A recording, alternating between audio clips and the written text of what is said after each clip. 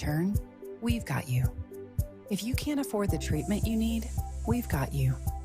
And if you are driven to raise money to honor the best friend you've just lost, we have a place for you here. Because of you, we're supporting those who need help today while tirelessly searching for tomorrow's cures. Ending breast cancer needs all of us. Visit Komen.org and be a part of the Susan G. Komen community today.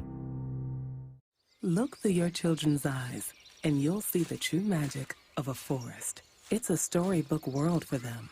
You look and see a tree. They see the wrinkled face of a wizard with arms outstretched to the sky. They see treasure in pebbles. They see a windy path that could lead to adventure. When they discover the forest, their imagination is inspired by the smell of pine, the crunch of leaves beneath their feet, the sound of birds calling out for attention. And they see you, their fearless guide through this fascinating forest world. You are the hero in this book. This is a memory being made. This is what they will laugh about years from now. These are the roots, grounding and nourishing them. Find a forest near you and start exploring at discovertheforest.org. Then look through your children's eyes and discover the magic all around you. That's discovertheforest.org. Brought to you by the United States Forest Service and the Ad Council. Hey, Riverton.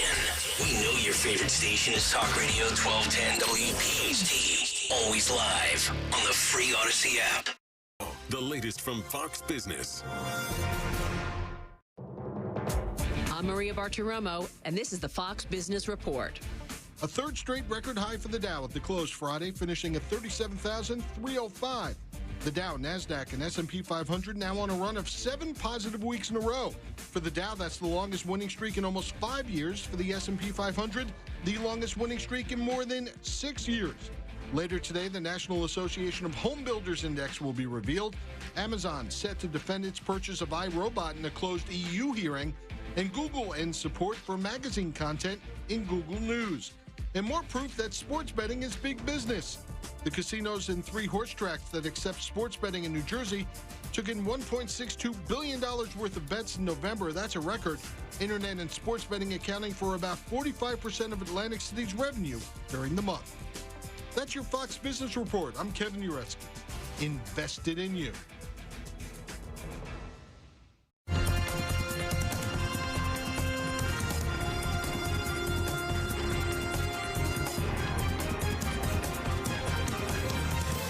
This is the Fox News Rundown.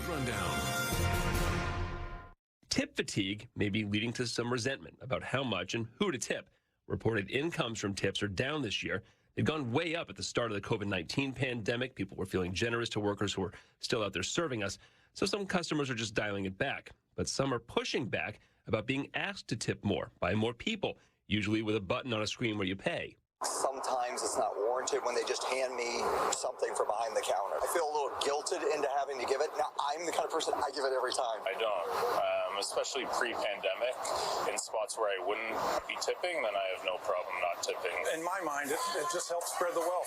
So it's, I don't know, it's tough. It's a real tough question. And we'll get into that. But first, let's talk about tipping over the holidays, showing appreciation for some of the people who make our lives better or easier throughout the year. With tipping, one of the things that I think people need to remember is that an expectation is not like a summons. Emily Guy Birkins, a financial expert and co-author of Stacked, your super serious guide to modern money management, and the 5 years before you retire. But when it comes to things that are not nearly as clear, that are not clearly a part of the tipping economy. So like if you have someone who cleans your house, if you have a regular babysitter who like picks up your kids for you after school, your personal trainer, teachers at your kids' schools, anything like that, you're like, is this normal? Do we tip? I don't know. Right. And so it can be very difficult to navigate that, but it's all about the relationship.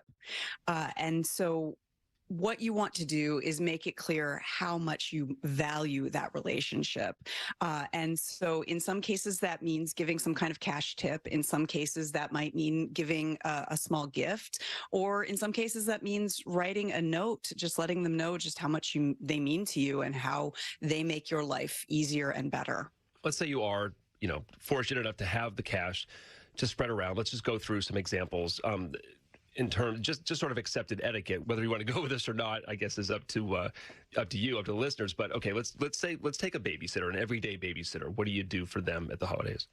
So for a babysitter, some of it depends a bit on the age of the babysitter. Back when in my babysitting days,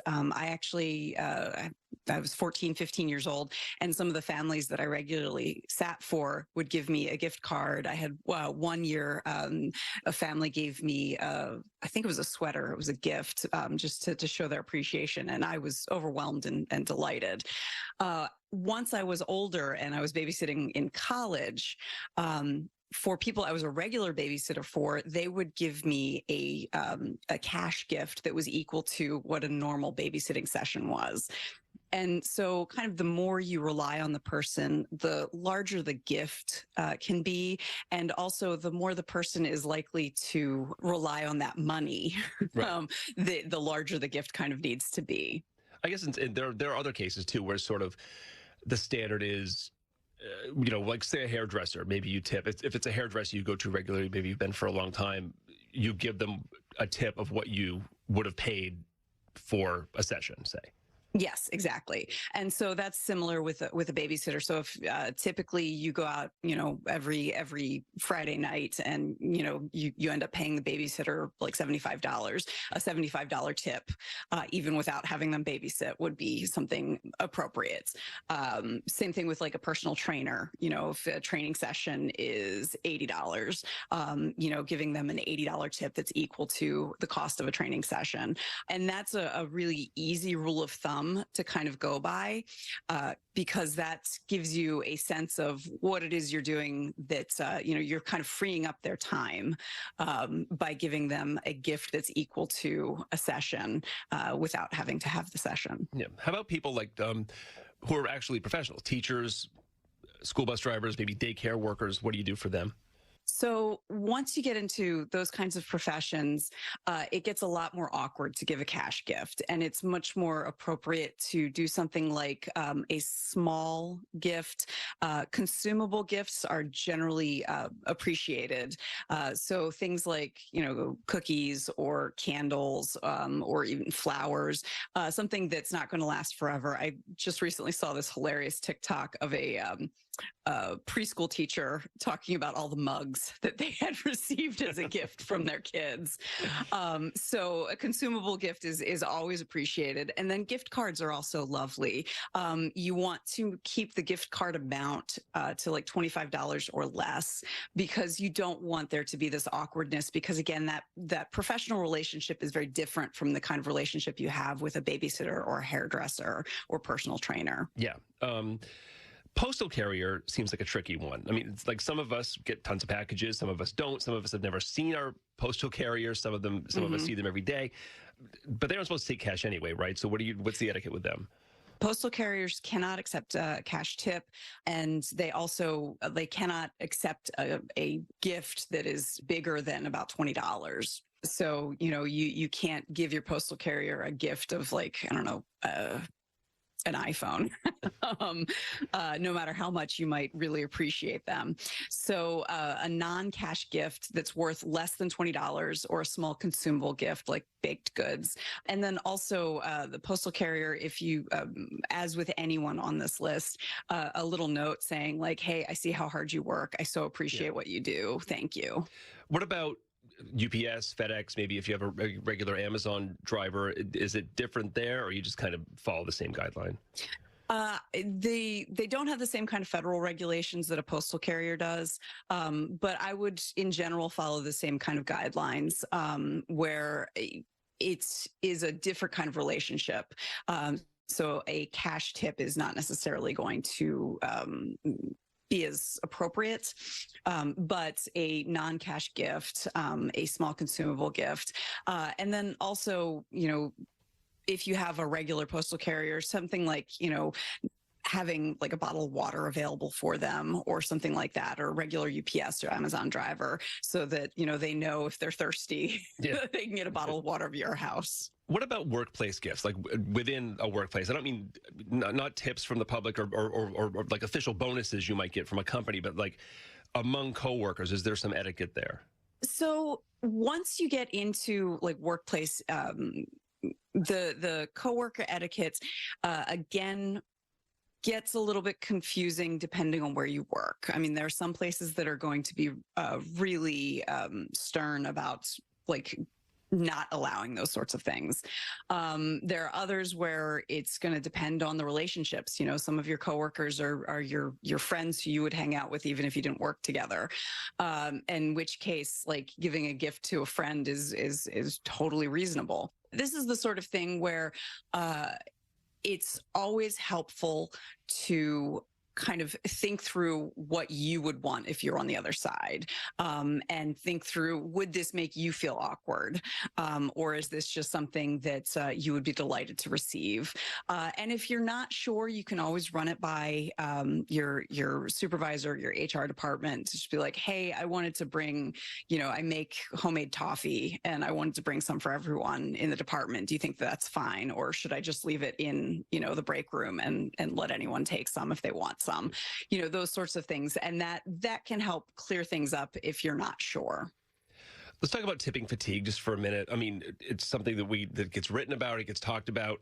Is it actually true that more people do seem to expect tips now than before? Or is it just something we notice, for example, because of those point of service systems at restaurants or coffee shops or whatever that make it really explicit? Like, here's the button for 15%, 18%, 20%.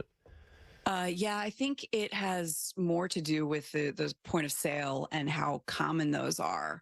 It used to be that all you would see in terms of tipping were the jars at coffee shops and things like that.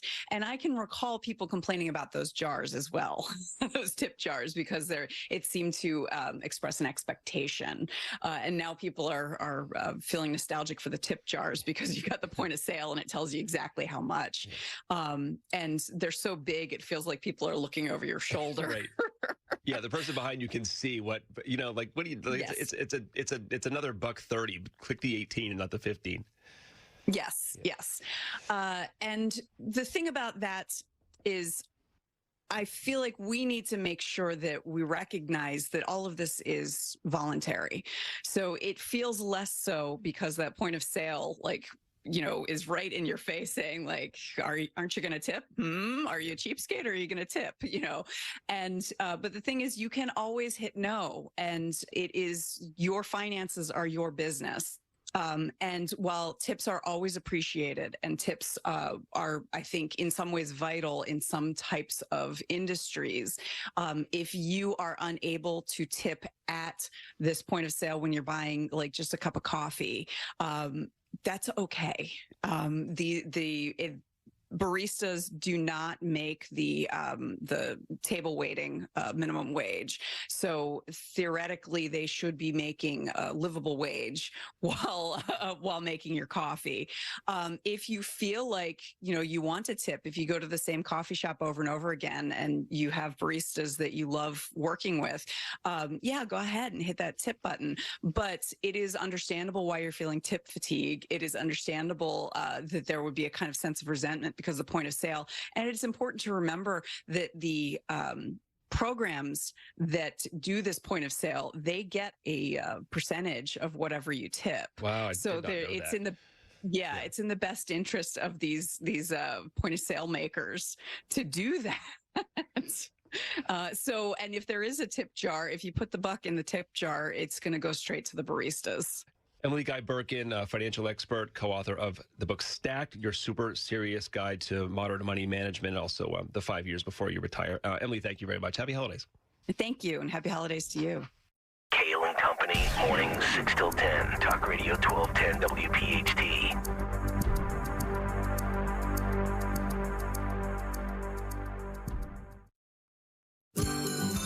holidays are here. Let Omaha Steaks take the guesswork out of gifting. Shop carefully curated gift packages that are guaranteed to make spirits bright all winter long. Go to omahasteaks.com and save 50% off site-wide. Plus, when you use promo code SIZZLE at checkout, get an additional $30 off your order. Send tender, juicy butcher's cut filet mignons, mouth-watering burgers, gourmet jumbo franks, or even easy-to-prepare meals that are ready in a flash. With Omaha Steaks, the possibilities are endless. This offer won't last long. Omaha Steaks is ready to ship your order right away, so shop early and beat the shipping rush. Go to omahasteaks.com and use promo code SIZZLE at checkout. Omaha Steaks is a gift from the heart, a gift that'll be remembered with every unforgettable bite. Order with complete confidence today, knowing you're ordering the very best. Visit omahasteaks.com. Take advantage of 50% off site-wide, plus use promo code SIZZLE at checkout to get that extra $30 off your order. Minimum order may be required. Omaha Steaks, America's original butcher. Major phone carriers make you sign contracts with rigid data plans to trap you into a kind of forced phonogamy. Sounds pretty insecure if you ask me. At Consumer Cellular, we believe in a more consensual and healthy form of phonogamy, free of contracts and more flexible to your data needs. This way, you stick around not because we force you to with contracts and fees, but because you love our phone plans. Like ardently love our phone plans. Phonogamously. Consumer Cellular. When freedom calls, we're here to answer. Call us at 1-888-FREEDOM. Hi, I can help whoever's Cooper's next. Overnight Shipping Company has to deliver the goods. Take these gifts to your grandkids. They need a logistics manager to keep the wheels turning. 126 packages going to Toronto, Tuscaloosa, Montreal, and Minneapolis. Oh, boy. Indeed can help them hire great people fast. I need Indeed. Indeed you do. Instant Match instantly connects you with quality candidates whose resumes on Indeed match your sponsored job description. Visit Indeed.com/credit and get $75 towards your first sponsored job. Terms and conditions apply.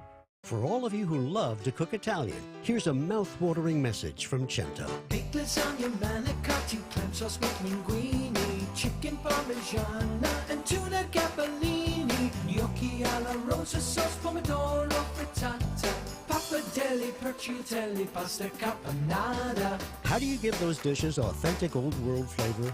Authentic Italian cooking begins with Cento. Cento for taste that sings. Cento, trust your family with our family. Join us at Odyssey as we all do our one thing, together millions of things for our planet. Make recycling part of your holiday season. If you get a new computer, tablet, or cell phone this year, recycle your old one by selling it or donating it to charity. Otherwise, dispose of it at a proper e-waste facility. Recycle your Christmas tree by turning it into wood chips and mulch. When we each share our one thing, it becomes 100 things, 1,000 things, 1,000,000 things for our planet. What's your one thing? All right, guys, we got to talk about Christmas. It's that time of year again. So I'm going to give you some advice because you know I love to make sure you're happy. Do what I did last year and what I'm going to do again this year. And that is make her happy with Pajamagram's famous naturally nude pajamas. So good, they sell out every single year. They sold out last year. They're going to sell it again this year.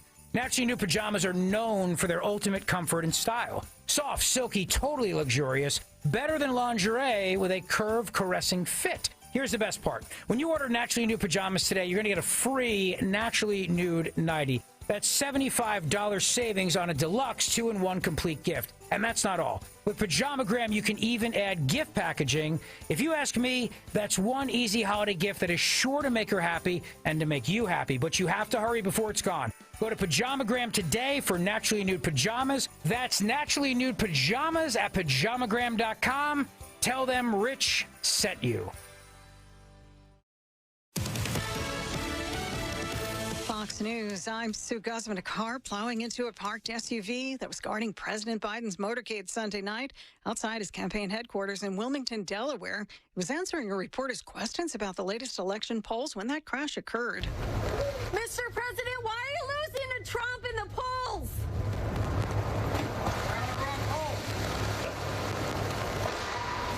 Nobody was injured, and the driver surrendered to the Secret Service. Former President Donald Trump in Nevada for a campaign stop in Reno Sunday, vowing to build up America's military might and prevent a future disaster. I am the only candidate who can make this promise to you.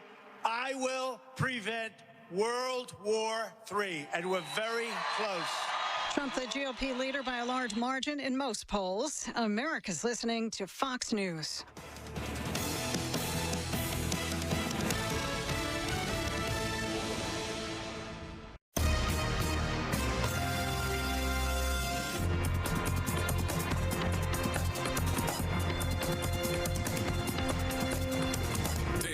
the Fox News Rundown. Now a look at sports. NFL Week 15, the Ravens are in the playoffs. They beat the Jaguars 23-7 to improve to 11-3. The Bills are back on track. Buffalo routing the previously red-hot Cowboys 31-10. Tonight, the Eagles may be without quarterback Jalen Hurts for Monday Night Football against the Seahawks after he was downgraded to questionable with an illness. Philly also making a coaching change with Matt Patricia taking over defensive play calling from Sean Desai.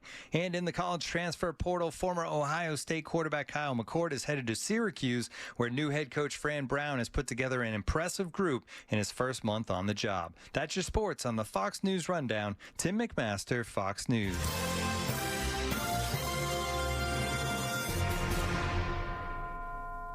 Now an update from Outkick's Hot Mic. I see the Heisman Trophy as more than just a statistics award. Stats matter, absolutely. What you've done on the field and your stats should matter and factor into the Heisman Trophy. But it's also something that it needs to be a story generator. You need to have Heisman moments. You need to be, I think, on a good team. And I'm not saying that Jaden Daniels is some loser because he was on an LSU team that went 9-3. He's not. But he's not 13-0. And while I don't want to make this a popularity contest of just give it to the best player on the best team in college football and be done with it, I don't think it's that kind of award. I think it's a hodgepodge of all of it. I think having Heisman moments and being a great story and being on an undefeated team and having great stats, all of those things matter. And you got to factor it in. Whatever your ratio is each year, that's dependent on you as a voter. I'm Chad Withrow with Hot Mike with Hutton and Withrow on the Fox News Rundown. Click this link now to review my bank transfer. I didn't make a bank transfer. Ugh, another phishing message. Are you frustrated by these too? So much of our lives are online today. To make sure my information is protected, I checked out CISA's Secure Our World resources. They've got 4 simple ways we can stay safe online. First, learn to recognize and report phishing. Next, create a strong, unique password for each online account. And use a password manager if you can. Then turn on multi-factor authentication for extra security, and you'll receive a code when logging in. And finally, turn on automatic software updates for convenience and safety. Click here to track my delivery. Another phishing message. But now I know how to protect myself from scammers, and you can learn too. Go to CISA at cisa.gov/Secure Our World for more quick, easy tips to be safer online. It's time for your Fox News commentary. Dr. Nicole Saphier. What's on your mind? The holidays are a time when the importance of family becomes particularly evident. In a world that often moves at a fast pace, the holiday season serves as a poignant reminder to pause and reconnect with those closest to us. Many of our favorite Christmas carols have heralded returning home to one's family for Christmas, lauding the simple joys of holding loved ones near and rekindling old acquaintances. However, the reality in America is often a departure from this idyllic portrayal, as family dynamics have faltered, leaving us to grapple with the toll it takes on our overall happiness. According to the American Psychological Association, nearly 40% of Americans say that their stress increases over the holiday season, often leading to physical ailments, depression, anxiety, and substance misuse. Even more shocking, another study indicates that among those with pre-existing mental illnesses, a staggering 64% report a deterioration in their well-being as Christmas approaches. Of course, these unsettling statistics only compound the overarching mental health crisis Americans face, with skyrocketing rates of loneliness, depression, self-harm, and suicide. In recent decades, there has been a noticeable shift in the United States away from the traditional family unit. Evolving societal norms and changing economic structures have all contributed to this transformation. Factors such as delayed marriage and a rise in single-parent households have resulted in changed household dynamics, often resulting in less dependence on internal familial support and more on external sources. Recent polling from Pew Research shows that the public cannot even agree on what the family unit is, and 40% feel pessimistic about its future. Tragically, more Americans now point to their jobs or friends for fulfillment rather than to having kids or even being married. When we lose sight of family, this time of year becomes simply another painful reminder of everything Christmas is supposed to be, but isn't. In giving up on the family, we are only hurting ourselves. Family is a gift, an invaluable resource, a lifeline. Even the best of friends will come and go, but family, for better or worse, is forever part of who we are. My son Hudson and I wrote a children's book together called That's What Family's For, to remind ourselves and others of precisely this truth. Yes, the holidays can be a painful time, but they can also be a time for healing, for starting afresh with the ones that matter the most, and refocusing our eyes on the treasure that surrounds us. Mending relationships during the holidays requires a thoughtful approach. Embrace the spirit of forgiveness and let go of past grievances, focusing on the present moment and the positive aspects of your family. Engage in shared activities or traditions that once brought joy, creating new memories to replace negative ones. Now, more than ever, America needs the family. We need to restore strong, loving, selfless families to their rightful place. And believe me, when we come together at the dining room table for Christmas dinner, it will be worth it. Family is always worth it. Dr. Nicole Saphier, Fox News. I feel like I'm constantly cleaning hair off my bathroom floor. At least my Swiffer Sweeper makes it easy. Sweeper heavy-duty dry cloths have ultra-thick pads to trap and lock hairs, like a hair magnet. And when I'm finished cleaning up my hair, Sweeper takes care of his too. Now the hair is gone, all thanks to Swiffer. Try Swiffer Sweeper heavy-duty dry cloths. I promise you'll love them or your money back. And also try Swiffer Sweeper Wet to make quick work of tough, sticky messes. Headed to the National Appliance Warehouse for your new kitchen appliances?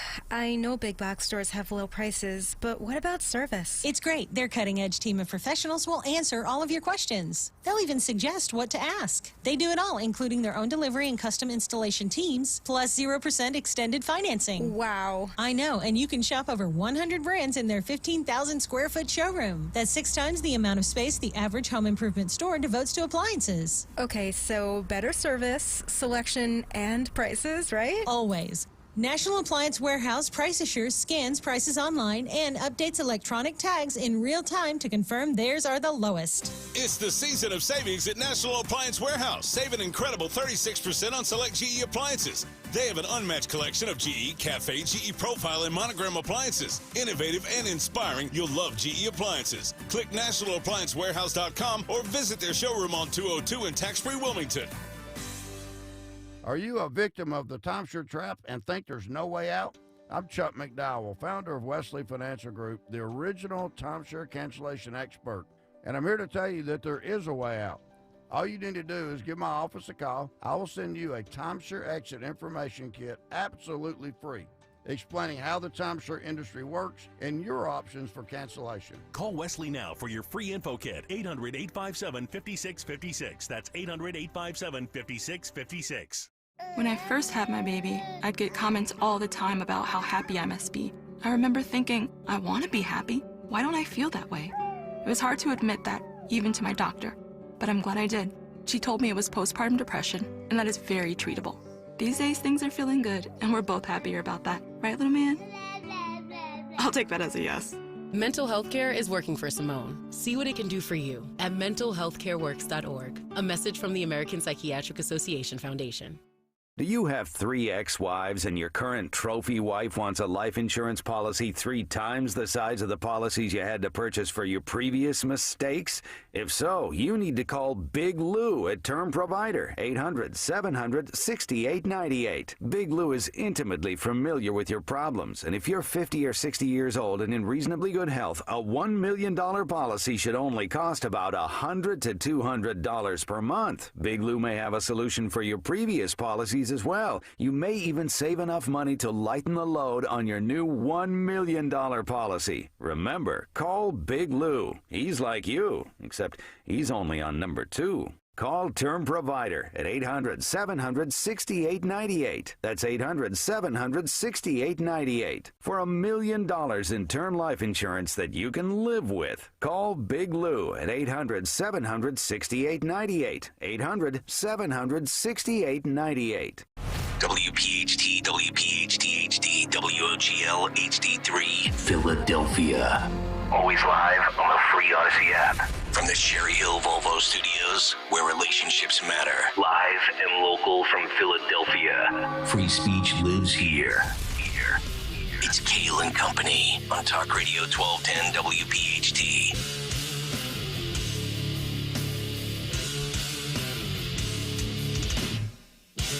And away we go, live on this Monday, December 18th. It is indeed Kayal and Company. Right here on Talk Radio 1210 WPHT. We are always live on the free Odyssey app. And of course, streaming live for your video viewing pleasure on YouTube. As we head until 10 o'clock this morning. 855-839-1210, the phone number. Twitter and Instagram. The radio station at 1210 WPHT. I am at Nick Kayal, Kayal. Dawn Stens with the news. Greg Stocker, the chairman of the board. Phil Almquist, Anthony Dorenzo, our associate producers. Final week before Christmas. I don't believe any of us doing the full week. We're all ready to mail it in as soon as that day comes. Dawn, good morning. How are you? Good morning on this monsoon of a Monday morning. Do you paddle or take the canoe to work today? Exactly. Good God. Gregory. It took me 45 minutes to get in this morning. Oh, boy. It's just horrendous. And then we get in, and everything's moved. Yep. The cameras are... Rooney did the show. Matt Rooney, the Matt Rooney show was last night, 7 to 10 p.m. Yeah. I believe he had the camera working. Yeah. So sometime between his show ended at 10 p.m. and 5 a.m., somebody moved cameras, so you have a different camera in there. Yeah. It's just a mess. Yeah, the janitors were doing an overnight show. No, it had nothing to do with the janitors. It Good had God. to do with... It's just frustrating. You want to out somebody right at 6:02? Go ahead. Go ahead. No, Do it. No, I'm not. Bury 'em. I'm not outing anybody because I don't know anything. But I just need consistency here. That's all I need. You know what I mean? Like, I agree. We have consistency. It's frustrating. Yeah, I come in here, the lavender purple lights are on again. It's like Rooney thinks he's doing like the Sean Hannity television show in here. I mean, my God. Purple? Yeah, the purple. Oh, yeah, look at that shot. Oh, God, man. painful. Oh, boy. Different angle today. Personally, I think I look better. This is an upgrade for me. You like this angle better? Well. YouTube.com/@1210WPHT, by the way. Nick Kayal. You can only the put so color much. purple. You can only put so much lipstick on a pig, and it's still a pig, right? But I digress. Good weekend, good Friday night. Thank you to everybody that showed up to the block party. That was a fantastic evening. It was amazing. Officer Christopher Fitzgerald's widow. What a brave soul. What a courageous lady. Hell of a speech. She said Christopher's looking down on us, drinking a Yingling. Yeah. I was like, amen to that. All right, we got a lot to get to today. I am officially flipping on Joe in the big take. Flipping? Flipping. Okay. I will tell you what exactly that means in a little bit. Also, gay Democrat senator staffer gives new meaning to stimulus package. Oh, my God. Man. Wow. Oh, man. Wow. Yeah, buddy. So we'll get to that one right around 6:35 this morning. Look, I'm a live and let live type guy. You do whatever you want to. You pound whatever you want to pound. Just don't affect me or my family. Yeah. But boy, this is quite the... Yep. From the act to the firing to the victim card. Yeah. This is an amazing story. I guess we should say that at some point this morning, you said you're going to get into it at 6:30. I guess we should say that, like, we should probably, if you have kids in the car, you should probably not. Boy, not safe for anything. Also gives another meaning to the phrase insurrection. Stop. You know what I'm saying? I guess you could say he'll be the butt of the jokes. That's where we're going today, baby. Oofa. Yep, short week. I got all the goodies coming out. Also, John Fetterman claims he's not a progressive, and Americans, according to a new study, are fatter and more depressed after lockdowns than before lockdowns. Shocking. Who knew?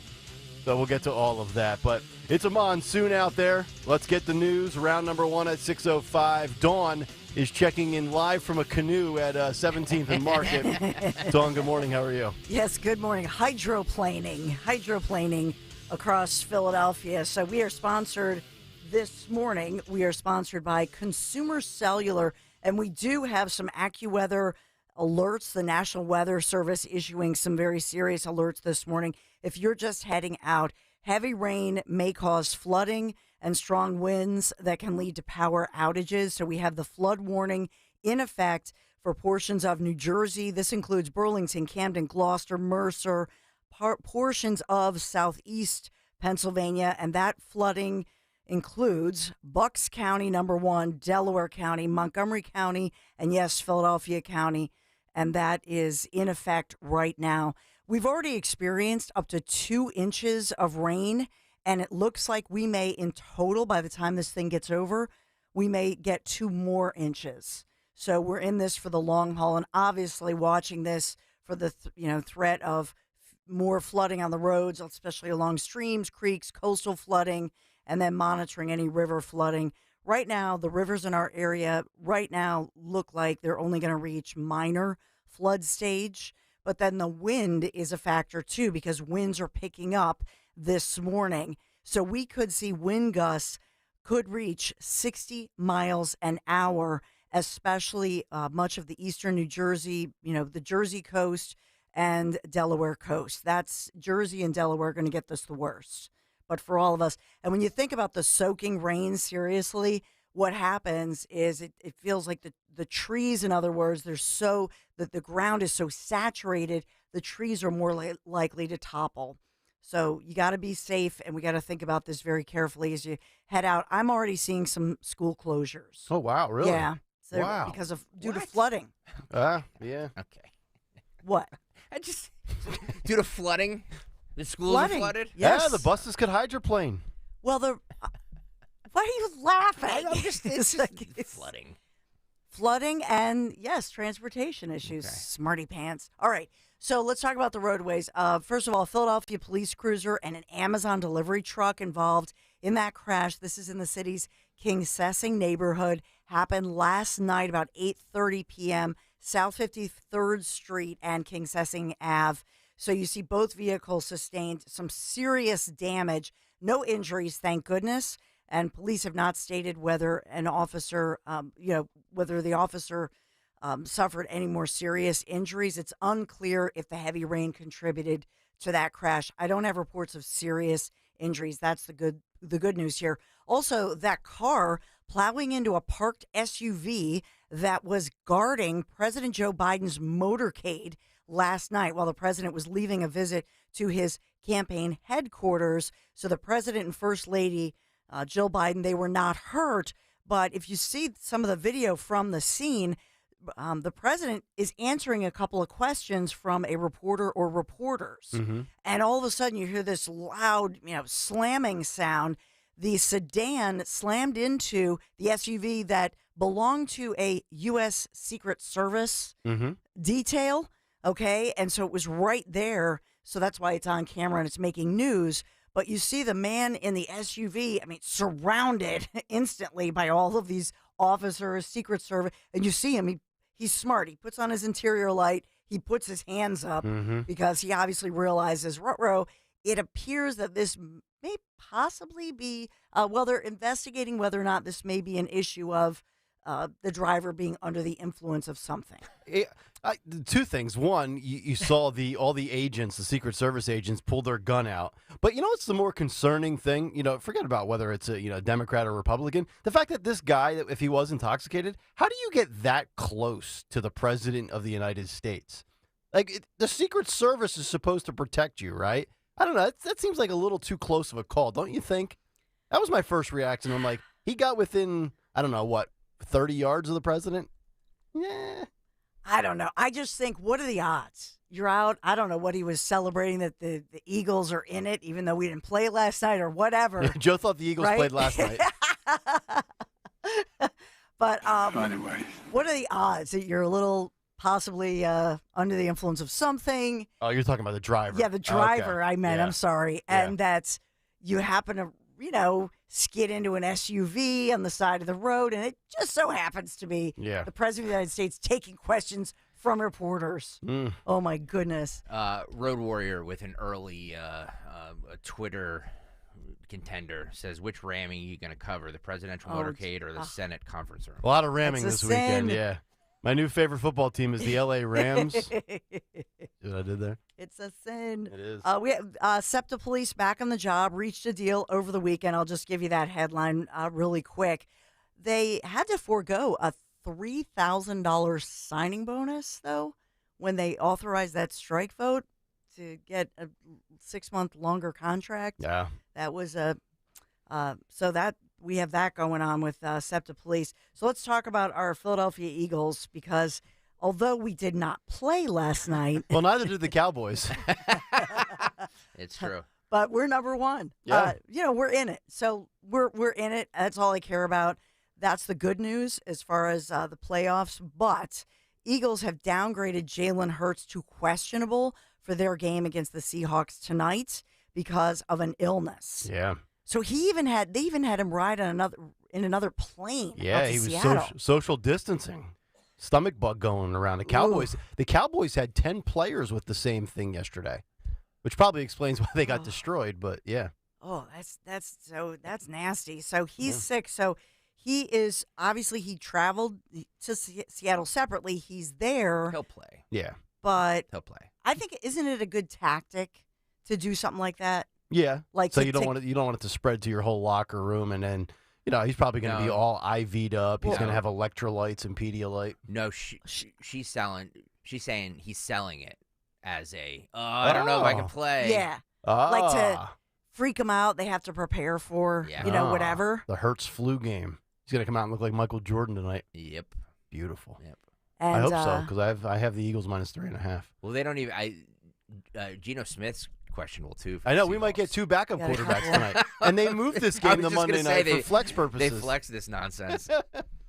And what everybody's talking about, when you have 2 brutal losses on national television, somebody's got to get thrown under the bus, and the fall guy.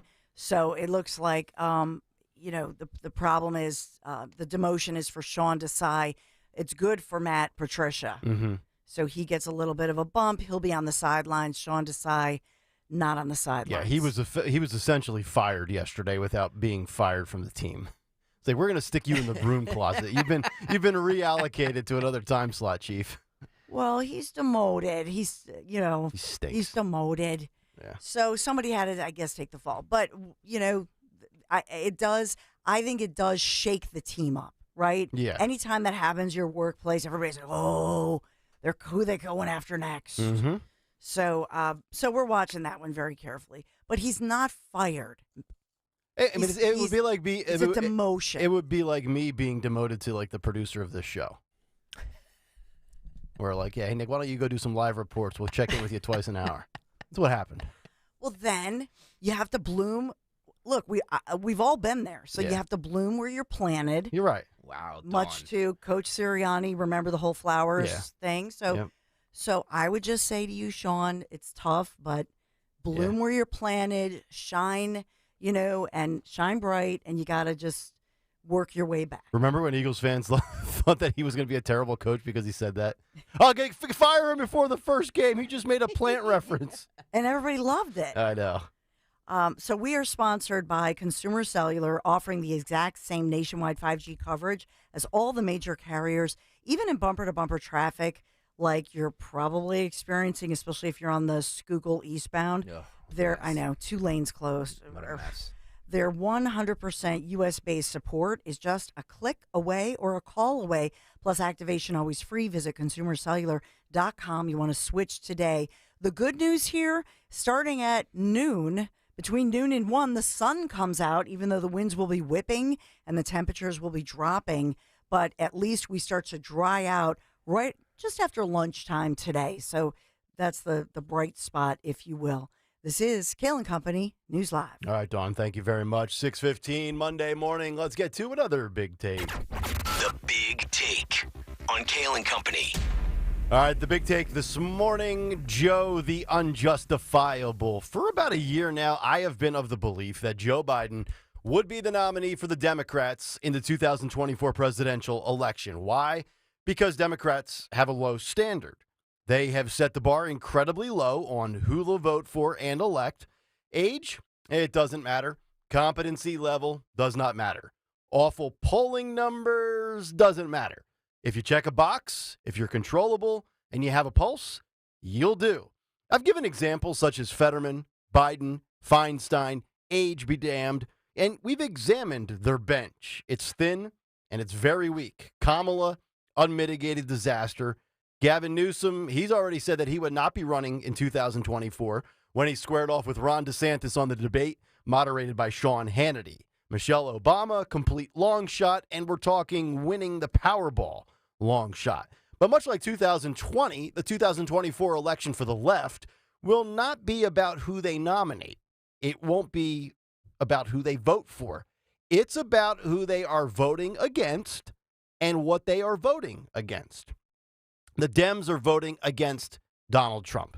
Not for Joe Biden, not for Kamala Harris, not for Gavin Newsom, probably not for Michelle Obama, although she might galvanize that base more than any of those four I just mentioned.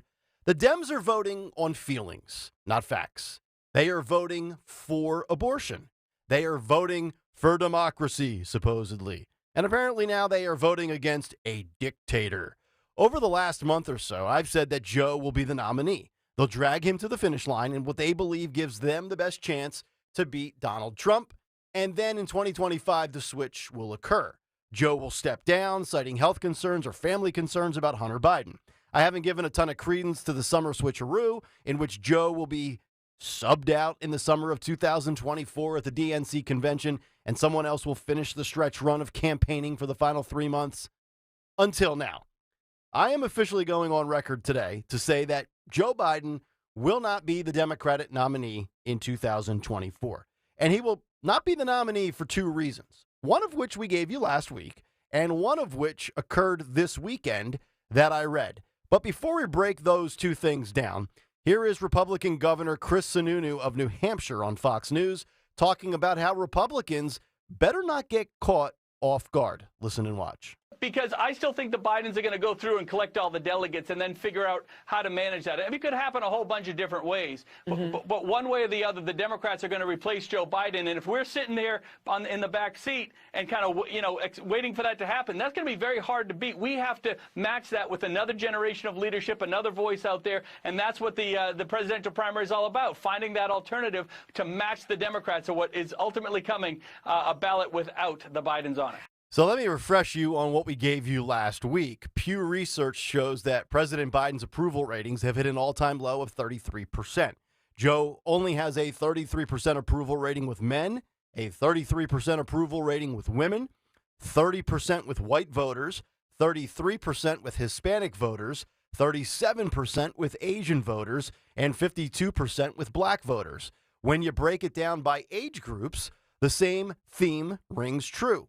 30% with 18 to 29-year-olds, 33% with 30 to 49-year-olds, 36% with 50 to 64-year-olds, and 34% with the 65-plus crowd. How about education level? Only 48% with postgrads, 37% with college grads, 30% with some college, and 28% with high school or less. Although I'm sure he's still polling relatively well with dead voters. This is reason number one as to why I think Joe is going to get benched at some point in 2024. But I want to bring to light a story from Politico over the weekend that I read that really makes me believe that the switch will occur in 2024. Stephen Shepard wrote a column on Saturday for Politico, and the headline was, quote, "Why a Trump conviction might not save Biden's re-election." Pollsters have already started to explore what effect, if any, a criminal conviction before the election would have on Trump's support. In the column, Stephen writes the following: "It's the go-to refrain for Democrats, watching Joe Biden fall behind Donald Trump in polls. Just wait until Trump is convicted. Yes, Biden's historically unpopular. Yes, views of his job performance are growing increasingly negative. But if a jury of Trump's peers in Manhattan, South Florida, Atlanta or Washington convict him before Election Day, they say it would have a dramatic impact on the race. And Stephen goes on to say, they're probably wrong. The evidence so far suggests that the race might only shift slightly by a few points. That could be important in another close election, but it's not the kind of Trump collapse that Democrats have been hoping for, or Biden may need if his numbers don't improve. Trump's legal peril is unprecedented, and the sentiment that a criminal conviction could be a mortal wound to his candidacy is mostly driven by political intuition right now. But we're starting to get more data on how a conviction would affect Trump's chances to defeat Biden, thanks to pollsters who've asked voters what they would do if a jury found Trump guilty. Take last week's Wall Street Journal poll. Trump led Biden by 4 percentage points in a head-to-head matchup, 47-43. But the race shifted only slightly to a 1-point Biden lead amongst respondents who were also asked what they would do if Trump were convicted in either of the 2 federal cases, either for unlawfully possessing classified documents or conspiring to overturn the election results of 2020. Since only about half of the respondents were asked about a hypothetical Trump conviction, the 2 results aren't directly comparable, but they suggest a massive swing against Trump that is unlikely, and the margins are small. With just a 1-point lead in a hypothetical Trump conviction scenario, Democrats can't rely on a small post-conviction swing to tip the race. That is from Politico. And I believe that analysis is accurate, and I agree with it. Trump is so polarizing that virtually everybody has already made their mind up on Donald J. Trump. You either love him or you hate him. I don't think a conviction or a not guilty plea will swing you one way or the other. And none of these prosecutions and or persecutions, depending on your personal view of Trump, is likely to change much at all. It's Joe that is enduring the change. Day by day, the polls get worse, the evidence mounts, and the cognitive demise progresses. And the reality is this. For the first time ever, it is absolutely a realistic possibility that Joe Biden is going to be shown the door, and he's going to be shown the door in 2024. And I firmly believe that now. And that's the big take. The Big Take on Kayal and Company. All right, big take this morning. If you want to jump in, thoughts and reaction, you can certainly do so. 855-839-1210 is the phone number, 855-839-1210 on Twitter and Instagram at 1210WPHT. Or you can get at us on YouTube. Just go to youtube.com/@1210WPHT. Hit the like and subscribe buttons and be a part of the Kayal and Company comment community. We'll get some thoughts and reaction to that on the other side, and also some interesting drama in the Senate with Democrats. Oh, yeah, it's the story we talked about 15 minutes ago. We'll delve into it on the other side of Kayal and Company. Nick, Dawn, and Greg, we're back after this on Talk Radio 1210 WPHT. But first, let me tell you about my friends at Wawa. So you've got about, 6-7 days left. You got to do some holiday shopping. You got to be efficient. Maybe get your gondola out today and head over to your local Wawa. But if you can't make it, just do it digitally. Go to Wawa.com, pick up one of their festive card designs, enter your card amount, and write a message. You can choose to have your Wawa gift card show up in their inbox instantly or schedule it to arrive at just the right moment. Or maybe you want to go out and about once the water recedes. You can stop by your local Wawa today where you're going to find gift cards for the Wawa fan in your life and for the fan of other brands like Amazon or Roblox. Grab one for your boss or your favorite aunt or uncle and make everybody's season bright in just one Wawa run. It's Happy Holidays from Wawa, your one-stop gift card shop. See store for details. Tonight is the night. The holidays are here and your wishes are coming true on FanDuel in partnership with Valley Forge Casino. It's America's #1 sports book. Right now, new customers can get $150 in bonus bets with any winning $5 moneyline bet. The Birds tonight are a -164. A $5 bet will only get you $3, but you'll get $150, in bonus bets if you win. So that's for new users. If you already have the FanDuel app, check out this 3-leg same-game parlay. How about the Eagles -3? Jalen Hurts for an 80-time touchdown and A.J. Brown for an 80-time touchdown. If you've been thinking about joining FanDuel, there's no better time to get in on the action. I love the FanDuel app. It's so easy to use. There's a wide range of betting options, including spreads, player props, over-under, so much more. Go to FanDuel.com/Greg. FanDuel.com/Greg. FanDuel Sportsbook is the official partner of 1210 WPHT and the NFL. 21 and over. Present at PA. First online real money wager only. $5 pregame money line wager required. $10 first deposit required. Bonus issued as non-withdrawable bonus bets that expire 7 days after receipt. See terms of sportsbook.fanduel.com. Gambling problem? Call 1-800-GAMBLER. This is Larry Steiners of Investor Schooling. I am so proud to announce the continuing success of our students at Investor Schooling. You already know that in Investor Schooling, we teach real estate investing and stock options. Did you also know that we teach things about tax savings, estate planning, and business coaching as well? We teach things about money I bet you never knew. At Investor Schooling, we teach from the perspective of true experience. If you want to see what our students think about Investor Schooling, please check out the over 160 5-star Google reviews.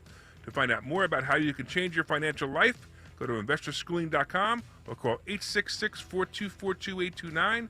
That's 866-424-2829, and you can attend a complimentary class this Thursday at 7 p.m. Attend that class and see for yourself what Investor Schooling is all about.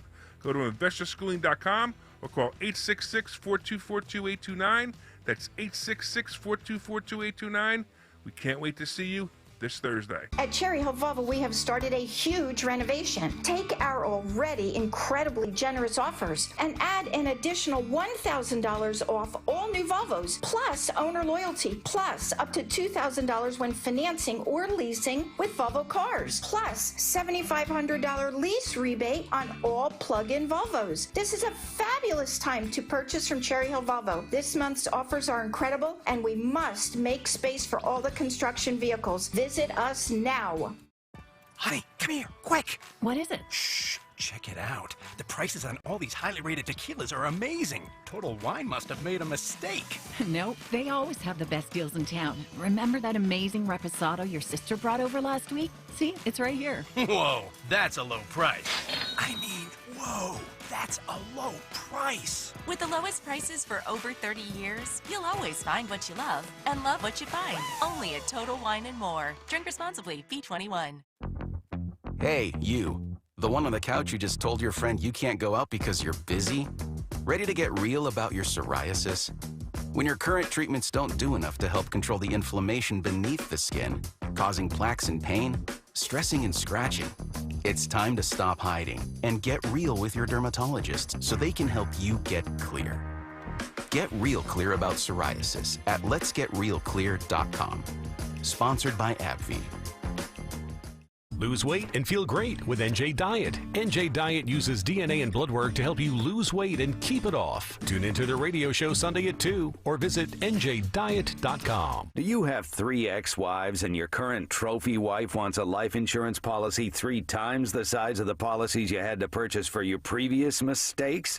If so, you need to call Big Lou at Term Provider, 800-700-6898. Big Lou is intimately familiar with your problems, and if you're 50 or 60 years old and in reasonably good health, a $1 million policy should only cost about $100 to $200 per month. Big Lou may have a solution for your previous policies as well. You may even save enough money to lighten the load on your new $1 million policy. Remember, call Big Lou. He's like you, except he's only on number 2. Call Term Provider at 800-700-6898. That's 800-700-6898. For $1 million in term life insurance that you can live with. Call Big Lou at 800-700-6898. 800-700-6898. Hey, West Berlin, we know your favorite station is Talk Radio 1210 WPHT.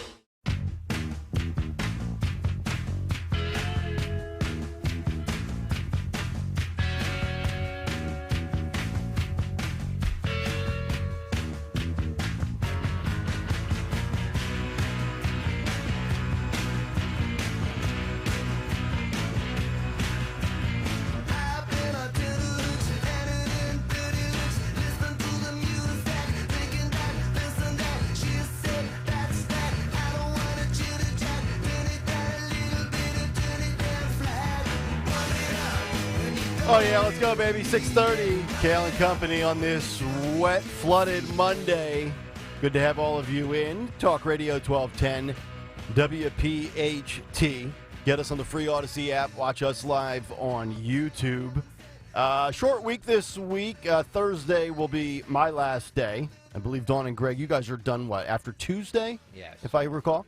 Tony Bruno, Harry Mays will be in the week after Christmas. Our buddy Sean Farash.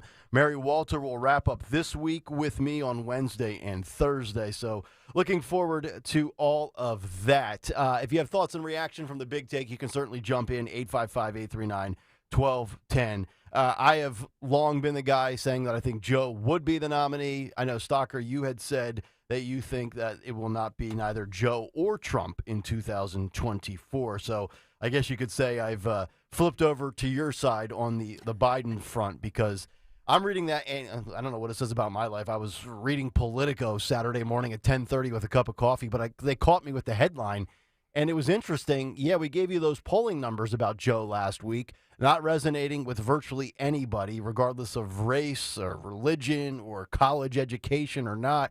He's polling in the tank right now. But then I see the numbers where Trump's conviction possibilities don't really swing anything out of the ordinary. I mean, Trump goes from up 3 or 4 to tied or down 1, still within the margin of error. So now I am of the belief that at some point when we flip the calendar in 13 days, that Joe will be riding off into the sunset. I don't know if it'll be Jill that talks him out of it. I'm not sure how it goes down. Maybe it's in the summer at the convention, but I'm coming off of the stance that he will be the nominee and then bow out in year 1 of his second term, citing health issues. But I could be wrong. We'll see how that plays out. Dawn, Greg and I both believe Joe will not be the nominee.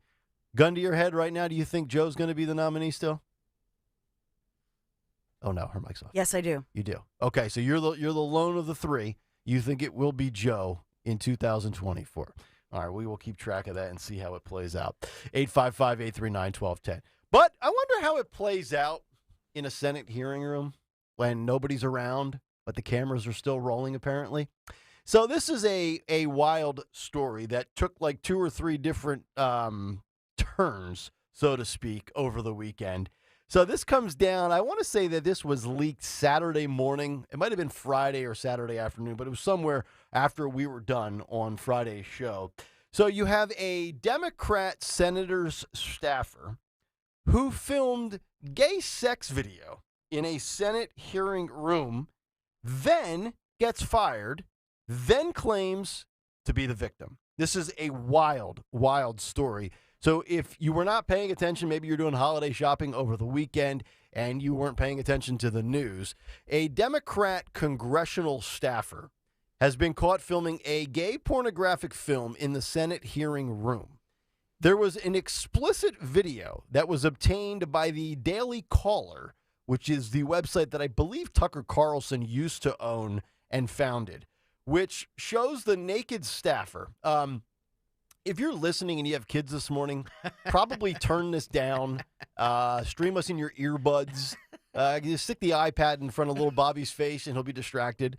So apparently this explicit video shows the naked staffer having gay anal sex with an unknown man in Senate Room Hart 216, which is where our United States senators sit to ask questions during Judicial Committee hearings. The staffer has been reportedly identified as Aiden Mays Chesarovsky, who works for Democrat Senator Ben Cardin. It's unclear which man Mays Chesarovsky is in the sexually explicit video. We don't know if he's the receiver or the giver. Stop. We don't know. I mean, these are things that, look, facts matter, okay? Oh, God. It's 3 things I was taught in law school. The facts, the facts, and the facts. Oh, boy. Do you see the video? Do you see the video that's up on So it's on YouTube if that's your thing. I'm going to, Greg, is it okay? Wow. Greg, I'm going to move my monitor away from me because I don't really like that type of stuff. So I will keep my computer away. So if you're seeing it, good for you. I will just give you the redacted stuff. I mean, What is it? Has like a thong? It's a What is that? What are the straps? Yeah, I'm not really sure. It's not my wheelhouse. But anywho, the video footage that you were probably seeing on YouTube. Did he get lasered? I mean, there is no hair anywhere. Good job on that. It's a good wax job, right? Yeah, or lasered. I mean, Nothing wrong with dudes waxing. I mean, Nope. I don't do that, but some high people quality, like it smooth. high quality manscaping. I saw one of the gay individuals that I follow on Twitter called this guy the twink. Oh. You want to pound it? You can. Oh, boy. Stop. Don't use my like a cooking dry show advice in this segment.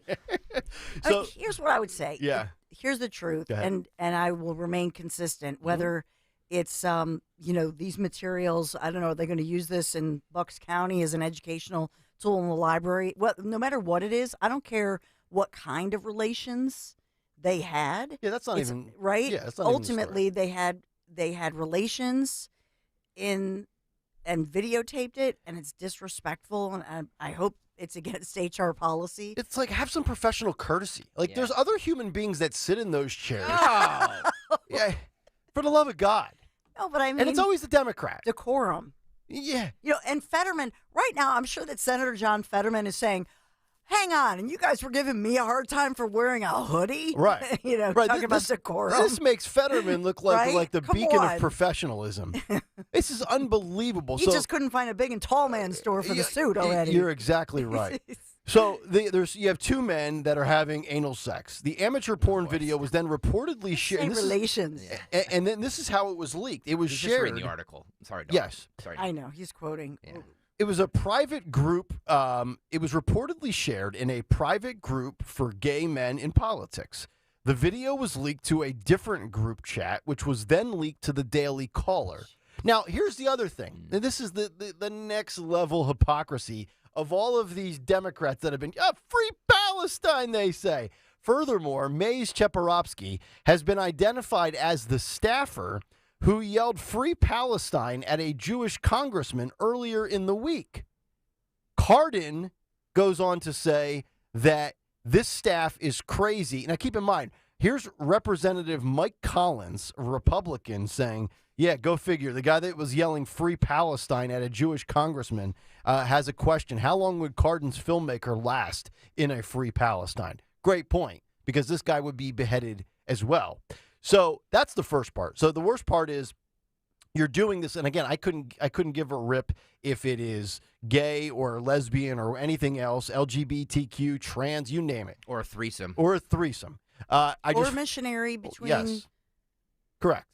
What if, even if they're like, let's just even say this, even if they're married individuals, whoever they are, like whatever Like our it like our is, Virginia Democrat senator that was running for yes, office. with her, whatever it is, Or our Moms for Liberty. or that threesome. How about that one? Whew. Wow. So it's a judiciary committee. Who's on the judiciary committee?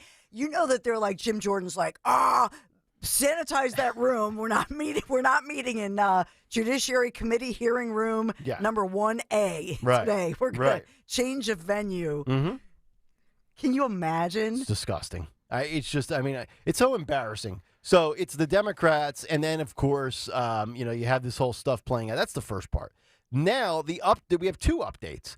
The second one is this congressional aide ultimately gets fired over the weekend after this came to light. So you have Ben Cardin, the Maryland senator, who announced on Saturday afternoon, less than a day after the video was released, that this guy is officially fired. Now, the aide... Wait a minute. What? 8 seconds? It was 8 seconds of... That 8 seconds. Well, that was all the video was, I believe. Yeah. Oh. Yeah. Okay. Yeah, Sorry. I think the total act lasted 14 seconds. So the aide then, who, by the way, who appeared in a 2020 campaign video with Biden, then goes on to say that he is under attack for being for loving who he decides to love. It's like, no, Aiden Mays Chesarovsky, 24-year-old. Nobody's attacking you for having gay sex. People are going after you because you should be fired for having it in a Senate hearing floor in an area where congressional acts of whatever that goes on in our whatever that happens. Whatever there. we do Monday through Friday, you're not supposed to be playing Romper Room in there on Saturday. Oh, boy. Okay? So that's why you had to be fired. And it's a terrible look for the actual Maryland Senator, Ben Cardin, who employs you. So this guy, Chesarovsky, comes out and says, quote, I'm being attacked for who I love to pursue a political agenda. So immediately, he's a well-trained Democrat. He knows to play the victim card. He knows to claim that he's under attack. He goes on to say, quote, while some of my actions in the past have shown poor judgment, I love my job and would never disrespect my workplace. Yes, you did. You were bent over a chair behind. I mean, what do you mean you're not going to disrespect your workplace? What do you think? We're 5? We can't figure out what you did? Well, he's 24. He looks like he's a teenager. Yeah. Who's the other guy? That's what I would like to know. That's what I would like to know. You need a lot of clearance to get in those rooms, right? Yes, of course you do. Because he's an aide, but he's a college graduate, right? Yeah. Okay, so he's not like an intern. I would have to imagine, yes. Seriously, he looks, the pictures of him, he's in a blue Rehoboth Beach T-shirt, by the way, but in one of the pictures. Shocking. But he looks like a kid, and so my question is, because somebody called him a twink? Yeah, that's what somebody called me on the well, that's a gay term for, like, men who look like little boys. Yeah. It's really creepy. I have a full mustache and beard. Really no, so there is a creepy. I do wonder is the other person like an older, creepy, powerful guy? Politician? Who's the other person, and is the other person going to get outed because they're doing this activity? By the way, in this age of deep fakes and everything like that, why didn't Aiden just say that wasn't me? I didn't do that. Yeah, claim AI, right? Yeah, it's misinformation. Somebody doctored something. Yep. They spliced my head in there. Yep. He goes on to say, any attempts to characterize my actions otherwise are fabricated, and I will be exploring what legal options are available to me in these matters. So be very careful, folks, if you criticize this guy. He's going to try to sue you for defamation of character. Well, how can he, if it is all 100% true, how can he sue? He can't. He can't. Do you think he just said that? He's just playing the victim card because that's what the left is taught anytime that they get caught doing something they shouldn't be doing. And as long as you identify as any box other than a straight white cis man, you can automatically play the victim card. When in doubt, I'm gay. When in doubt, I'm trans. When in doubt, I love it. Give me a break. Well, maybe his argument when he sues is to say, hey, these lawmakers are screwing the American people every single day. So why are you criticizing me? Yeah. So, I don't know. Are there really HR laws or rules? Because we've talked about that a lot. What, in D.C.? I'm serious, in the U.S. Capitol for these individuals. Well, you would think Jamal Bowman got in trouble for pulling a fire alarm. Doesn't this fall under, like, code of professional conduct? Yeah, you can't just go into a workplace and have sex. Right. No matter what the sex is. What would happen? What do you think would happen if somebody was out in the hub here on Saturday morning at Odyssey and they're going to town where we have our sales meeting on Tuesday? It'd be the best.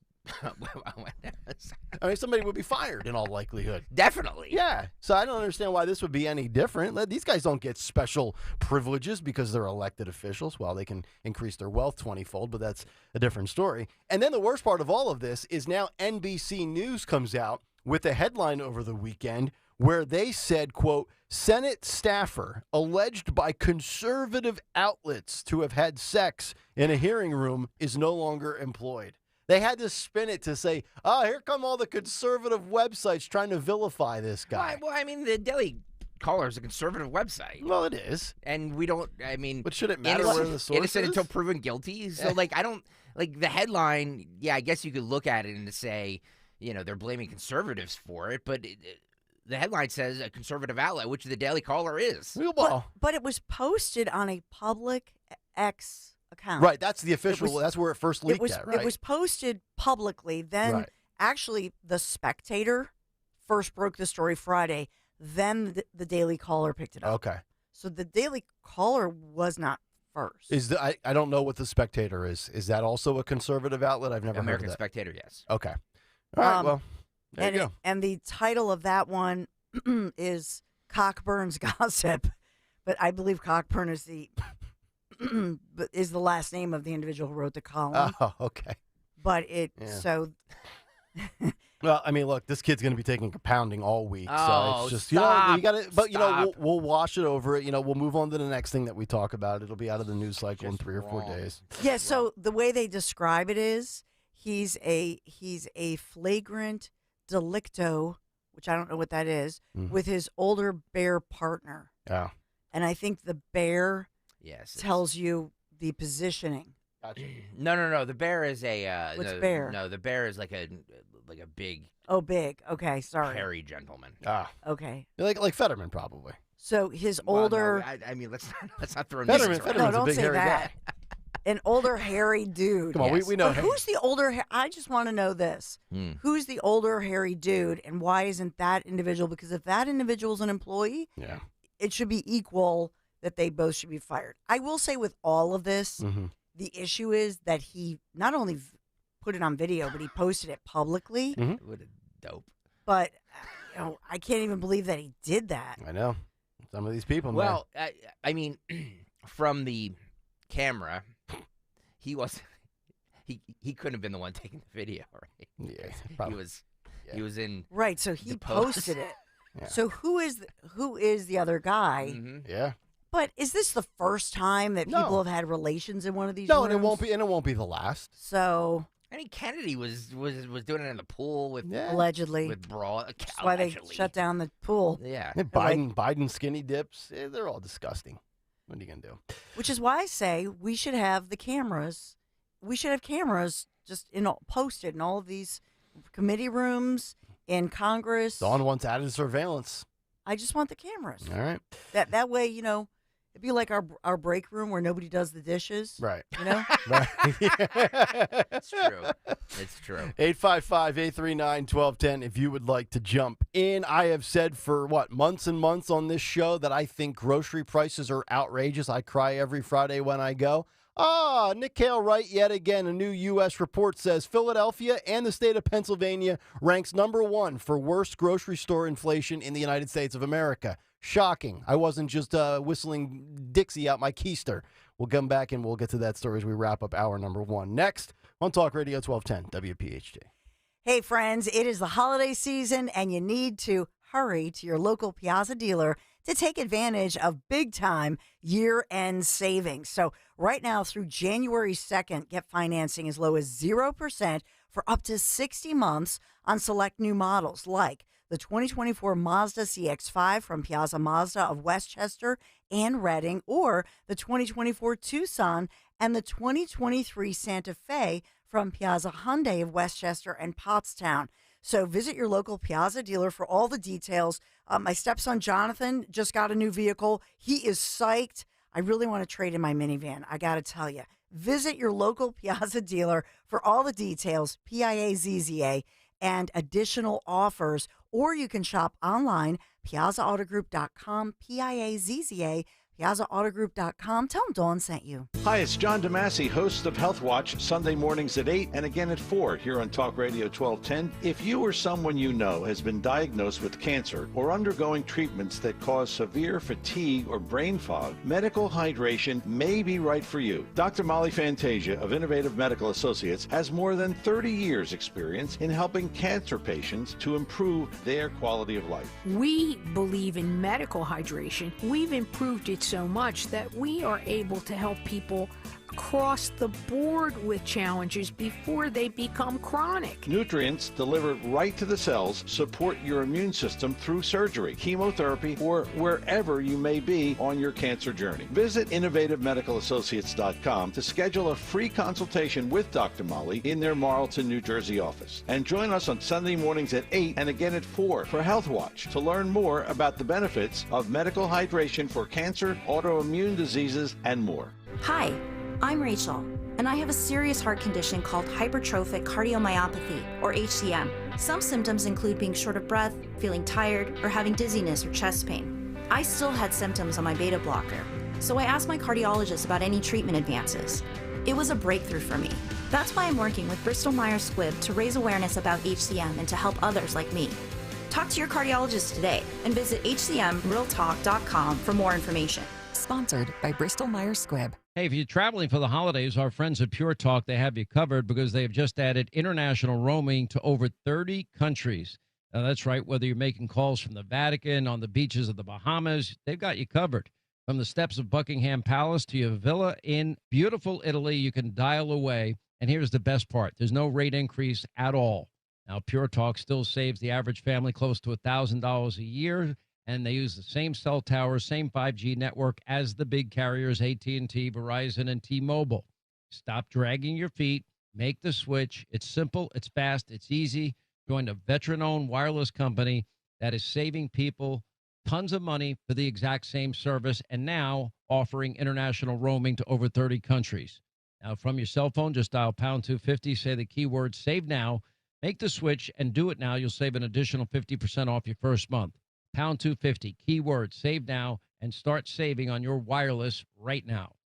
Free speech lives here. Talk Radio 1210, WPHT, and on the free Odyssey app.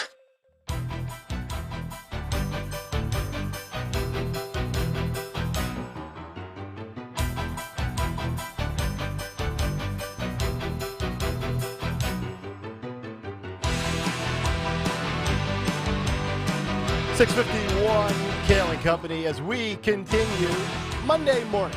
Nick, Dawn, and Greg, Talk Radio 1210, WPHT. Get us on the free Odyssey app. Watch us live on YouTube as we head until 10 o'clock this morning. Dawn will have some news to kick off hour number 2. Coming up in just a few minutes. Also, John Fetterman says, I'm not a progressive. And left-wingers are really mad about that. So we'll get to that story. Also, just under an hour until we get to a Monday installment of What's on the Cut Sheet. Always a good addition coming off of the weekend that was, whether it's rallies or talking head shows on Sunday morning. But, I've complained about grocery prices on this show from time to time. Friday's always grocery shopping day right after the show. It's very therapeutic. It used to be therapeutic for me. Now it's just a painful exercise in futility. And I knew I wasn't crazy when I said this because I've talked about just how expensive groceries are. Stockers are like, oh, we pay you well, blah, blah, blah, blah, the whole charade, right? But 6ABC posted a story saying that Philadelphia and Pennsylvania grocery prices have increased more than anywhere else in the United States. And if you actually click on the tweet, read the story, it's from Consumer Affairs. And they talk about how the average American is spending, instead of, if you spend $750 a month on groceries. That's a little over $175 a week. Right now, in the United States of America, you're on pace to pay over more than $500 per year, more than you used to pay for groceries, just compared to 2022. And they have the top-ranked states for grocery inflation as of mid-November. And coming in at number 1 is Pennsylvania, with a whopping 8.2%, followed by Vermont at 7%, tied with Maryland, West Virginia and New Jersey at 6.8%, Massachusetts at 6.6%, and rounding out the top 10, you have Connecticut, Florida, Montana, and South Dakota. The states with the smallest grocery store inflation are Colorado at number 1, only 2.9%, followed by Arizona, North Carolina, Michigan, Virginia, and rounding out the top 10, Nevada, South Carolina, Indiana, Ohio, and Oregon. They go to talk about what they did with this survey was they looked at 15 different categories within grocery stores, and they collected in real time data from over 150,000 grocery stores that partnered with a company called Data Assembly. And they find that grocery prices for this year alone, 2023, as we're just 2 weeks away from ending this year, up 5.3% over last year in 2022. So, like, when you go to the grocery store and you grab, like, 13 items and there's barely anything in your cart, and, you scan your little bonus card and it's still like $127.52, and you want to stick your head through a window, now you know why. And I knew it. I mean, Dawn, I only have to shop for 1, technically, and you got to shop for 4, and they're all built like Sasquatch. I know. So, first of all, I looked up while you were talking, Nick, as far as the best day of the week. which is Wednesday, because that's when stores start their sales. Oh. So Friday is not a good day. You're right. When you get to the weekend, it's a bad time, isn't it? Yep. And it's not just for lines with people showing up to shop, right? Yep. So they say mid-morning, so you're good on the mid-morning. Okay. But they say go Wednesday because that's when the sales start, so you get better selection, fresh stuff, and you get in early on all the sales. Okay. So that's number one. Number two, if you can go to some different stores. Yep. I do think certain stores, like Aldi, has some I was there last night. They have certain sales. They have amazing prices. I know it's such a sin that I don't go there because there's one literally right by you. 7 blocks from me. Yeah. And I drive by it all the time when I go to pay for an overpriced coffee, but I don't think about going in there to save on groceries. But it's kind of a pain, and we're all busy. But I do go to Giant. We belong to BJ's Wholesale Club, Giant, the Acme, especially on game like today. I'll go to Acme because I get 5% off as long as I wear my Eagles gear. Right. So that's worth it, especially on certain items. Acme. Yeah, Acme. Acme, as they say in Delco. But so I go to like 4 different spots to just try to get, and sometimes Walmart, but not everything. Right. And that's just it. Even Whole Foods, they have really low prices, believe it or not, on fresh produce. Okay.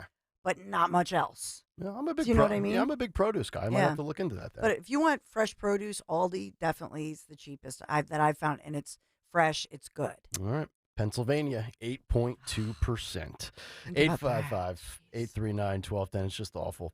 All right, coming up next, Dawn will kick off hour 2 with the news. John Fetterman also says, I am not a progressive, and a lot of his base very mad at him for those comments. We'll get to that as we continue in hour 2. Kayal and Company on a Monday. Nick, Dawn, and Greg. Talk Radio 1210, WPHT.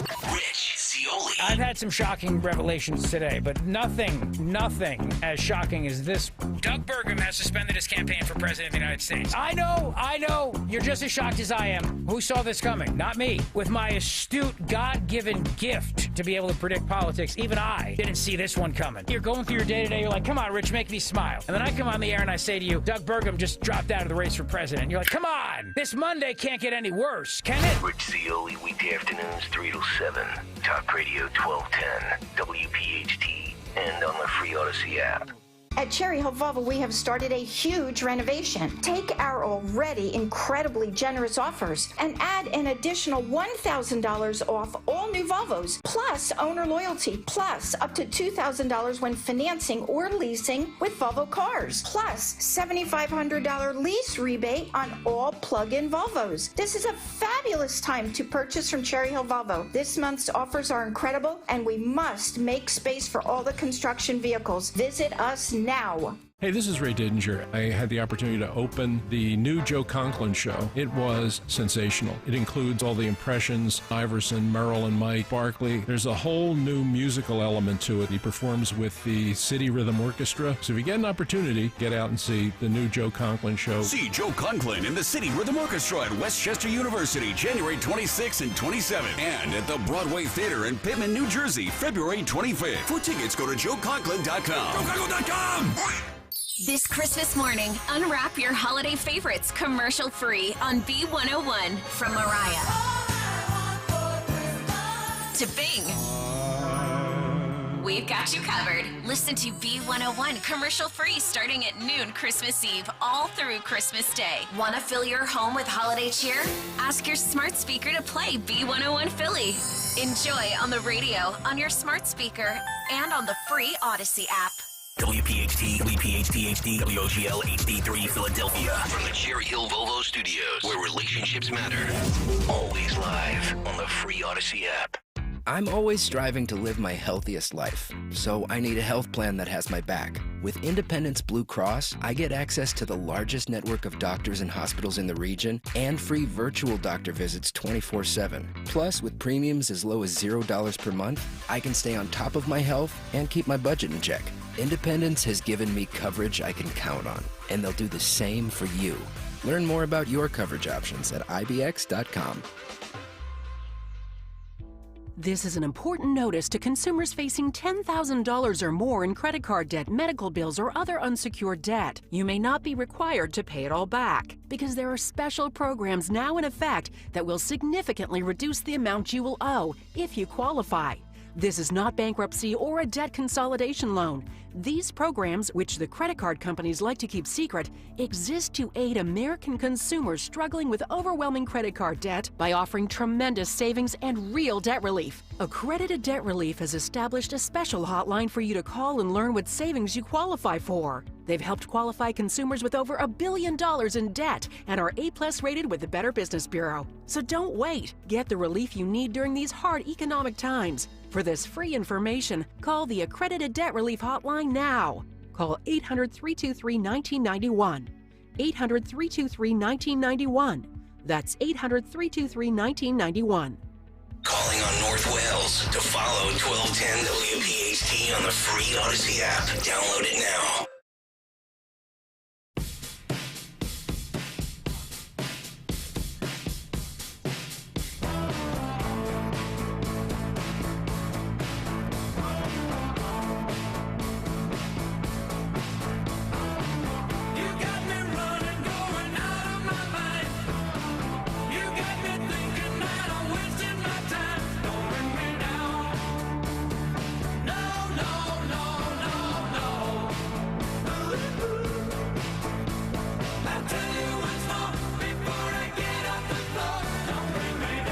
No, 7:01, hour 2 underway on a Monday morning. It's Kayal and Company, Nick, Dawn, and Greg.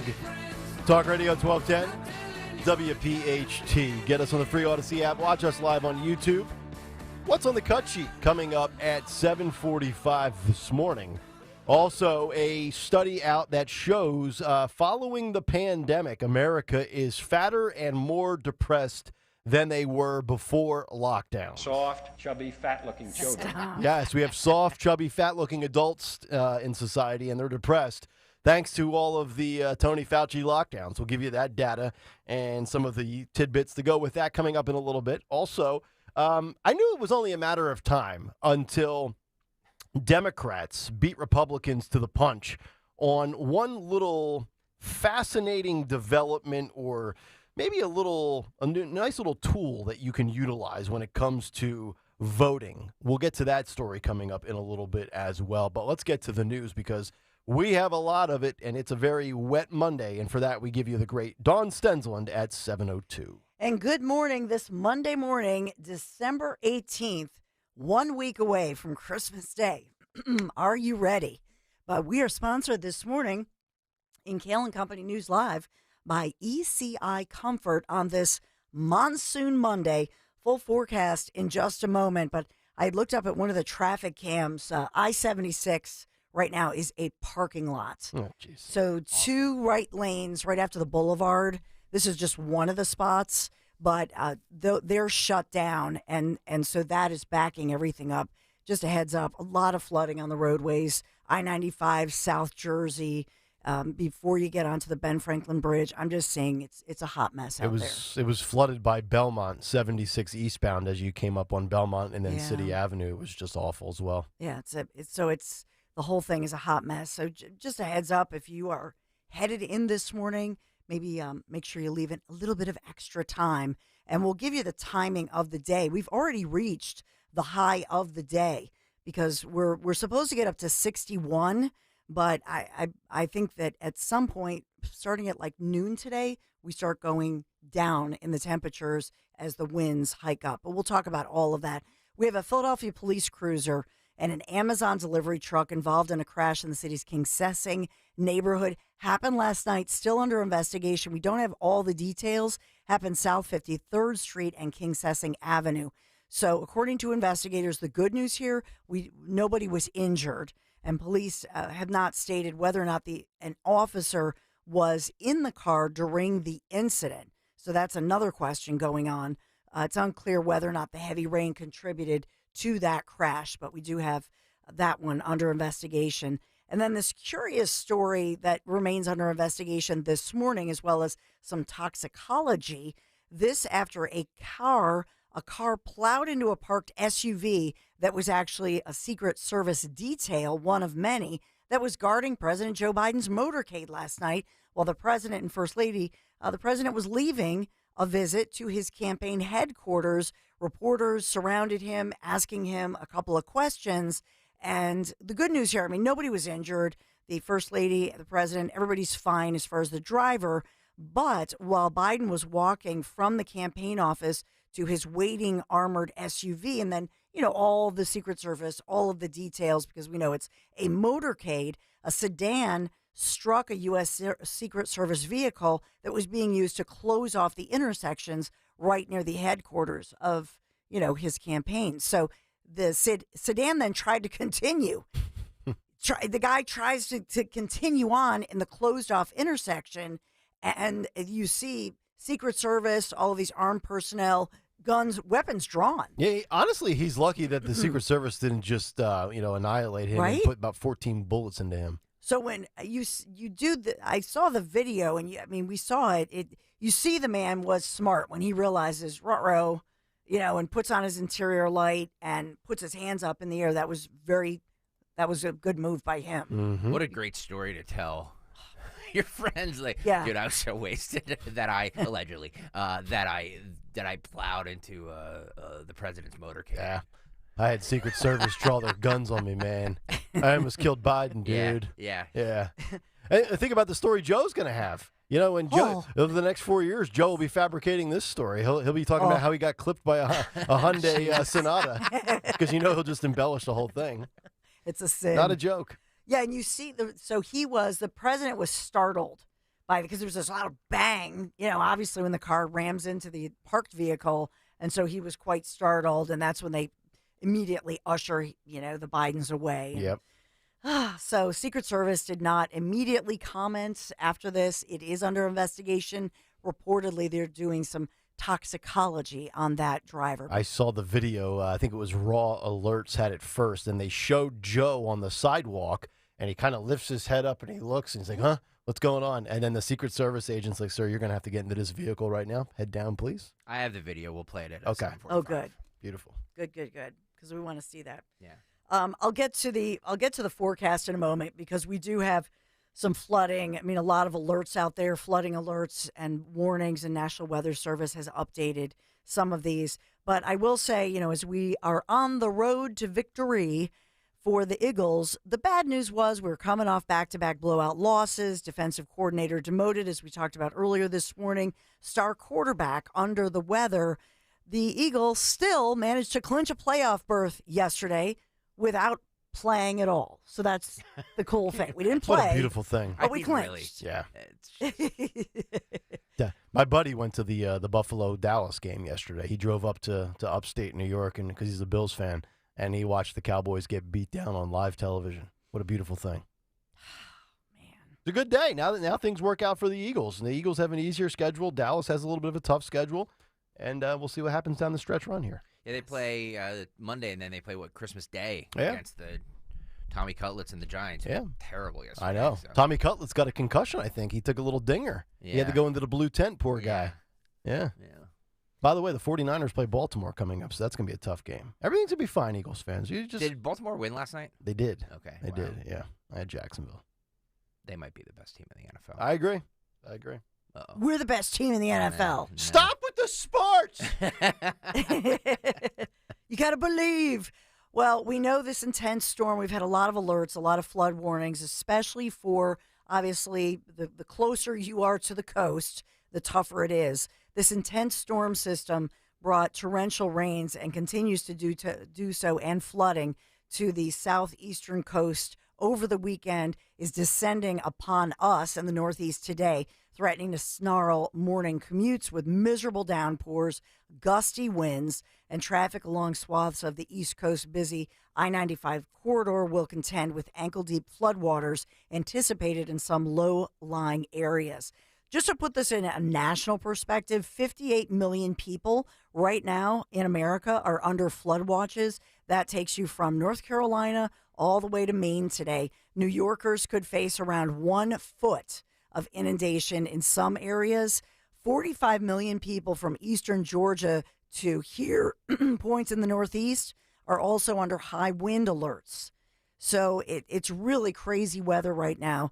The airports, obviously, if you're flying out, there are a ton of delays. When you think about the storms I know it's miserable for us, but it's horrifying in parts of the South. You know what? We lucked out. I'll still take this over 27 degrees and 6 inches of snow.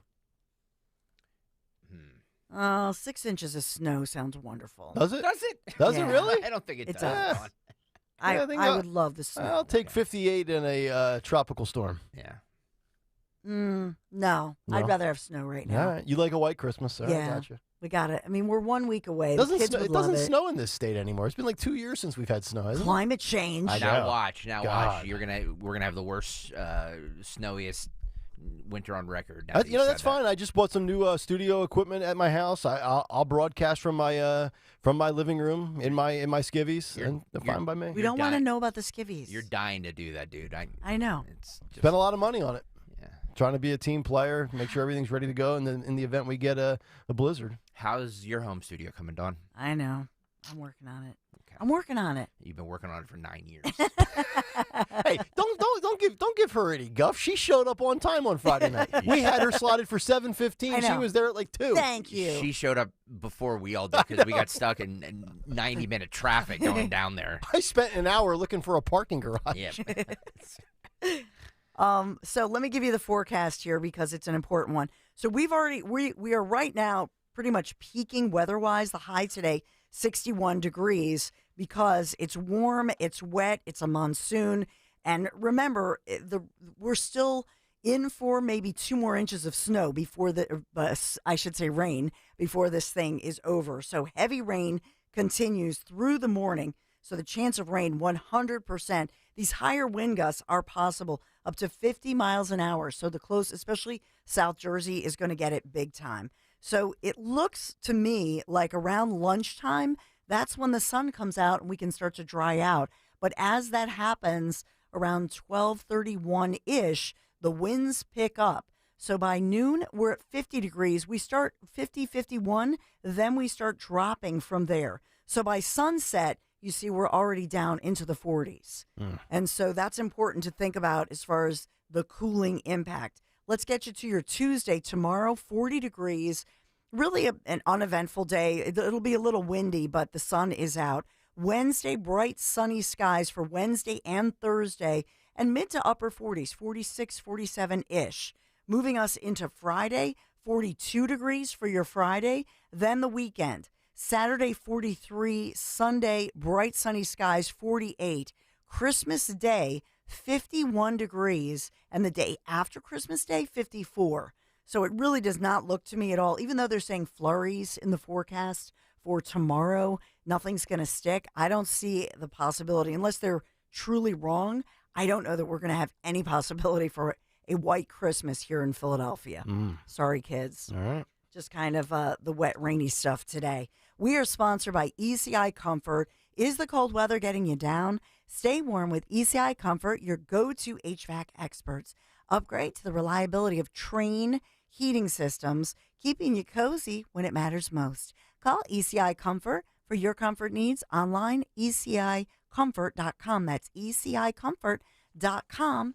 This is Kayal and Company News Live. All right, Dawn, thank you very much. 855-839-1210 if you want to jump in. Maybe the cure for progressivism is to have a stroke and then go through recovery and then gradually slide back to being a more sensible, liberal Democrat, because that seems to be the case with John Fetterman. The headline reading on FoxNews.com, Fetterman bluntly admits, quote, "I'm not a progressive," as he angers far-left individuals with his stances on Israel and immigration. You know, just because you support Jewish people and just because you believe you need to protect the border, that shouldn't make you, quote, not a progressive. But apparently that's the stance that Fetterman is taking. And now this is a trend and a theme with John Fetterman now for, I would say, probably 2 or 3 months, if you go back to September or October, as this guy has continued to, I guess, slowly but surely recover from his stroke. he relatively, I mean, I think if you were to play John Fetterman this October compared to last October, he sounds better in his speeches. Now, he still has his slip-ups and his gaffes, but I think along with the progression of his recovery, he's kind of come off of a lot of his extreme left-wing stances, which I think is a fascinating development because I think it's creating a further divide within the Democratic Party. After months of left-wing frustration, now John Fetterman is apparently irking a lot of left-wingers over his stance on Israel as well as immigration. In an interview with NBC News, the freshman U.S. Senator said, quote, "I'm not a progressive," and explained how he differs with leftists in the party on the subjects of Israel and illegal immigration. Quote, "I just think I'm a Democrat that is very committed to choice and other things. But with Israel, I'm going to be on the right side of that. And immigration is something near and dear to me. And I think we have to effectively address that as well," Fetterman said. I don't know what's going on here with Fetterman, but he's slowly but surely starting to at least have some common sense viewpoints on a couple of issues that I think are front and center in American politics right now. This has got to concern the progressive wing, because this was another guy that was supposed to be the everyman. You know, they were going to have this guy kind of lead the party from a Senate standpoint, you know, with the hoodie and the beard and just the everyday persona. And he was supposedly nothing more than a puppet for progressive policies. But as the synapses start firing again, you know, John Fetterman all of a sudden is like, he's like awakening from a bad dream where he was like, man, I had a dream that I was this radical left-winger, and oh, wait a minute, you know what? No, I actually do believe we should have more border security. And, you know, believe it or not, the Jews do have a right to exist and defend themselves and not have to apologize for a few innocent casualties of citizens, because when you're in the middle of a war, those things happen to occur from time to time.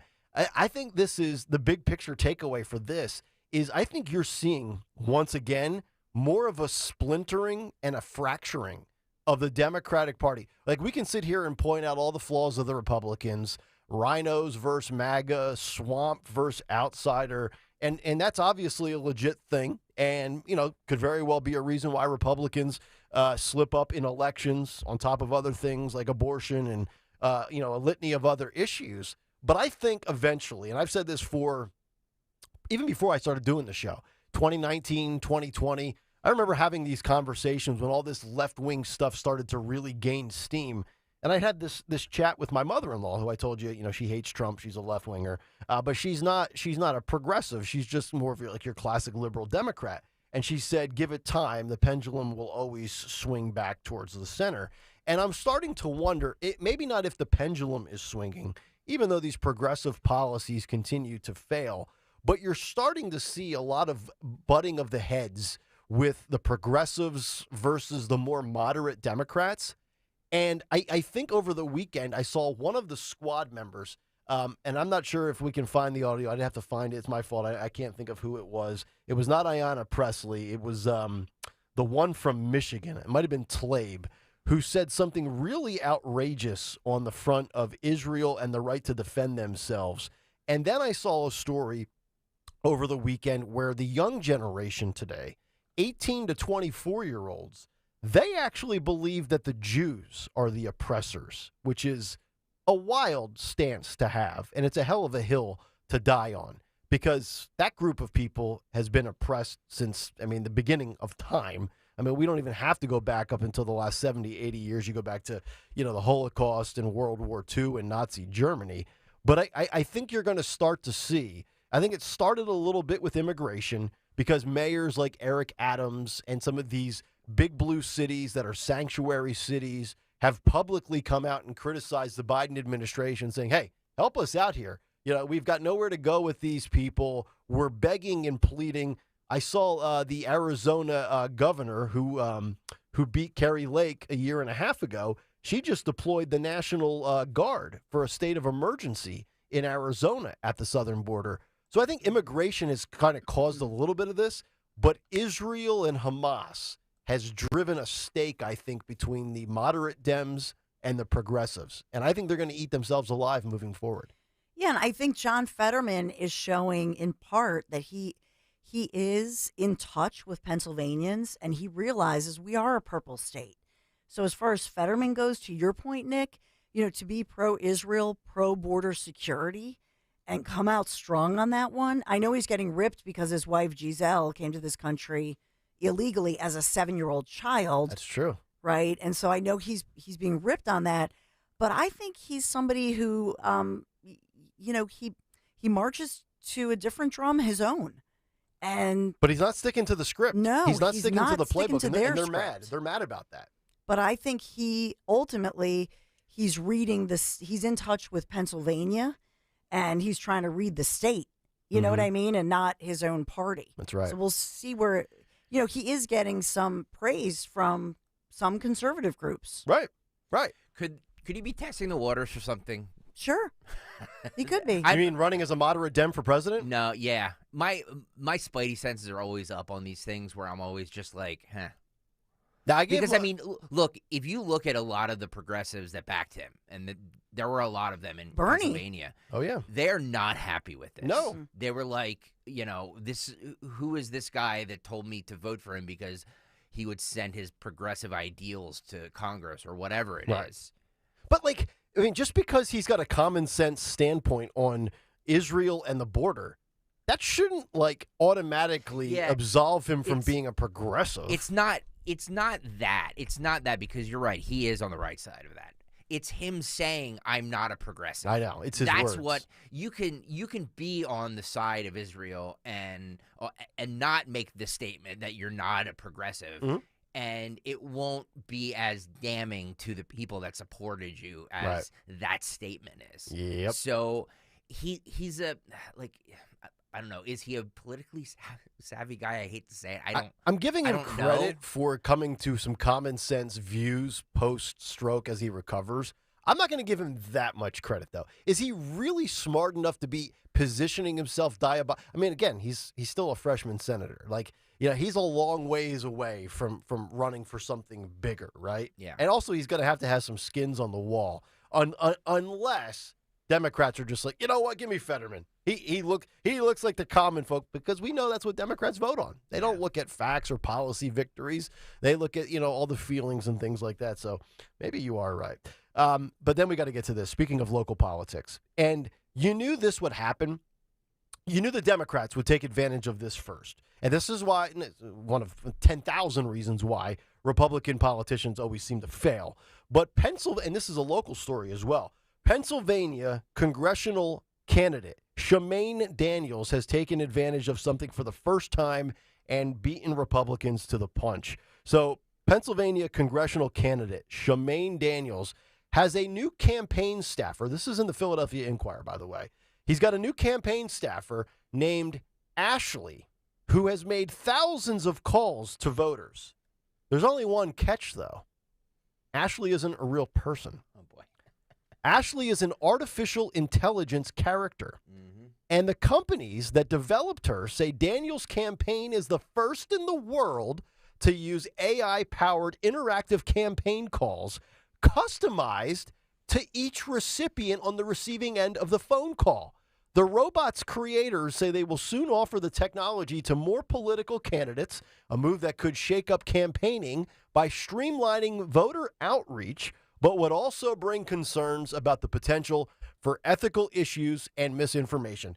My two biggest concerns over the last 10, 12 months when we've talked artificial intelligence is the rise of misinformation, trying to decipher what's real, what's not, what's misinformation, what's disinformation, specifically on social media with artificial intelligence. Like you just mentioned earlier in the first hour, how do we know that senator that was having the sexual activity? How do we know it wasn't AI? Right? You could be using that to smear somebody. Of course, it was real. We've learned that, but that could be the case.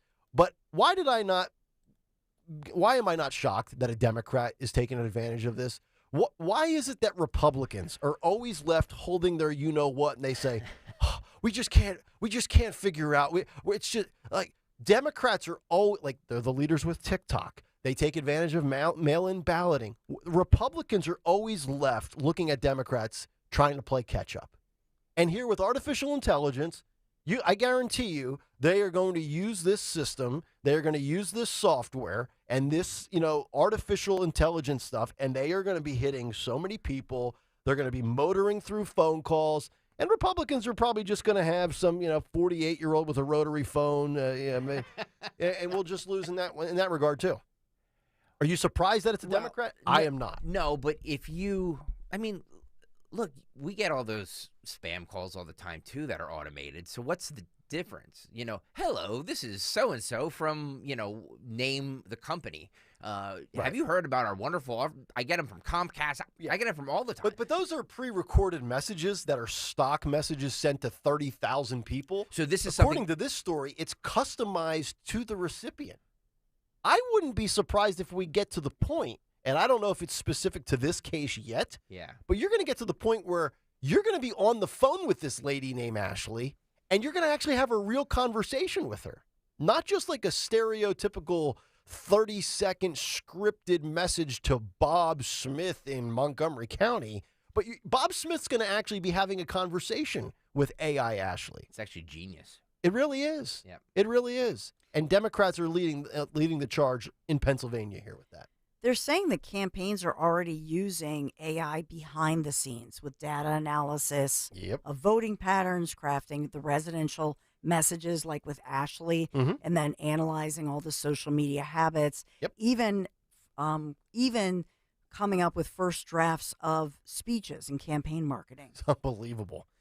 And look, we live in a day and age with data and information and technology. We have more information at our fingertips at the touch of a button than we've ever had before.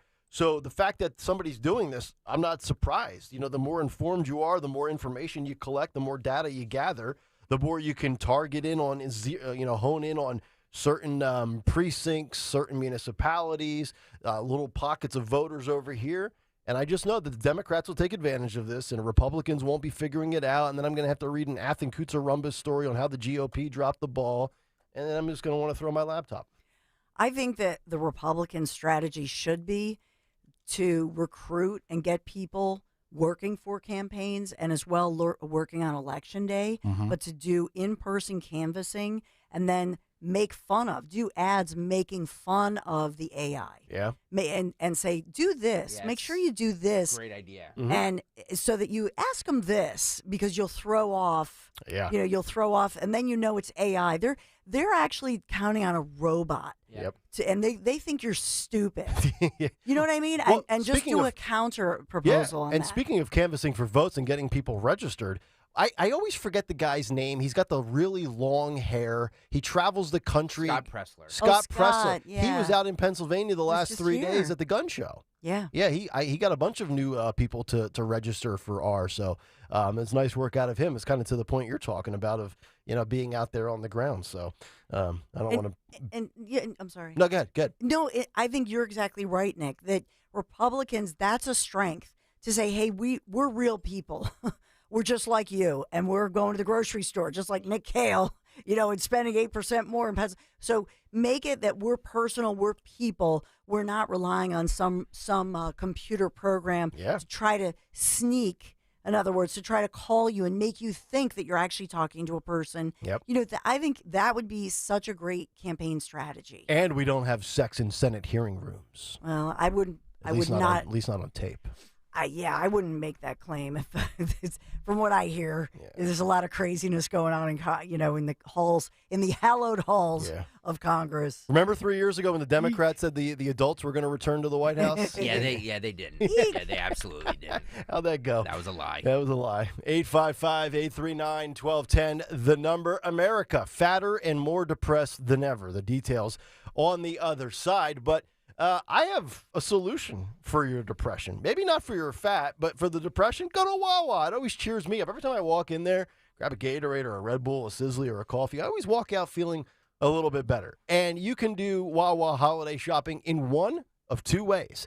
You could just go to Wawa.com, pick one of their festive card designs, enter your card amount, write a message. You could choose to have your Wawa gift card And you can send it right to somebody's inbox instantly. Or you can schedule it to arrive at just the right moment. Like you could literally detail it to say, hey, send it to Greg Stocker at 5 p.m. on December 23rd, and it shows up in his inbox. Or you could do it the old-fashioned way. Go to the local Wawa store in your neighborhood, get the gift card for the Wawa fan in your life, or for the fans of other brands like Amazon or Roblox. Get one for your favorite boss, your favorite aunt, or your uncle. Happy holidays from Wawa, your one-stop gift card shop. See store for details. This holiday season, all your wishes are coming true on FanDuel in partnership with Valley Forge Casino. It's America's #1 sports book. Right now, new customers can get $150 in bonus bets with any winning $5 money line bet. That's $150 if your team wins. If you've been thinking about getting in on the action or joining FanDuel, there's no better time to get in on the action than right now. Tonight, the Eagles play the Seattle Seahawks. The Eagles are minus 164 for the money line. Plunk $5 down, you can win $3, but you get $150, $150 in bonus bets when the Eagles win. Then you can use that to bet on anything from spreads to player props, over-unders, so much more. Go to FanDuel.com/Greg, FanDuel.com/Greg. FanDuel Sportsbook, the official partner of 1210 WPHT and the NFL. 21 and over, President PA. First online real money wager, only $5 pregame money line wager required. $10 first deposit required. Bonus issue does not withdrawable bonus bets that expire 7 days after receipt. See terms at sportsbook.fanduel.com. Gambling problem? Call 1-800-GAMBLER. This is Larry Steiners of Investor Schooling. I am so proud to announce the continuing success of our students at Investor Schooling. You already know that at Investor Schooling, we teach real estate investing and stock options. Did you also know that we teach things about tax savings, estate planning, and business coaching as well? We teach things about money I bet you never knew. At Investor Schooling, we teach from the perspective of true experience. If you want to see what our students think about Investor Schooling, please check out the over 160 5-star Google reviews. To find out more about how you can change your financial life, go to investorschooling.com or call 866-424-2829. That's 866-424-2829, and you can attend a complimentary class this Thursday at 7 p.m. Attend that class and see for yourself what Investor Schooling is all about. Go to investorschooling.com or call 866-424-2829. That's 866-424-2829. We can't wait to see you this Thursday. Attention taxpayers. If you or your business owe the IRS back taxes or have years of unfiled tax returns, the IRS has green-lighted billions of dollars in tax relief to those facing financial hardship through its tax relief initiatives. If you have a delinquent tax problem and possibly facing wage garnishment, liens, levies, audits, or already in a payment plan, you may now qualify for significant relief. Qualifying and enrolling in this program could stop all collections, settle your tax problem, and may even reduce what you owe by up to 99%. Call the hotline at Tax Help USA to see if you qualify by dialing 800-210-1005. If you or your business owe at least $10,000 in back taxes to the IRS or state, you can now get the help that you need during these hard economic times. Call Tax Help USA to get your free tax assessment to see what you qualify for by dialing 800-210-1005. 800-210-1005. 800-210-1005. Hi, this is Dom Giordano. The winter months are rolling in, and I'm excited to talk with you, though, about Rescue's natural supplements Deck the Hall sale. We're talking up to a whopping 78% off on all products, including essential omega-3s, cholesterol support, natural pain relief, and much more. And get this, the savings last the entire month. And did I mention that Rescue is offering 15 special health-boosting products at under $20? To order, call 800-26-ALIVE, 800-262-5483. You'll speak to a Rescue product consultant or shop online at res-q.com. res-q.com. You can fortify your immune system, boost energy levels, support overall well-being with Rescue selection of over 50 high-quality natural supplements. There's no code needed to save up to 78% site-wide. So stay healthy this holiday season by shopping res-q.com today. The violin, the trumpet, the drums. Quality instruments, but when playing on their own without orchestration, sound chaotic. Only when the maestro blends those instruments with a musical score do they become a symphony that outperforms any of those instruments on their own. The exclusive crash-proof retirement system blends safe financial instruments with your goals as the score to create full orchestration that plays the melody you've always dreamed of in retirement. I have a stable rhythm going on in my life right now. The crash-proof retirement system. I play my guitar with rhythm. I play drums also. Rhythm is very important to me. We're all trying to do our theme song for our life. I would say the crash-proof retirement system has been instrumental in helping me find that song of my life. Register for our next event at the William Penn Inn on January 16th. 800-722-9728 or crashproofretirement.com. Follow Talk Radio 1210 on Instagram and Facebook at 1210 WPHT.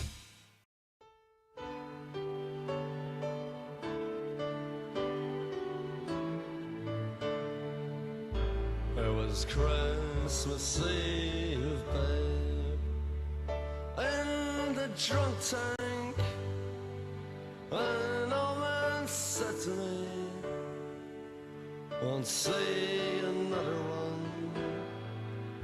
And then he sang a song, the rare old mountain dew. I turned my face away and dreamed about you. Kayal and Company, 7:35. Hopefully all of you having a great and dry start to your Monday. Nick, Dawn, and Greg.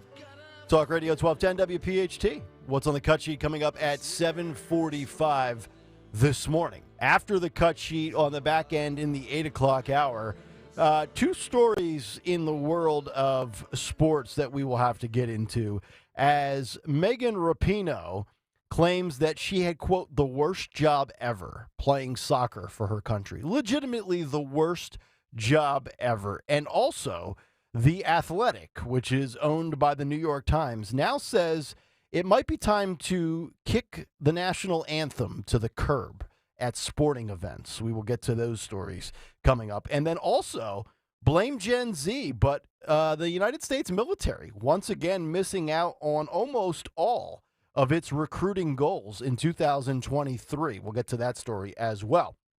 But I want to get to this story, as a Gallup study has revealed the results of their new study that shows Americans are fatter and more depressed than ever due to COVID lockdowns. Now, we know the COVID-19 pandemic did a lot of things. There was a redistribution of wealth where, once again, the middle class was further decimated. The 1% made more money, and more of the middle class became part of the lower class. We know students in schools were denied their communication development skills, their mathematical skills, their reading skills, and of course, people developed all sorts of dependencies and addictions during the pandemic because, believe it or not, as much as Americans like to say, don't bother me, I like being left alone, Americans really don't like isolation. We like interaction for the most part. But now we're finding out that Americans are fatter and more depressed than ever. Data from the CDC recently found that 22 states reported at least 35% of its adult population was obese in 2022. That number is up significantly from 2021, when only 19 states were obese. And the Gallup poll backs that up. After surveying people in August and September of this year, they found that an estimated 38.4% of the U.S. is struggling with obesity, up 6% from 2019. As if being obese wasn't bad enough, the poll also found that nearly 1 in 5 Americans are battling post-pandemic depression. That is 20% of Americans. And I've actually got this Gallup chart in front of me. I don't know if the boys have it in the back, if they can put it up on YouTube or not, but if not, it's no biggie. And they look at the changes in physical health metrics. They compare 2019 to 2023, so the year before the pandemic, and let's call it a year and a half, 2 years removed from the pandemic. And there's a couple of different categories and then percentages. So in 2019, the question was asked, 2 or more days in the past month where you had poor health that prevented your usual activities. In 2019, the amount of respondents responded at 31.3% yes.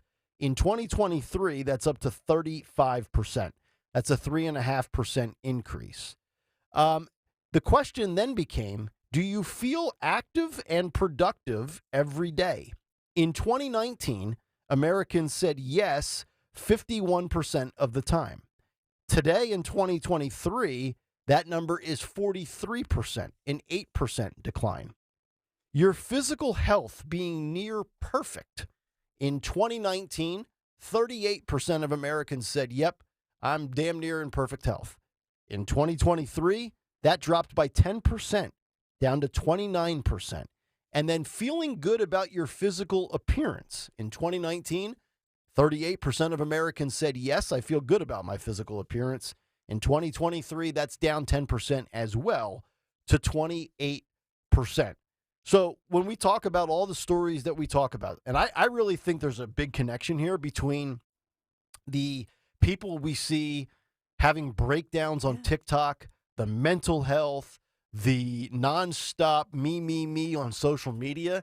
I think the pandemic created not only this sense of isolation and desperateness, but also all the trickle-down effects. Like, I mean, we're starting, and Dawn, we've talked about this a lot, you're going to start seeing these results. This data is going to come in 23, in 24, and we might not even have the true picture until 2028 or 2030, but it's going to keep coming in, and we're going to see just how detrimental not just the pandemic was for people that lost a life or dealt with COVID or whatever, but the lockdown effect. Yeah. And it goes way beyond just your bank account being affected. It's mental, it's physical, it's social, it's emotional, it's spiritual.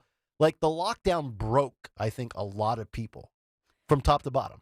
I think it did. And so ultimately, and I'm serious when I say this, I believe there should be government accountability, but also we were damaged and our kids were damaged. I mean, seriously, we have a civil lawsuit here. Do you know what I'm saying? With what we now know, any worker who was forced, and I have a girlfriend who left her medical job because she did not want to get when it was emergency, the COVID vaccine at the time for multiple reasons, and she lost her job. How many firefighters, first responders, it was a big issue in the military and the first responder, police, fire, etc. That was a huge issue. But all the women who, for example, were having kids and were worried about that, and little kids wearing the masks. Mm-hmm. All the mandates, all the strictest mandates in the nation, and we were victims. I mean, I'm going to say this, not for nothing, but we were victims of that. Yeah. We were victims of our own government's overreach. It was almost like crimes against humanity for the most part. And it was, Nick. And just to point out the healthy aspect as well, we talked last week about healthy eating, and we talked about how Southwest Airlines is giving out a second seat to fat people that can't get their butt in the first seat, so they get the second seat free. Healthy eating in the U.S., 2019 versus 2023, every age group has seen a percentage decline in their ability to eat healthy. 18 to 29, 30 to 44-year-old, 45 to 64-year-old, and 65 and older, down 5%, 4%, 9%, 6%, 5% in the levels of which they ate healthy. And you know what that's a result of? You couldn't go to the grocery store, or maybe you could, but you had to deal with all these restrictions. And what became the convenient option during the pandemic? DoorDash. That's right. Uber Eats. And junk food. Yeah, I'm just going to order a pizza. Oh, by the way, I don't want to get COVID. Just leave it on my doorstep, and I'll open up the door after you get back into your delivery car. Yep. Because for the most part, and I'm sure there are some exceptions out there, most of the time the food that you get delivered to your house is probably not the healthiest food for you. But you're exactly right. Yeah. And so ultimately think about that. And this is not any of our nature to be like this. But when you really look back at everything that happened, I think that anybody, even the influencer who you played, let's say, who's overweight, good for her. She's trying to travel.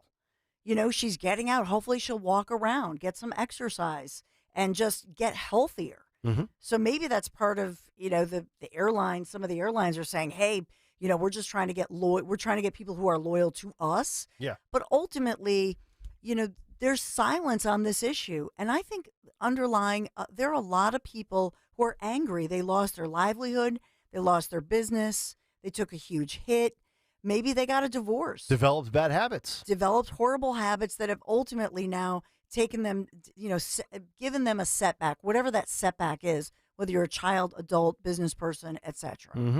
And oh, by the way, too, when you order all those delivery options, they're not cheap.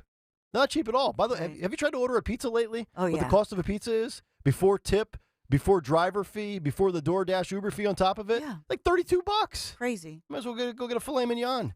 855-839-1210. It's healthier. Is the number. It is healthier for you. That's coming from Stocker, by the way. Mr. Anti-Red Meat. Who, Stocker, on Friday night, I believe you had a little roast beef. Oh, delicious. Nick's roast beef down there on there you go. I never 2nd Street. Oh, right. And who else? What other food did you eat other than Nick's? Nick's was it. roast beef that smelled so good. I ate 3 roast beef sandwiches and like 5 wings. 3? And I Wait, had you had 3 sandwiches? Well, they're little ones. They were little Yeah, ones. they're like okay. little 4 All right. inchers. Yeah, little 4 I never got to eat because I was like Drank yakking. a bunch of beer. Stocker got me. It was good. Nice. Yeah. All right. 7:45, right on the dot. Let's get to a Monday edition of What's on the Cut Sheet. What's on the cut sheet? What's on the cut sheet on this Monday is brought to you by our good friends at Cherry Hill Volvo. Now is a great time to go because they need to clear their lot. They're undergoing a state-of-the-art renovation, and they need to make room for construction vehicles. Take advantage of incredible sales and lease options. Cherry Hill Volvo. Check them out over 70 in Cherry Hill Volvo, where relationships matter. Don't forget to tell them you heard about them on Kayal and Company. What a great Christmas gift, by the way. I agree. Here's a car.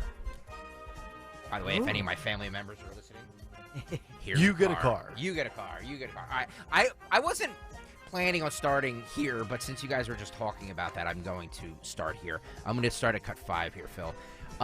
This is an influencer. Dawn brought up the influencers who now can get an extra seat for free when flying on Southwest Airlines. My biggest problem with this is that you want people like this woman who is making this claim on TikTok and telling people how to, get the free seat if they need it. Mm-hmm. She's morbidly obese. Yeah. Morbidly obese. We're And rewarding fat people. we are exactly. We shouldn't look.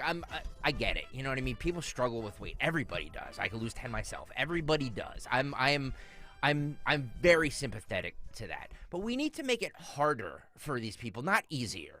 You know what I mean? Because if we make it easier and we make everything, we can just do this and do this, then there's no incentive to want to lose weight. We live in a society that enables all the bad vices that we should be railing against. Amen. All right, so this is this influencer on TikTok telling travelers how to get an extra seat for free when flying on Southwest Airlines. We went through this last week, but this is her showing people how to do it. Cut 5, guys, go. Have you heard about the Southwest Airlines customer size policy and how plus-size travelers who need more room can get a second seat for free or reimbursed if they book it in advance? I'm going to go ahead and show you how you can book your second seat for comfort on Southwest Airlines website using their customer size policy. Now, let's get right into this video and let me show you the step-by-step process to booking that second seat ahead of time. Click Book a Flight, then put in where you're leaving from and where you're headed to, and the dates, of course. The number of passengers will be 2, since you're getting an extra seat for comfort. Fast it's going. Then, from these list of options, choose the flights that you will like. Then, confirm that everything looks good and hit Continue. Then you're going to enter your personal details, your name, date of birth, gender, etc. Enter your email, and if you need special assistance. For your second seat, enter your first name, but in the middle name category, put your middle name followed by the letters XS or XS if you don't have a middle name. XS stands for extra seat. Now, review and purchase. And that's how you do it. XS also means how much she eats. In excess. I mean, could that tutorial for the tush go any quicker? I mean, if she was on the treadmill moving that fast, maybe she wouldn't have to actually get the extra seat for free. My God. Well, Sid Weiss brings up an excellent point on YouTube. Can I get the extra seat if I identify as an obese person? I would love to have an extra seat next to me. Oh, that's a good question. So, like, I could just be like, listen, I'm an obese person. Can you give me, technically, since at my height, I should be like 170 pounds. Mm-hmm. I would probably be obese. Well, since you can identify as anything you want in this society, and if anybody calls you out on it, you can claim that they're transphobic or homophobic. What if you just identify as two people? It's true. Yeah, Mm-hmm. I mean, they have to respect that, right? Yep. Or else you can play the victim card and then sue Southwest Airlines. They're getting a lot of praise over this, and apparently they're not raising their prices. So, hey, if that's their company, I don't know, strategy, because they know that we have an obesity epidemic and they want people to fly Southwest and feel like it's friendly, and maybe this is their new, I don't know, go for it if that's your policy. So, Fat can fly free on Southwest, yet I ask for a seatbelt on Frontier and they want to throw me off. It's unbelievable. You asked for what? It's Frontiers. I fly Frontier. You're lucky if you get a seatbelt or any cushioning or padding on your seat. It's like flying in a folding chair at the beach. I love Frontier. I think it's awful, but I do it because it saves me money. Yeah, but they're efficient. They fly out of like Trenton. They fly out of the Lehigh Valley. Yep, exactly. You can tell Nick is a lifelong radio guy because you always operate like the bottom is going to drop out at any moment. I do. So you save your pennies. Which Even when I make good money, I act like I don't. It's very smart of you. Save your pennies to spend your dollars. It's very smart of you. I am a fiscal conservative. I am not like that at all. But no, you brought up a very good point about DoorDash and all that stuff. Yeah, it's convenient. It's great. Hey, I don't feel like doing that. Or you get groceries delivered to your house. You can do all of this now. We have just made it easier for people to not. I mean, not leave the house. Whatever exercise you get when you're going up and down the aisles at Acme or wherever you're going, at least it's something. Yeah. At least it's not sitting in front of the TV waiting for groceries to be delivered. And the same thing with this Frontier or Southwest airline. It's just we're rewarding gluttony. Mm-hmm. I can assure you, I will never have groceries delivered to my house. I mean, that is never going to happen. It's very convenient. I love. As painful as the exercise is, I still love going to the grocery store. You know that. Yeah. Okay. Just saying, it's easier to. Is there an additional charge? I mean, I'm sure there has to be, right? Yeah. You see, I'm already getting. I know you're gouged. Again, you're operating like this show won't be here on Tuesday. It's the mindset I have every day. Come in here and give it my all because it could be my last, folks. You never know. And let's also continue with this. You guys brought up schools, right? Yes. Randy Weingarten was at I don't know what this is. It's some sort of a forum or something like that. She says that school vouchers are about undermining democracy. Okay, so choices undermine. Okay, gotcha. Cut one, guys, go. So if you listen to one thing that I say today, remember this name, Christopher Rufo. Rufo and DeAngelis. By the way, Corey DeAngelis tweets or posts at me, like last year I think was, what was it, Asher, 5,000 times last year? Because it's all signaling. It's like, it's all, and this is before Elon Musk bought Twitter. It's the divide, the divide, the divide, the divide, the divide. And if you hear it all the time, and this is what Trump did, you think, well, there must be something to it because they say it all the time. Divide, divide, divide, divide, divide, divide, divide. They have not one thing that they offer as a solution other than privatizing or voucherizing schools, which is about undermining democracy and undermining civil discourse and undermining pluralism, because 90% of our kids goes to public schools still. They just divide. Divide, divide, divide, divide. Mm-hmm. So what did Rufo say? Rufo, DeAngelis, DeVos, they're all connected. What did they say? He say? So I want to take three words that she mentioned and break all of them down: signal, divide, and solution. Let's not talk about virtue signaling, Randy, who has been exposed, publicly. I want to open up schools, yet her emails were exposed and showed otherwise. That's number one. Divide, That's all identity politics does, is divide. We were told that identity politics was supposed to be about inclusion, right? Except identity politics, all it does is create exclusion, like at a Boston mayor party, where if you're an elected white official, you don't get to go to the holiday party with Michelle Wu. And then lastly, solution, no. School choice is a solution. It's a solution for parents who don't want the identity politics, that want you to focus on, I don't know, reading, history, English, math, science, arithmetic, on down the list, and stop with all of the absurd pronoun gender identity obsession. And by the way, too, it's not just about that. School choice gives you the option to have a better education. And Dawn, correct me if I'm wrong, it allows you to kind of leave the district that you're kind of penciled into and go out of your district if a better option is there and you can afford to send them to a certain school, right? Yeah, absolutely. That you then have some options, because think about our schools here in Philadelphia, not just because we have a teacher shortage, we have among the worst schools in the nation as far as how they're rated, but then think about the asbestos issue. Yeah. And just the physicality of the building, even if you have, certainly the teachers who are here are working really hard, but it's an uphill battle. So, and then think about the violence that comes in the school that is, comes from the streets and goes to the school. So a plethora of reasons, but I think that you can go to a charter school, you can go to a private school. It just gives you so many different options. When did options become a bad thing?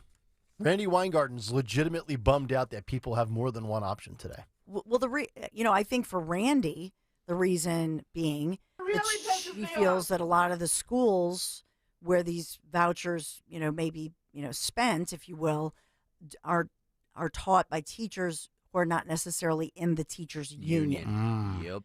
So it's all about the teachers' union. Always is. Yep. By the way, talking about dividing. I know. I mean, was there a more polarizing or dividing figure during the pandemic than her? No. You know what I mean? And it wasn't government that was doing it. It was the parents who were just like, this teachers union has all they have all this power, and they're so keeping our much kids power. home, and we're a year behind, and they need to get these teachers back to freaking class. Mm-hmm. This lady's got a lot of nerve. Yeah. She you talk about unlikable figures over the last 3 years. She's right up there with Fauci and the rest. All right, we've been talking all morning about the presidential motorcade that was sideswiped late last night. Well, late for us. I think it was 8:15, but that's late for us. Late last night in Wilmington, Delaware. We finally have the video of it happening. What you see here, by the way, go over to YouTube, youtube.com/@1210WPHT if you want to see the video. I know the boys in the back also have some video that doesn't have sound, so after we roll this, if you guys kind of want to roll that B-roll footage, as they say in the business, while we're talking, that would be great. So a reporter asked Biden about losing to Trump in the polls, and as that happens, you can hear the car go crash. So I'm going to start with 15 here, guys. Go. Mr. President, why are you losing to Trump in the polls? Who said that? No. Where's Jackie? And then you can see the Secret Service. They gather him, put him into his SUV. Mm-hmm. Boy, he gets in there slow. I know. Does everything slow. I don't think you do anything fast when you're 81, especially when you're Joe Biden. So there you go. Let's watch it one more time for those people who tuned in just to see this. Yep. Cut 15 again, guys. Go. Mr. President, why are you losing to Trump in the polls? You're looking at the wrong poll.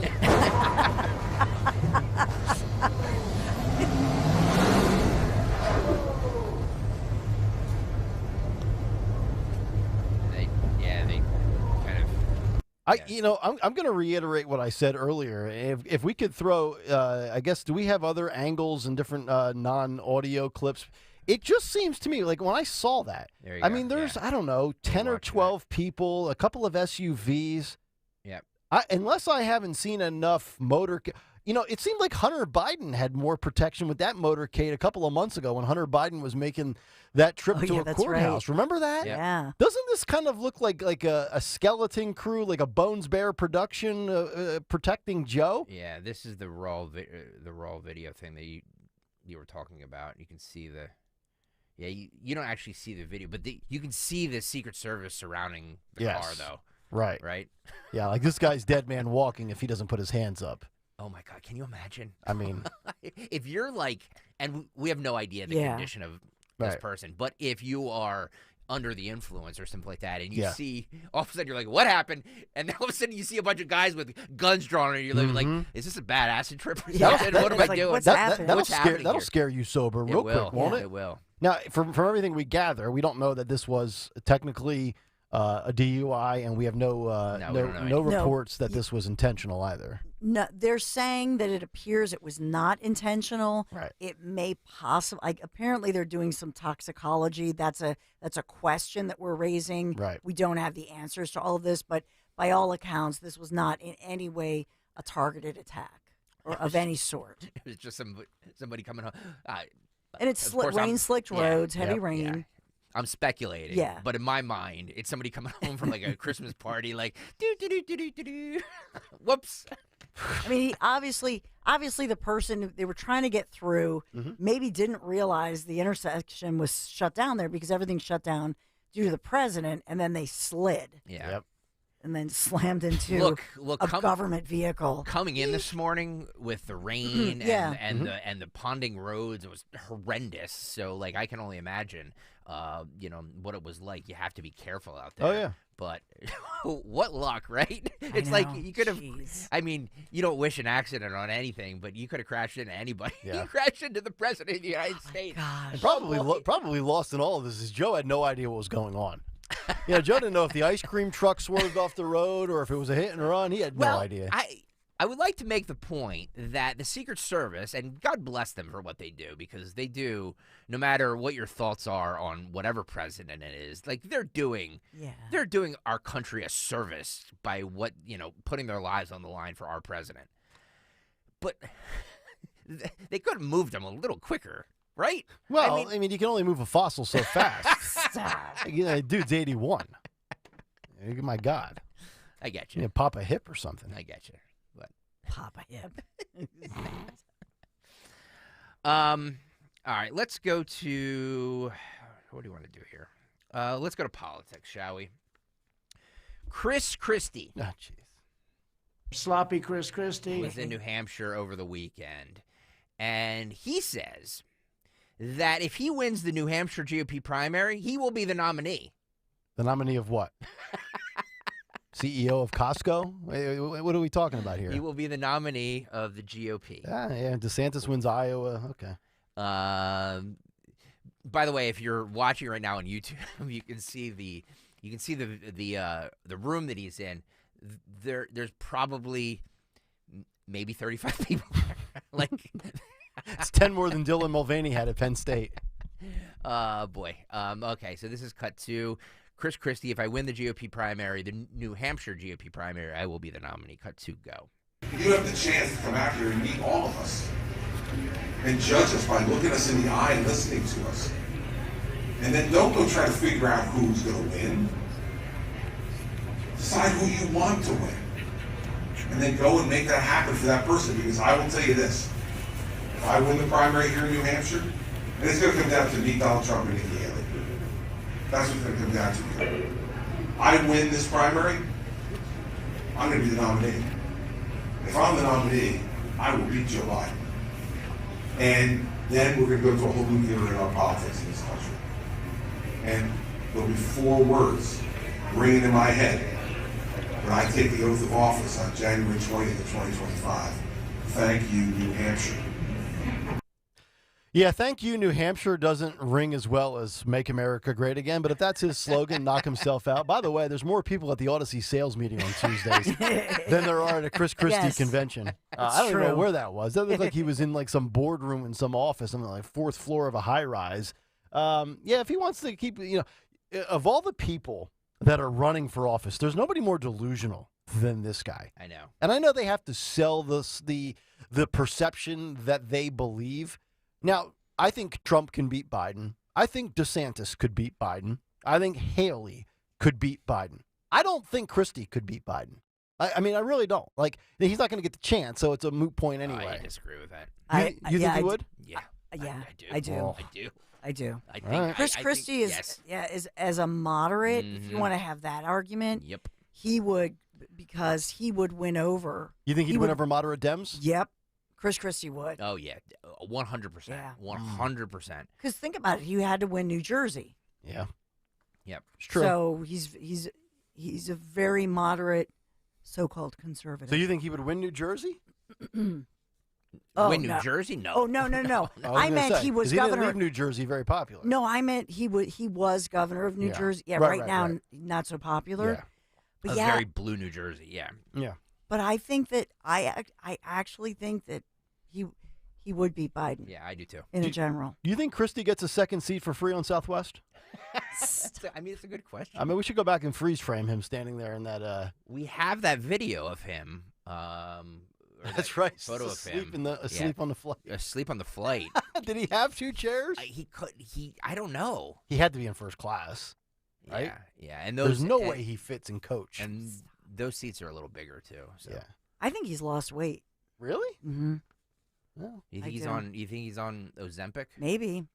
By He's the way- changed his hair. He looks the best. Chris Christie looks the best I've ever seen him. By the way, apropos of absolutely nothing, I was reading a New York Times article over the weekend by Jennifer Weiner, who was writing about Oprah. Oprah admitted that she took some weight loss drugs. Yes, Oprah looks amazing. She's always had battles with weight throughout like 30, 40 years. Yeah. Here's my question: ever since I can remember Oprah in the '80s when she had that TV show, Yeah. she has every diet fad that has come down the pipe. Yeah. She has done. Oh, yeah. She was on Jenny Craig and all this other crap. And she literally just threw up her hands and said, "Well, I guess a pill is what's No, what that's it's not gonna what take." I actually read the article. Because she's a Weight Watchers spokesperson. So she said that she did it. She still is on the Weight Watchers, but she said yes, that she's taking medication because of multiple diagnoses, because she's Oh, does she have a thyroid issue? isn't she almost 70? I forget how She old is she is. 70. She is but 70, she yeah. looks but she said that because of the doctor's diagnosis, yes, she took medication, but you can't just rely on medication alone. She said she's doing the Weight Watchers and the counting of everything, the calories and so on. And she actually gave a really honest, responsible, I think, response. Because I think a lot of these stars are like, oh, well, I'm just drinking more water. Right. Which is annoying. Yeah, which is also a lie. Be honest. Yeah. Yeah, just be honest if you're on a and by the way, if people just say I'm on a medication, that's okay too. If they don't want to say what they're on. Mm-hmm. By the way, she, in my opinion, I think she has a stake in the Ozempic. You think so? I mean, come on. Well, what else would she be? I mean, she bought a 10% share in Weight Watchers. Mm-hmm. Yeah. So, like, you know what I mean? She knows her influence. Oh, of She course. knows if she says something, people are going to go out and do it. Yeah. So why wouldn't you? Hey, I'm going to mention this weight loss drug. Why wouldn't you buy, 10% of the stock? She can afford it. Do you think if she ran for president, she would win? No. You don't think so? No. Okay. All right. Speaking of Chris Christie, so he's all in on New Hampshire. He's look, if I win New Hampshire, I'm going to be the nominee. I'm going to disagree on that statement, Greg. What? I think if Oprah ran to say that I'm a capitalist, I'm a private industry success story, and she really I don't think she wants it, but I think if she did, I think that she would have a better chance than you give her. I agree. I totally agree. Okay. Yeah. I mean, I'm not wedded to that idea. I haven't because really it's given like- too much thought of if Oprah could win or Yeah, not. it's too much of a hypothetical. I know. It is. It was my id coming out. By the way, whatever happened to the talk show? Like, remember we had Oprah and Phil. That was big in the late 80s and Maury. early to mid 90s. Yeah. Do And then do it any kind of them of- still exist? Yeah, there's a few of them that are still out there. Yeah, Ricky Lake. Yeah, there was a ton of them. Springer. Jerry Springer, kind of, yeah. Yeah. I mean, in the late 80s, it was Oh, like yeah. It was Phil Donahue versus Oprah. Phil Donahue actually invented that type of Did he talk really? show host. Oprah just perfected it. Okay. You know what I mean? Yep. She actually ripped him off, but she did it better. Okay. So, all right, getting back to politics here. Chris Christie said he's all in on New Hampshire. If he wins New Hampshire, he will be the nominee. On PBS's NewsHour on a Friday night, David Brooks, New York Times columnist, said Christie should drop out to give Haley a shot in New Hampshire. This is cut 3 guys go. I think it would be useful for Chris Christie to drop out right now and give Nikki Haley some kind of shot in New Hampshire. And it's just, as somebody pointed out, it's a rerun of 2016. The other Republicans are not attacking him. They're not dropping out. It's all the collective action problems we saw in 2016, and it's just a rerun. They've learned nothing. It's a collective action problem. Politicians don't win if they drop out, and they're worrying about themselves first. And it wouldn't make a difference. Ruth Marcus, David Brooks, always good to see you, Bill. Yeah, and politicians also don't win when they're getting beat by 40, 50, or 60 points either. I mean, we've got, we're sitting here on December 18th. We have 2 primaries coming up, January 10th and January 21st. Even though the RNC will not officially acknowledge either one, CNN and ABC will still conduct these Republican primaries. I mean, I've got to imagine, somebody's going to drop out of one of those 2, right? Like, as soon as those 2 wrap up by the 3rd week of January, somebody has to say, I'm officially suspending my campaign? Yeah, I mean, how do you stick around at 5%? I thought it was going to be Christie, but does he drop out before DeSantis? Does he drop out before Vivek? It depends on money, because remember, Vivek he's a billionaire. Yeah. So it's a business decision. And he also told Van Jones to go F himself over the weekend. One of the greatest sound. I officially love Vivek again for him blasting CNN's Van Jones. Well, do you think that is, do you think he's, all right, here's a question. Does Ron DeSantis drop out before Chris Christie? No. Because it looks like, from all the polling, that it looks like Trump is going to run away with Iowa. Yeah. Right? Yeah. Which, again, I told you, we said this 3 weeks ago on the show. When DeSantis got the endorsement of Kim Reynolds, the governor of Iowa, we're like, well, you're bragging about that? Like Iowa doesn't carry that kind of weight. They're all of this delusional belief that they're somehow going to stick around long enough to have this indent into the lead of Trump, and it's not going to happen. And I genuinely think inside of their minds that they I think Nikki Haley thinks that she can actually do this. I think Vivek Ramaswamy has carved out a lane that he thinks, I don't think they're just selling you on whatever it is they're trying to, pawn off on you. I think these 4 are actually delusional enough to believe that they can beat Trump, and I don't see where that's coming from. No, and even they can't argue that, well, we're going to do better head-to-head with Biden because that latest Wall Street Journal poll that just came out over the weekend and puts Trump ahead of Biden by what, 4 percentage points? 4 points, yeah, 47, 43. 47 to 43. So they can't even say, and the other one, as far as the GOP, that has widened with if you believe these polls. So, at some point, I do think that it would be DeSantis first before the others, because I think DeSantis is actually more in touch with reality. Well, he has a current job to go back to. That's true. The head of one of his super PACs just dropped out over the weekend. Mm-hmm. Or resigned or whatever. Boy, if you would have told me in, I don't know, February of 2023 that Ron DeSantis would quit before Haley, Ramaswamy, and Christie, I would have said, I'll take that bet all day. How much you want to lose? Well, there was also an evangelical leader in Iowa over the weekend who says you can't believe the polls, and he believes that Ron DeSantis will win Iowa. I don't believe that, but sure. Okay. Let's whatever you want to think. Let's go down that road. Okay, speaking of Chris Christie and Nikki Haley, we played last week how Nikki Haley said that she believes that Trump is fit to be president, because we remember that during the GOP primary debate. She said that Chris Christie, even though he came to her defense in that last debate, said that Nikki Haley should be ashamed of herself for saying Trump is fit to be president. This is cut 11, guys, go. I want you to take a listen to something else that Donald Trump said about immigrants last night. They're poisoning the blood of our country. That's what they've done. They poison mental institutions and prisons all over the world, not just in South America, not just the 3 or 4 countries that we think about, but all over the world. They're coming into our country from Africa, from Asia, all over the world. They're pouring into our country. South America, Africa, Asia, immigrants poisoning the blood of our country. The words of the leading Republican presidential candidate. Your response? He's disgusting. And what he's doing is dog whistling to Americans who feel absolutely under stress and strain from the economy and from the conflicts around the world. And he's dog whistling it to blame it on people from areas that don't look like us. And look, Jake, the other problem with this is the Republicans who are saying this is okay.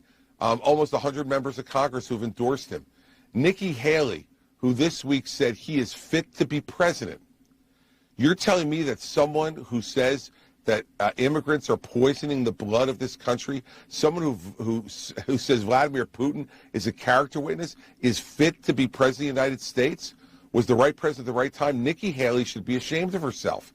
And she's part of the problem because she's enabling him. She's enabling him by saying to people, it's okay. Let me be really clear. I'm in this race to let people know it's not okay. It's not okay for an American president to be saying these things. And she should be ashamed of herself. These members of Congress who just sit there and can quietly nod their head like a dog in the back of a car, just nodding away when he says all these things because all they care about is their own political future and their own primary in their own district. This is why American leadership is falling down. This is why I'm in the race to stay. And we're going to take Donald Trump out by telling the truth because the truth matters. Why is it, I always try to look at things from a common sense standpoint. Why is it considered toxic or out of line to say that you do not want people in the United States illegally that don't belong here? So, like, why is that such a controversial stance from the left? Or even from somebody like moderate rhino Chris Christie? Do you want anybody in your house that walks into your house illegally that doesn't have the right to be there? The answer is no. If you own a restaurant and you close and it's after hours and somebody enters your restaurant illegally, are you out of line by saying, sir, you're not supposed to be here? Please leave. So why is that any different with the southern border and the United States? I'm all for legal migration. I mean, I'm all for hundreds and hundreds of years of people coming here. That's what makes America a cool place. But go about it the right way, be vetted, do the paperwork, wait your turn, and then come in. That's all. That's not a controversial stance. And the fact that a Republican like Chris Christie, who knows our border is broken, is saying that is kind of embarrassing. A lot of the mainstream stations, and I'm quoting here, are saying that in Chapter 10 in Hitler's Mein Kampf, Hitler wrote, and so the poison was allowed to enter the national bloodstream and infect public life without government taking any effectual measures, etc. In another Mein Kampf chapter, he wrote about a poisonous fluid injected into the bloodstream of this once heroic body, meaning Germany, bringing about a creeping paralysis that affected the reason and the elementary instinct of self-preservation. So what they're saying is that this is a dog whistle for Hitler-esque statements. That's what's widely being reported. You know what's poisoning the United States through the southern border? Fentanyl. How about that? But that's not what he said. Okay.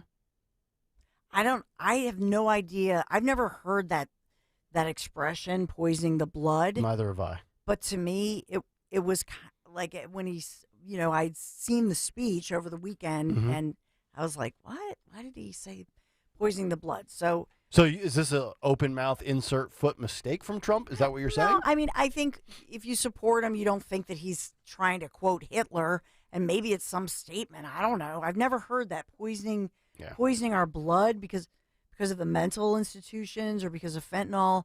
I have no idea, Nick. I just look at it's the just general. like a weird wording. I just look at the general point he's talking about. People, Yeah. like I've said for months on this show, everybody throughout the planet knows that the southern border is wide open. It's not just people from South America that are flooding our southern border. It's people from, like Trump said. I mean, didn't we just nail a Iranian terrorist suspect through the southern border? Haven't we seen the lines at the southern border of military-age men from Asian countries? Yes. I mean, we have basically advertised on billboards across every continent, wide open, come on through. My only point about this, I mean, locally, we have that crime ring, and, hopefully we'll have some more updates today, but supposedly some of these individuals coming here illegally wanted for murder back in their home countries. Yes. And armed burglary and all these other charges. So I guess here's what I would say. In a campaign speech, why use any statement like that, wording like that just can become an incendiary device? Why give him any ammunition? Because nothing he says really affects him. I mean, when he started off in 2015 and he came down the elevator and he made that speech, he called Mexicans rapists or something like that. And I know he didn't actually call them that, but that's how the media reported it. It didn't hurt him at all. I think when it comes to immigration and illegal immigration, yeah, I would say that is a poor choice of words for him. But I think the sentiment is there for a lot of Americans. I think that sentiment resonates with a lot of people. So I don't think that in all the stuff that he says that I think is like, oh boy, that could hurt him. That is not one of them, because the same people that don't like what he said or is comparing him to Hitler or whatever like that weren't going to vote for him anyway. Right. And to your point, I think you're exactly right. But we have elections that are only really decided by a sliver of the country, and so I don't know why feed into their fire. But on the other hand, I absolutely infer what Nick said.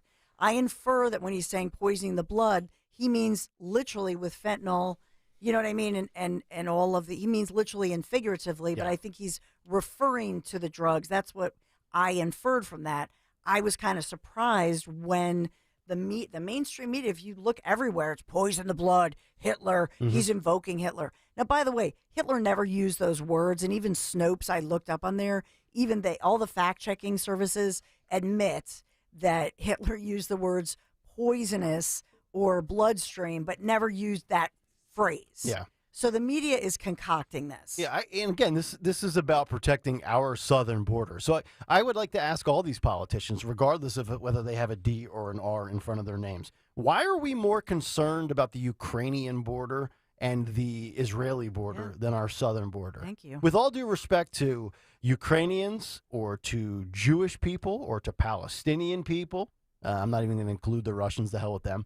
But why do we're more focused right now on two borders that have nothing to do with our country, yet our southern border is like a sieve right now. It's like I took out the strainer last night when I boiled my pasta. Let's shake it. Out comes all the stuff.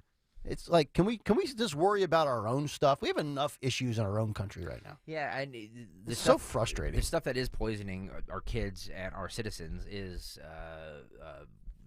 the fentanyl that's coming across the border. So he is not.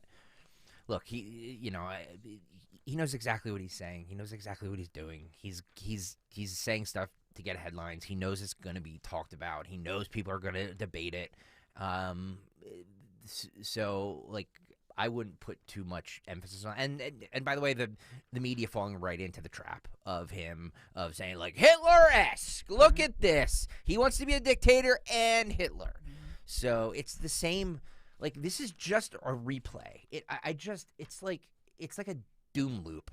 You know what I mean? Like we're just on this doom loop of 2016, and the media just saying like democracy's on the ballot and Trump is a dictator and he's going to be a dictator and Hitler and this, that, and the other. And I'm just like, I don't know if he was going to be Hitler, wouldn't he have done it in the first 4 years? Yeah. But he thank you. He was here. Seems like the he's Democrats. waiting for the second term when he's going to be 80 years old. Seems like the Democrats to me are more Hitler-esque than Trump is these days. Just and Exhibit A, I give you progressive squad Dems. Yep. They're the ones channeling Hitler, not Donald Trump. 5 weeks until the first in the nation New Hampshire primary.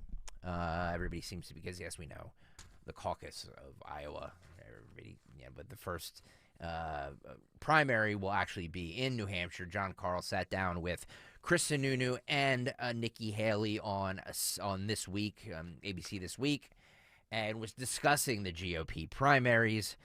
This is cut 16. Go. I've got one more question for you. I heard the governor say, when you win New Hampshire, are you going to win New Hampshire?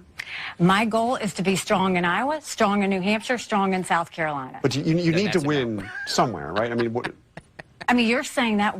What I'm saying is, why don't we try and do the best we can in every state and let the people decide which way this goes? I think I'm going to be strong in Iowa. I think I'm going to be strong in New Hampshire. I think we're going to be strong in South Carolina, and I think we're going to take it. And we're not settling for anything else. And you can be more direct about New Hampshire. Oh, it's an absolute win. No, it's a win and a reset button. If everyone that could vote in the primary comes out and votes, not only she's going to win in a landslide, and that's not an exaggeration.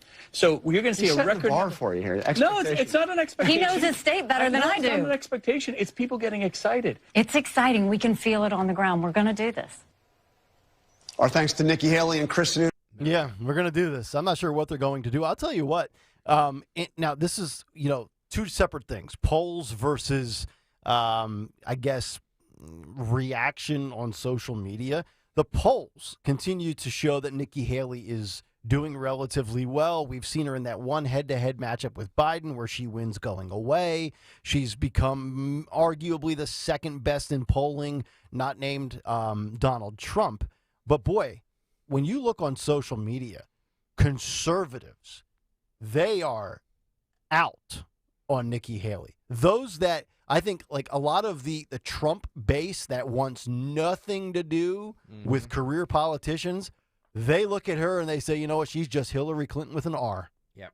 And it's a really, I think what you have right now is you have Trump, the leading guy by far, and the one person who kind of has that same bravado, and that's Vivek, the two outsiders, the two people that are willing to say whatever the hell they want, and they don't care the reaction.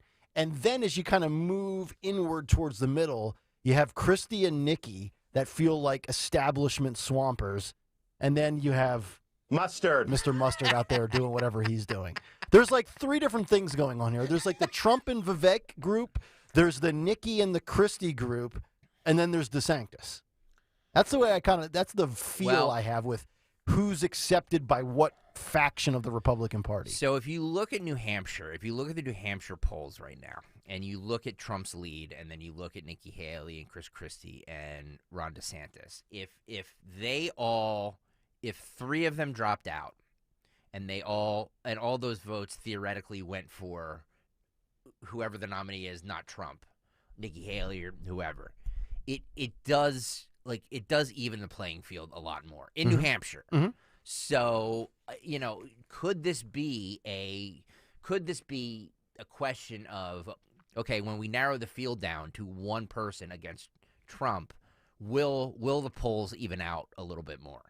I don't think so, but nothing sizable of note. I think that, to be honest with you, I think that is what they are all betting on. I think that they're all kind of like hanging on to a big building. Their fingers are slipping, and they're just waiting for somebody to fall first. And this is all without Trump not even participating. Yeah. Think about that. Imagine what the polling numbers would look like if Trump showed up. Yep. I don't think they would go down. I don't think people would see Trump get exposed by Nikki Haley or Chris Christie. I think they would actually widen, which is almost impossible to fathom because he's got 40, 50, 60-point leads. Yeah.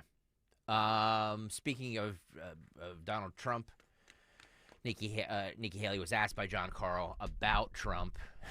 It sounds like she's tired of talking about Trump. No, you shouldn't have ran them. This is cut 18, guys, go. I mean, he's running on retribution. He wants to go out, and he talks about annihilating his enemies and using the criminal justice system to do so. What do you What do you think of that? You guys are exhausting. You're exhausting in your obsession with him. The thing is, the normal people aren't obsessed with Trump like you guys are. The normal people care about the fact that they can't afford things. They feel like their freedoms are being taken away. They think government's too big. I know y'all want to talk about every single word he says and every single tweet he does. That's exactly why we need a new generational leader. Because people don't want to hear about every word a person says or every tweet. They want to know how you fought for them that day. And they want to know how their life is going to be different. And life would be a whole lot different if the media would stop this obsession with Trump. I mean, I was just asking you about his central campaign theme, which is, I am your retribution. And he's winning in the polls. That's why I'm asking. Well, if I could, I'm asking you about the leading candidate that you're He does running everything he can not to talk about issues. He almost acts like he wasn't there, right? He doesn't want to talk about building the wall and securing the southern border because he didn't do it. He doesn't want to talk about fiscal responsibility because he made a hard promise that he would do it in that debate. I'm going to be the most fiscally responsible president this country's ever seen, he said. He balanced the budget. Yeah. Didn't even try to balance the budget. And, the thing that for someone in New Hampshire where, it's not about big government, we loved the idea that he was going to drain the swamp. That was an amazing opportunity. Didn't even try. I mean, literally didn't even try. So if he talks about those issues, he has to kind of own those failures. So he's always going to talk about retribution and just kind of try to spur something up. And if you want to talk about Trump, if you really want to talk about Trump, why don't you go ask him if he's going to get on a debate stage in Iowa, where Iowa's voting? Why don't you go ask him if he's going to get on a debate stage in New Hampshire, where Granite Staters are voting? That's what you should be asking as the media, not asking about what he happened to say today. I can't stand Nikki Haley, but her answer there, she knocked that out of the park. I think it really chaps all of their keisters that Trump won't show up to debate and still has these types of leads that he does. But I do think she makes a valid point when you talk about, and there's three different things here. There's the Trump obsession, which she says is media-based, with retribution and payback and everything you did, I'm going to do it 10 times worse to you. Then there's the second element of the infatuation with going after Biden, whether it's Joe or Hunter or the family. But then the third issue is probably the most important one, but it doesn't garner the sizzle and the attention that it deserves, and that is the everyday issues plaguing Americans. And ultimately, that's what matters. See, this goes back to what I said with, if you want policy victory and you want just nuts and bolts execution, delivering on what you say you're going to do, then your choice is DeSantis. I've said that from day one. That's not to say that Trump can't get victories, and I mean, Trump achieved a lot the first 3 years. But there's the sizzle factor, the salacious headline stuff, and that is what Trump and Biden bring to the table. So that's what you have to ask yourself as a voter. I can't tell people what to do, but if you want the payback and you think Trump is electable, then Trump's your guy. And you're not going to talk a diehard Trump person out of that. So it's a losing endeavor. He almost sounded offended that Nikki Haley went after him.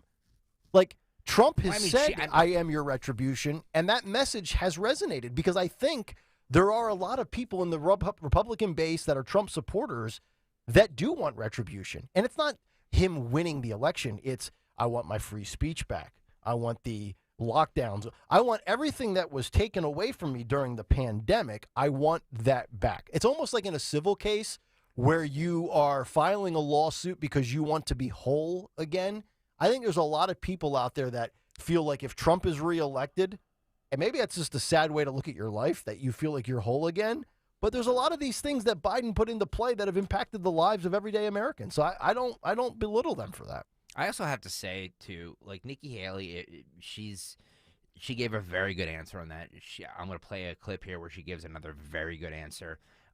She needs to stop doing these interviews with these men next to her that kind of bail her out like Chris Christie does. It's just, it feeds into that stereotype. Right. And I'm saying this as an observer. I have no skin in the game. She can do what she wants. But I'm just saying that from an observer, Chris Christie came to her aid at the debate.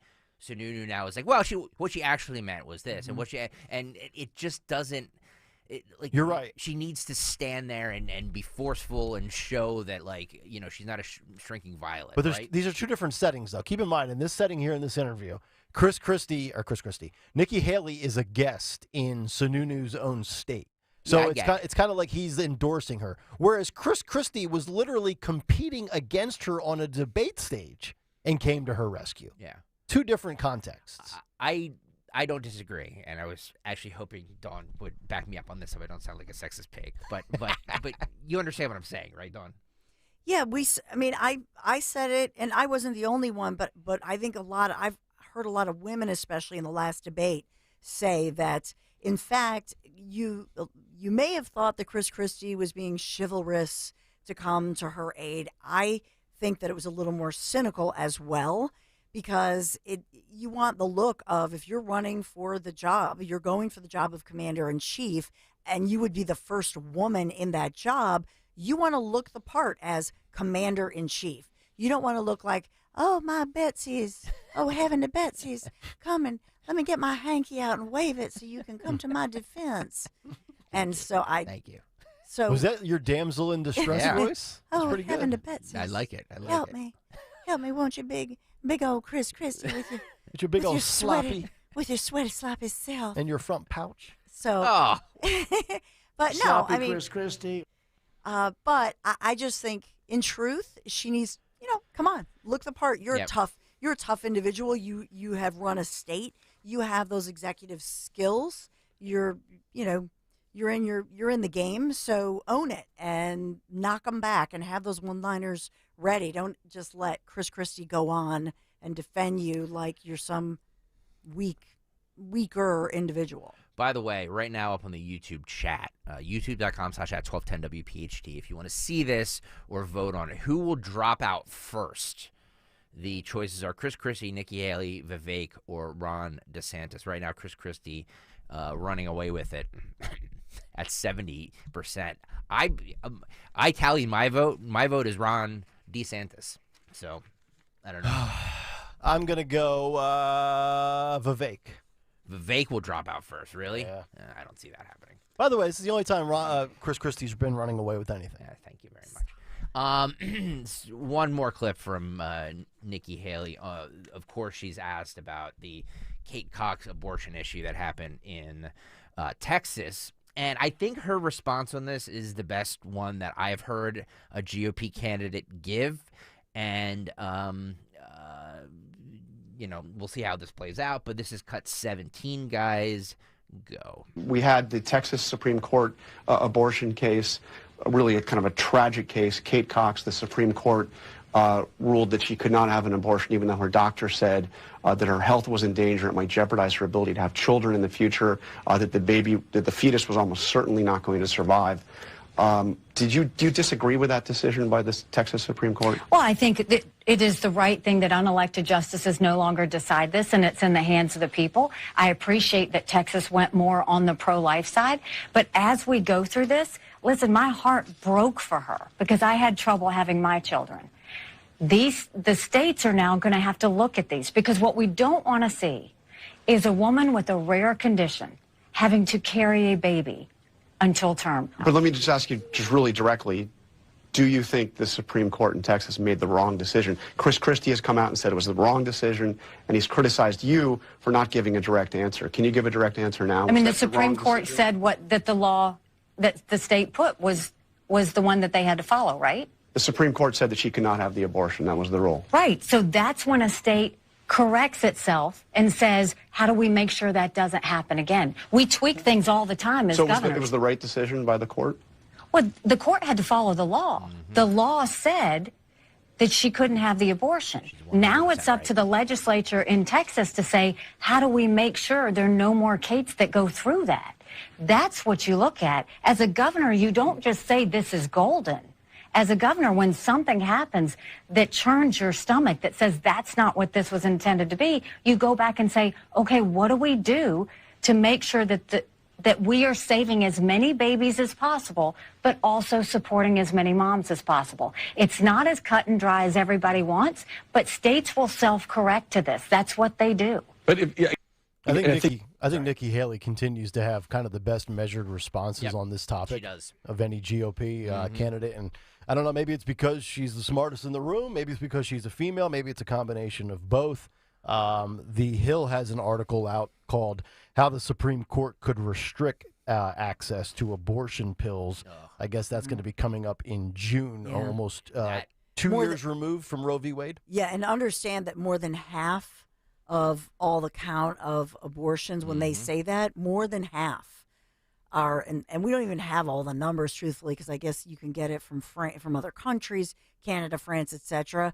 But well over half are through the mail or the pill, not an actual surgical, like invasive procedure.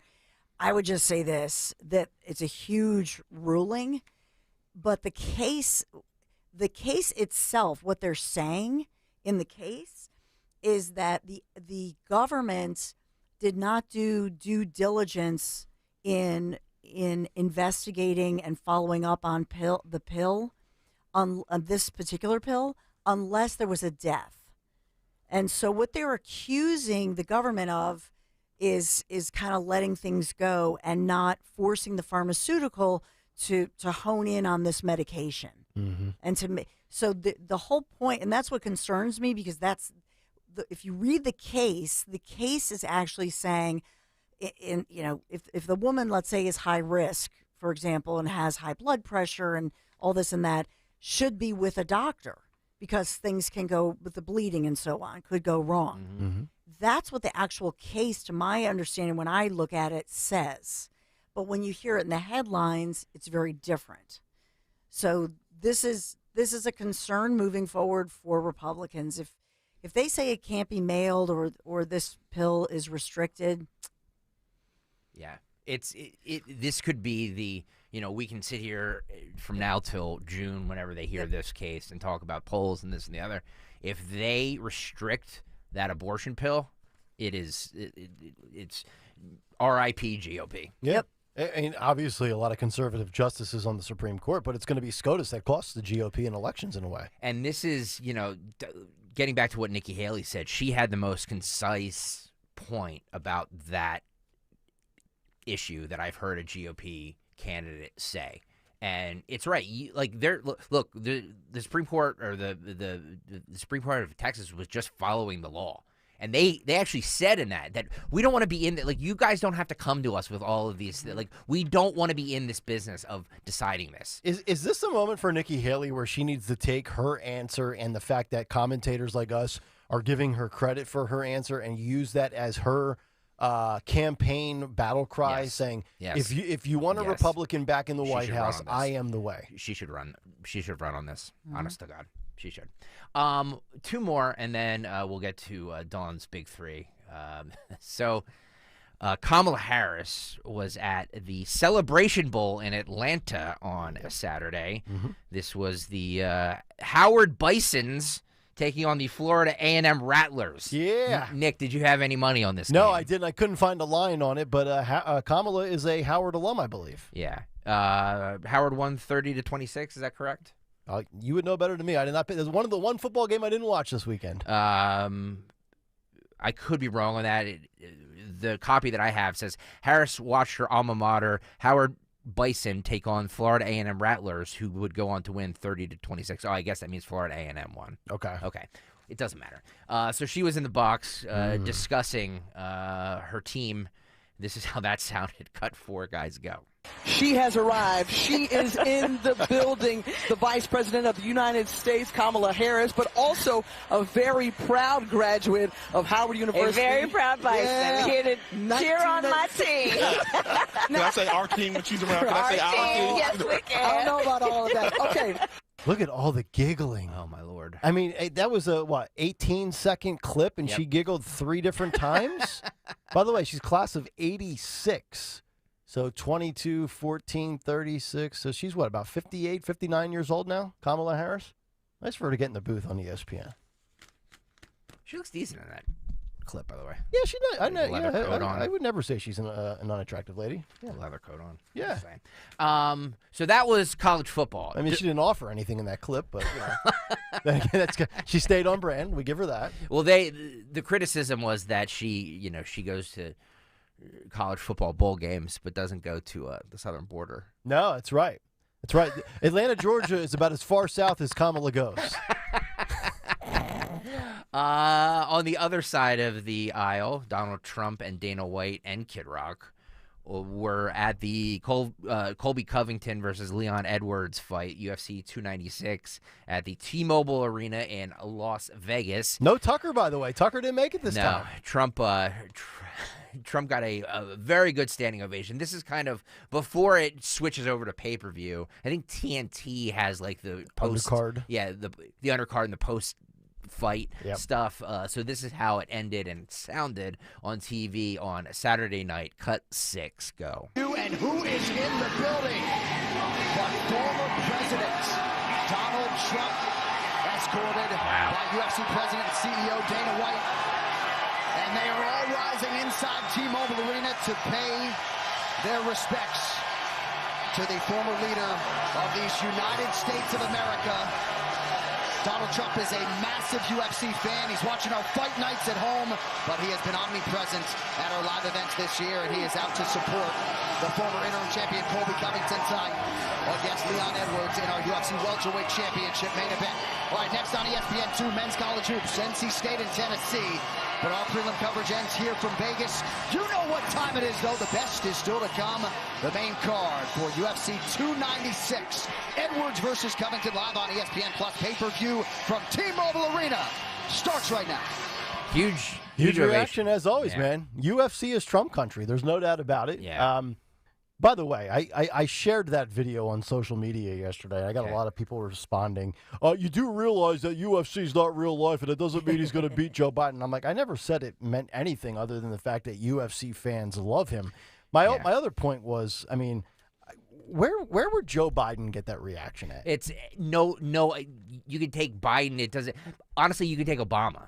No other politician would get that reaction, in my opinion. Yeah. No other politician gets that reaction except Donald Trump. You are more of a UFC guy than I am. Colby Covington lost, by the way. I was just going to ask you, so he lost. Blamed. What was he the guy that called out LeBron James earlier this week? Yes. Okay. Yeah. Well, that's a rough look for him. Yeah, there was also a fight in the stands by two other fighters who are probably going to be on the next card. Okay. So yeah, Colby Covington lost to Leon Edwards. So he calls LeBron the B word for not standing for the anthem, and then he gets knocked out. Yep. Yeah. What a life. Exactly. All right. There All we right. go. Let's get to that'll do it for round one of the cut sheet. Part due in about 50 minutes. Let's get to a Dawn Stenzel in Big Three at 8:45. It's the Big Three at 8 on Kayal and Company. And in the Big Three, we are sponsored this morning by Holland Floor Covering. So let's talk about homelessness, because Americans are experiencing historic levels of homelessness. New numbers from the federal government that says there's a 12% increase in homelessness, the highest reported level we've seen in our nation's history. And this they blame actually soaring rent prices, the economy, and a decline in coronavirus pandemic assistance. Oh, so all that fake money that was handed out has dried up, and people don't know what to do and don't have any money to afford a roof over their house. Yeah, in part, Nick, and part of this is there are people, a greater percentage of people who've never been homeless before, and the number one group in that is families. Yeah. And so 653,000 people are homeless in America today, and they give the state-by-state number. So New York has 3 times the number of homeless. So I'm assuming that part of this may be the immigration issue. But when you look at the makeup of this homelessness, who's homeless? Veterans, obviously a huge percentage are United States veterans. Mm-hmm. So there's a military veterans, but we also have an ethnic breakdown. And so when you look at that one, African Americans 33%, African Americans and Hispanics each about 33%. I thought Joe Biden was going to help the brothers out. I guess that didn't translate from the campaign to the reality of life. And the number of homeless veterans, rose again by 7.4%. So when you look at these numbers and the picture they paint, it's really about the economy. And which year were we at the lowest levels we've ever seen? 2017. Oh. 2017. Oh, that's when Hitler was the president. Okay. Well put. Not my fault. Well played there. So it paints a really sad story about homelessness in America.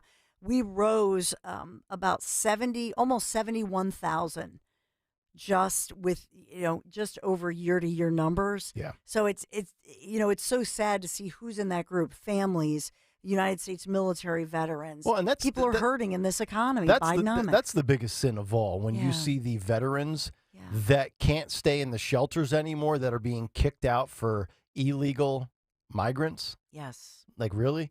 Those that are in a shelter that served your country in war get booted for people that come into the country illegally. Yeah.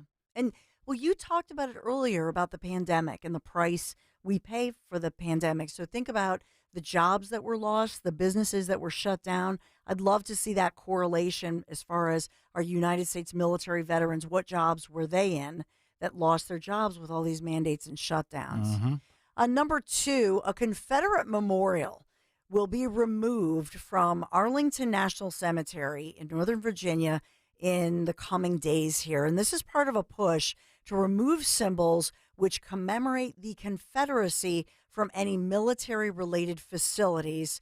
There is quite an uproar. This decision and announcement came over the weekend for a reason. They're trying to bury this story. But I will just point out to you that first and foremost, and they put fencing around it, they're preparing to remove this thing. But I'll just point out to you that in a recent letter to Defense Secretary Lloyd Austin, more than 40 House Republicans stated that this new commission it was a post-George Floyd commission and BLM type commission that was created. But what they're saying, it does not in any way commemorate the Confederacy. In fact, the memorial commemorates reconciliation and national unity. So it's a bronze statue depicting an African-American woman, and she's holding the child, I guess, of a white officer. And so that, and an enslaved man, I guess is following someone there. So they were saying it represented reconciliation. It represented the opposite. Okay. This is a pretty controversial issue that's happening, but they have said this statue will be removed and relocated. And this statue, by the way, was from, when was it commissioned? 1914. Okay. Yeah, to your point, there's a lot of these statue stories that are out there that kind of fly under the radar. So I want to give that one to you. Number 3, I'll take you to Philadelphia. Benjamin Franklin's descendants. They have decided to cash in on a Philadelphia portrait of Ben Franklin, and it's being sold at auction through Christie's. So it's an 1834 portrait by Philadelphia portrait artist Thomas Sully. It's an original, and it's valued at about $200,000. It'll probably go for much more than that. But they've decided they want to sell this thing. The family's, says they want to cash in, and they believe they'll get much more than the $200,000. $200,000 for a piece of art. I wonder if that's the kind of money Hunter Biden makes on the artwork he sells. Well, that's what I mean. Didn't he make more than that? I think so. Didn't he make, hundreds of thousands of dollars by, what did he do? He blew through a straw? Well, or something. He blows through a lot of things, yeah. Well, but in any event, we'll see how much it really goes for at auction. But kind of an interesting story if you're into that kind of thing. The original portrait for which Franklin sat in London was, and there's an origin story to it, which people love that. So I don't know. Yeah, if I was sitting on artwork that was $200,000 in value, it would have been gone by now. I would have sold that sucker quick, fast, and in a hurry. Really? Yeah, I've got no sentimental value. Like all these people that have collectibles and all these memorabilia items in their basement, whether it's historical things or sports memorabilia, if there's any substantial financial value to those things in this day and age, I'm liquidating those bad boys. Give me the cash. Well, I think that's a good point. I mean, it has all the provenance story and the family story, and so they know that's this original by a renowned artist. But I just wonder, I mean, I cannot imagine it will go for as cheap as $200,000. I think that's what they're thinking because the rich are only getting richer. Right. Yeah, that's a good point. You know what I mean? And they want to, in this economy, they want to cash in. Yes. So there it is. There you go. Hey, well, we are sponsored by Holland Floor Covering, the region's premier flooring dealer, family operated for more than 50 years, half a century, providing exceptional service and professional installation. Visit their 2 showrooms in either Wayne or Newtown. No charge samples, no obligation estimates. You can learn more. HollandFloor.com. HollandFloor.com. Big 3. All right, Dawn, thank you very much. 855-839-1210. 9 o'clock hour is on the way, still ahead in the final hour. Apparently, mornings are for Neanderthals. We're going to get to that story. The military missing out on all of its recruiting goals and who is to blame for that.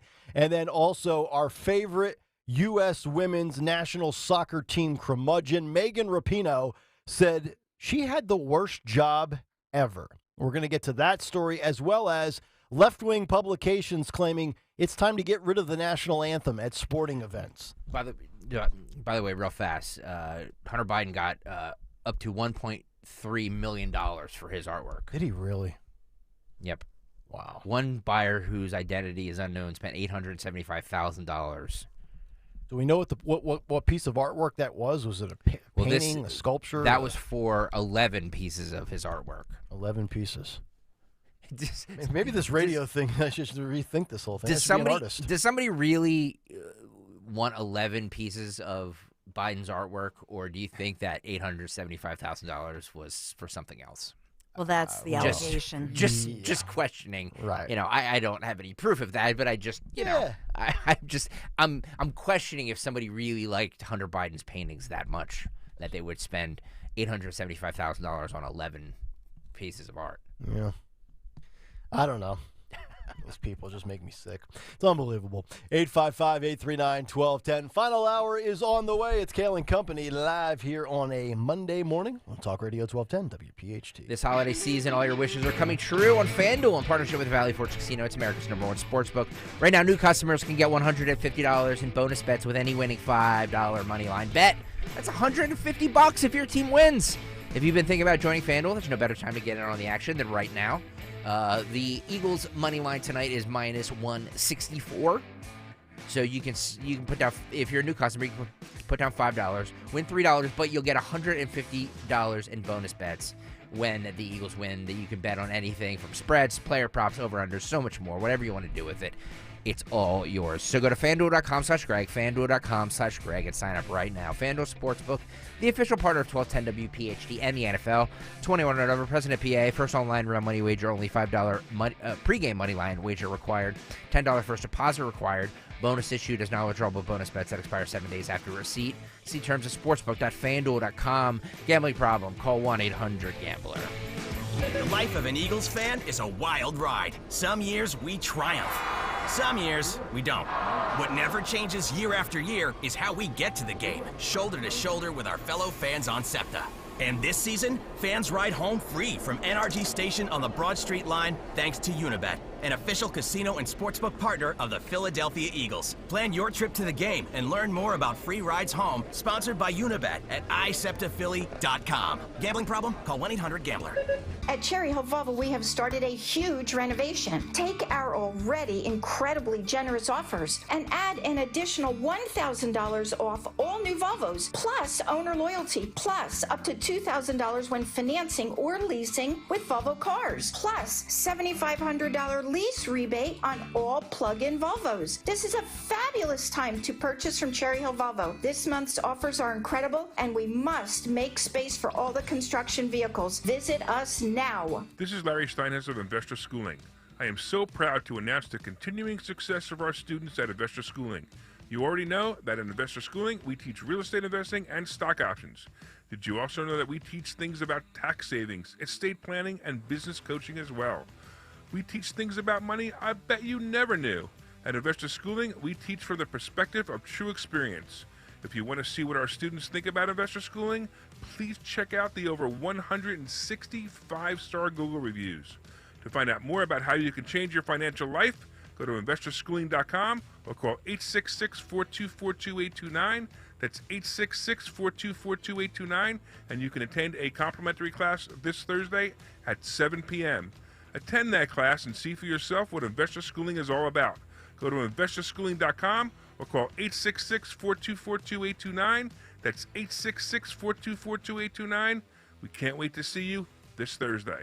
Hey, it's the holiday season, and we all know what that means. In addition to presents under the tree, it's time to use those FSA and HSA benefits we've been accruing all year. I'm Dom Giordano, and if your benefits are still available, now's a great time to reach out to my good friend, Dr. Robert Bentz from the Bentz Dental Group to set up your appointment for a consultation. You know how much I admire Dr. Bentz and his quality work, attention to detail, and investment in the overall health of his patients. Dr. Bentz is a board-certified prosthodontist, was recently appointed to the board of the American College of Prosthodontics. So if you're considering dental implants, reconstruction, or any dental or prosthodontic needs, call Bentz Dental Group today to schedule an appointment with Dr. Bentz, and don't let 2023 end without taking advantage of those FSA and HSA benefits. Call or visit BentzDentalGroup.com or call them at 610-272-6949. That's 610-272-6949.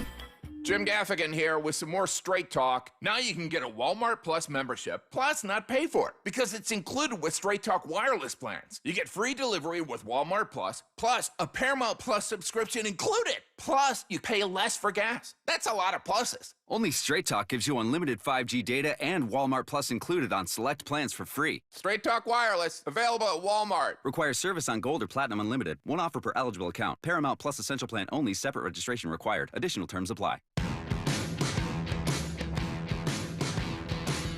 Hey, we got to talk about QC Kinetics, the nation's leader in regenerative medicine. Don't go through another year with that awful pain. Just call QC Kinetics right now. Make 2024 the year you are back to living normal life again. QC Kinetics can give you your life back. I mean, they're the nation's leader, like I say, in regenerative medicine.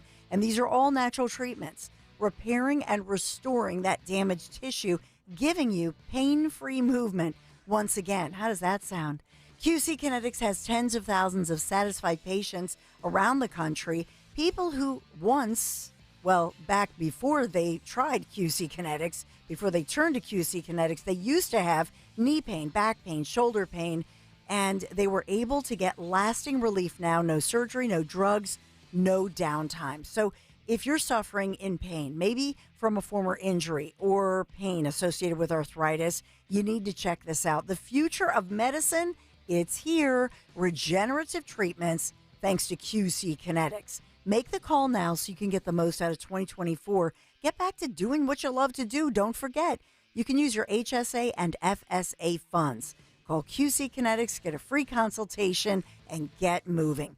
215-999-3000, 215-999-3000. QC Kinetics, 215-999-3000. Tell them Dawn sent you. Hey, Riverton. We know your favorite station is Talk Radio 1210 WPHT. Always live on the free Odyssey app.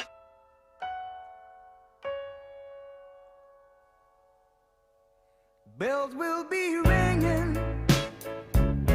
The sad, sad news. Oh, what a Christmas to have the blues. My baby's gone. I have no friends to wish me greetings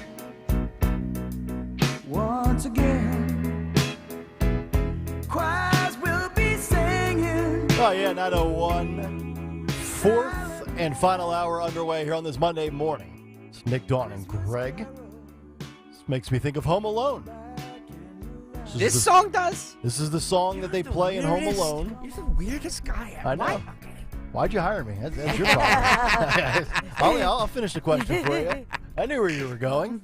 Yeah, this is right when the family departs and they can't get on the same flight to go home and get Kevin. The mom's hanging out in the airport. It's like Dawn, waiting for the boys. 855-839-1210. I would never forget one of my kids.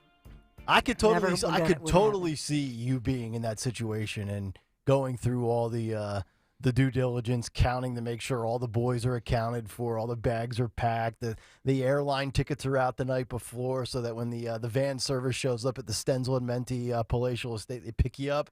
They get you to Philadelphia International Airport just in time, and you don't leave any of the siblings behind.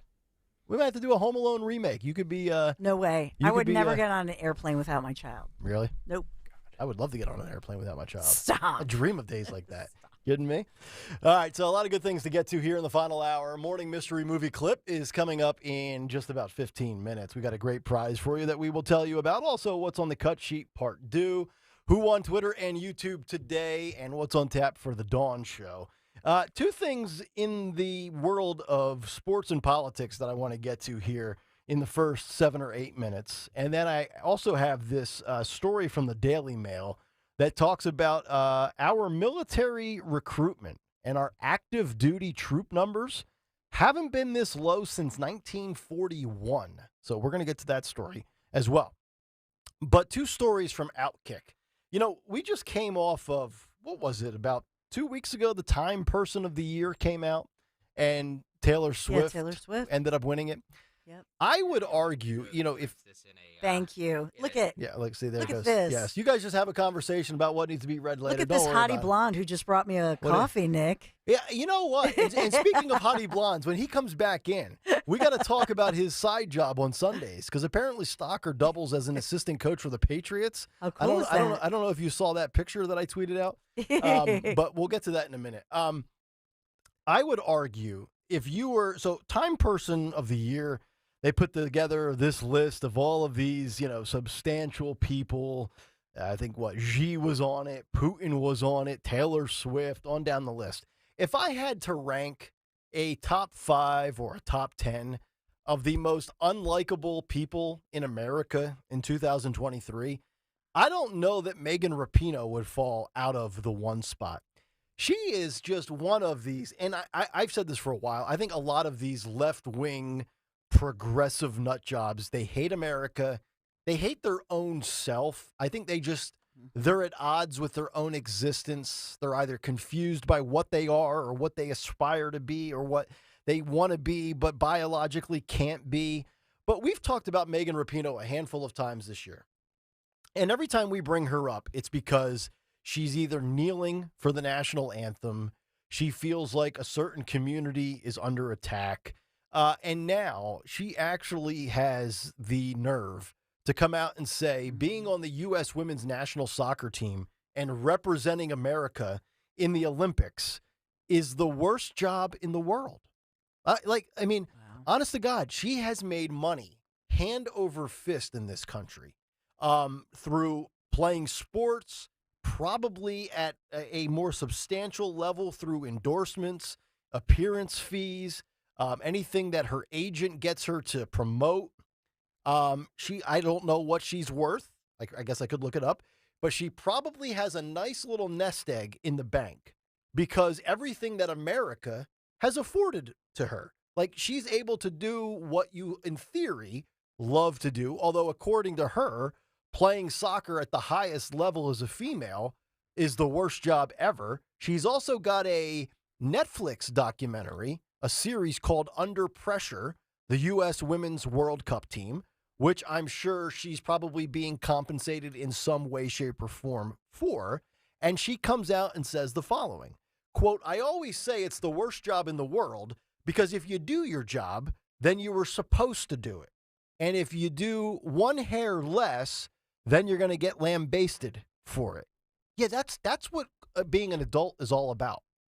You shouldn't get credit just for doing your job because you're paid to do it. And yes, if you don't perform to the standards that are set for you or what the job expectations or the performance requirements are, you're going to get roasted. You're going to get a meeting with your boss. Maybe you're going to get fired. I mean, we live in a world of results. You're paid to get results in any walk of life. And when you don't, yeah, there's going to be uncomfortable moments where you're failing to meet the threshold or whatever the sales quota is, or if you're playing sports, they want you to win championships or win 65 or 70% of your games. You know, I think we live in this delusional world where all of a sudden, and I think this is a product of DEI over merit, where this modern mindset is it's not so much about the results. It's just letting everybody kind of play the game, so to speak. Yet the game was created and founded by people that want to win. That's what makes America great. That's why people are trying to enter this country illegally, because they want to take advantage of everything that America has to offer. Even though we see all these stories about how the American dream is dead, it's never been more difficult to achieve the American dream, and it's very true. It's definitely more difficult than ever. But I'm so tired of these self-righteous, entitled, and I don't know I think Megan Rapinoe would probably be a millennial. I think she's up in her mid to late 30s, a little younger than me, so she's definitely a millennial. But this sense of hatred towards your job, hatred towards responsibility, hatred towards country, they're just and I'm not trying to generalize all millennials, but there's a certain segment of them out there that they just have a very empty, bitter soul. And I can be a cranky individual at times. But I mean, some of these people, it's like they hate life, they hate existence. So like my stock answer is like, Megan, if you had it so bad when you were cashing all of those checks all those years, then just leave. Go elsewhere. If you can get it better than America, God bless you, knock yourself out, go do it. It's like these people that say, oh, if Trump gets reelected, I'm leaving. All right, well then go. Go. Nobody's forcing you to stay. So, and oh, by the way, the other thing that's been unlikable about Megan Rapinoe is the one who, as her career is coming to an end, has no problem with biological guys coming into female sports and taking females' jobs. But you know darn well 10 years ago when Megan Rapinoe, when she was in her athletic prime, be careful how I say that. I don't want to be called Don Lemon here on the radio. But like if she would have lost her job to a biological man in 2013, do you think Megan Rapinoe would have taken it lightly, or would she would have cried the victim card? My guess is she probably would have cried the victim card. So yeah, it's a shame. It's just a shame to me that she is, I don't know if she's so negative energy, so coddled.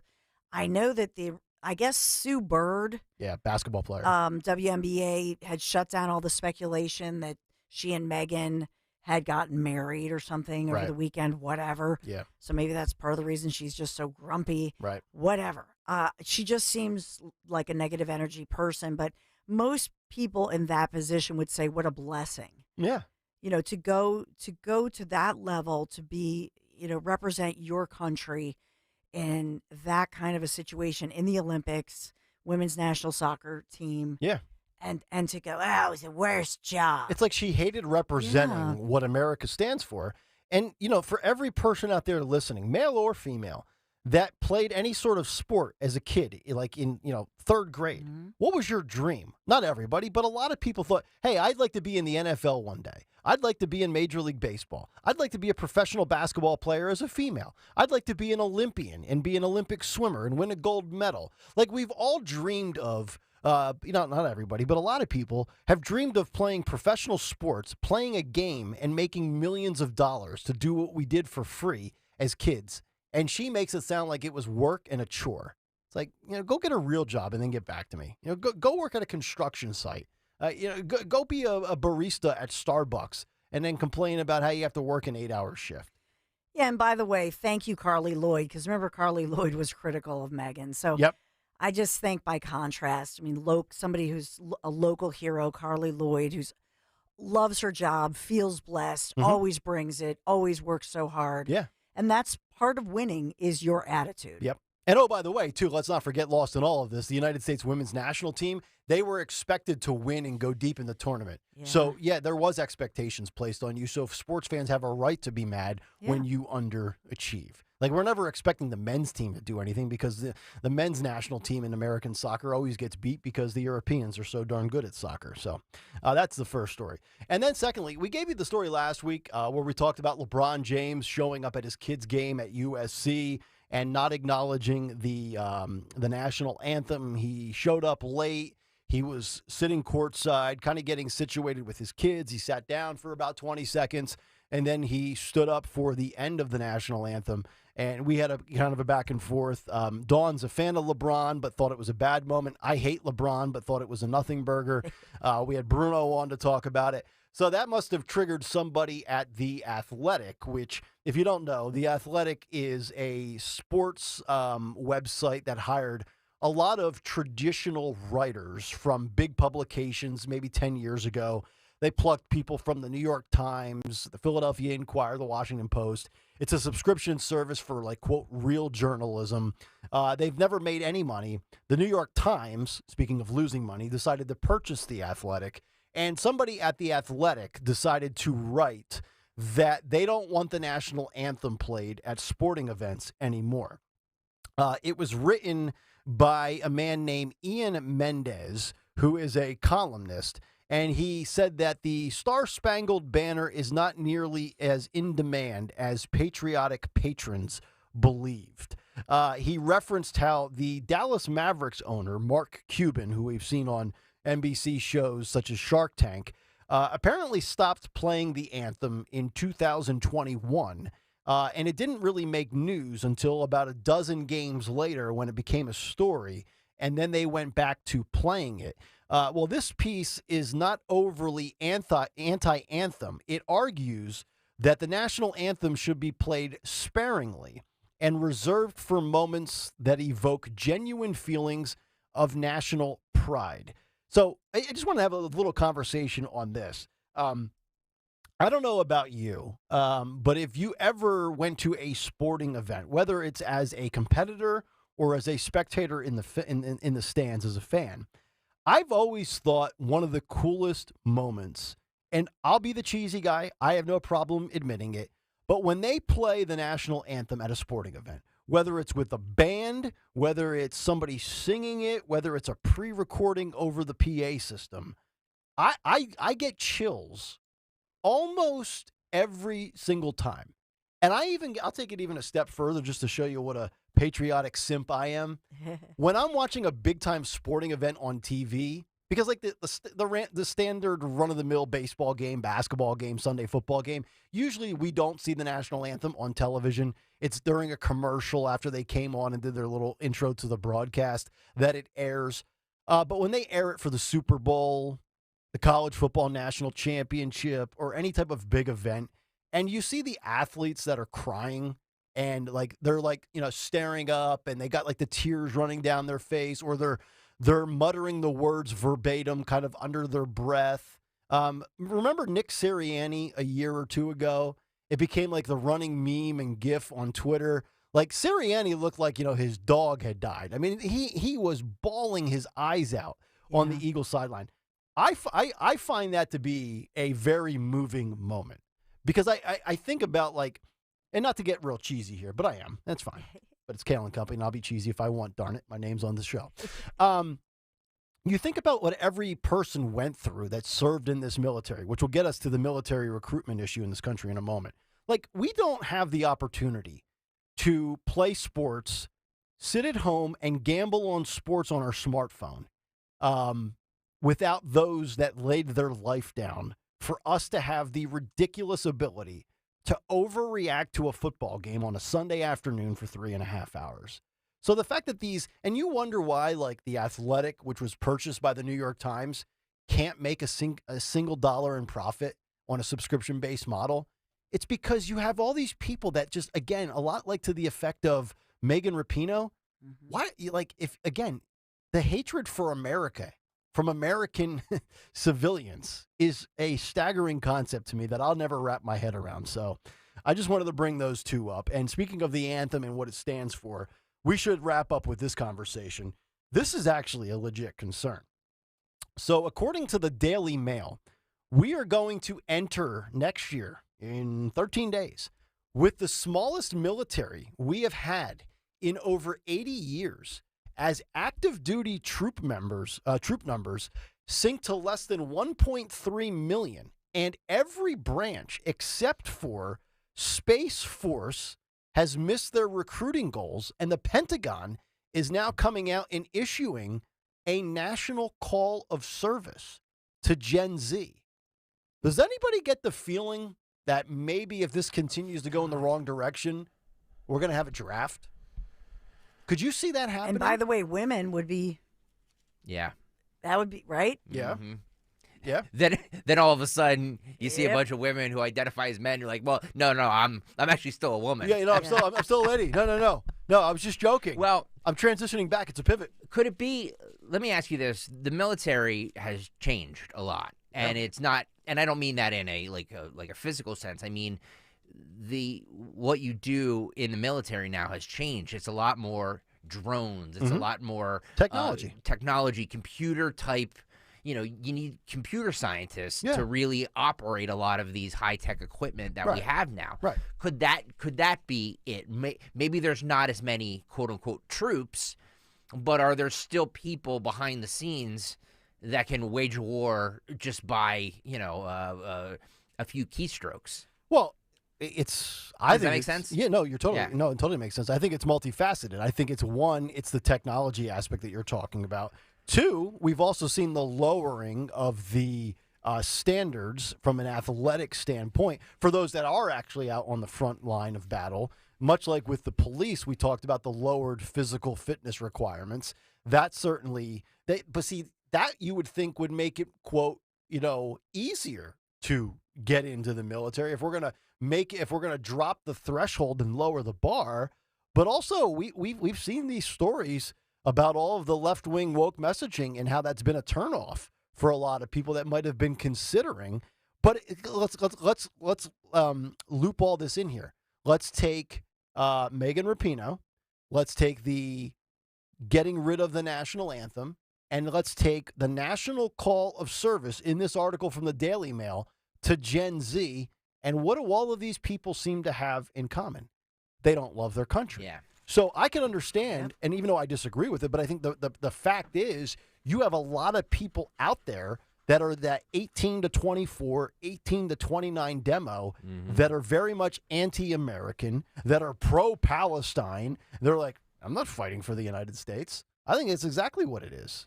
Yeah, I don't disagree with it. We're not being taught it as well. Like, you know what I mean? I have a friend, and Dawn knows them as well, whose son was looking at Navy. Yeah. And, and I was talking to his father, and I was just like, I don't know, man, with all the turmoil that's happening in the Middle East, do you really want your kid to be in this? And he goes, yeah, we're patriots. And if anything happens, like, I would want my son to do whatever he's going to do and help his country in any way possible.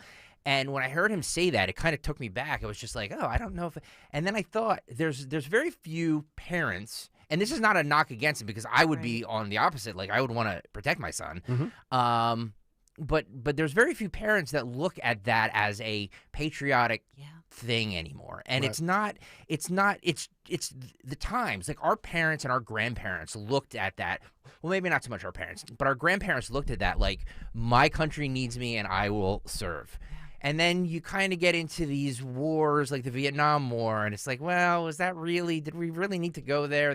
And then Afghanistan, did we really need to go there? Is it possible the young generation realizes what war's all about and about money and the never-ending war, and they don't want to be a part of that? We've become a lot more jaded, and it's just that we don't trust our politicians, and we don't trust the government anymore, so we don't trust to tell them that they're telling us the truth. So can you be two things at once? Can you be smart by realizing that it's a never-ending war machine, but also anti-patriotic? Well, that's the weird conundrum here, because if you're, like if your country needs you for something, would you serve? Then in the back of your mind, you're being like, well, are we like being lied into this like we were in Vietnam and like we were in Afghanistan, and like, you know what I mean? So I think that plays a lot into what we're seeing. Yeah. I mean, I'm very patriotic. If I was forced to go, if there was a draft and they said, Nick Kayal, ship out, you're going, I would obviously do it.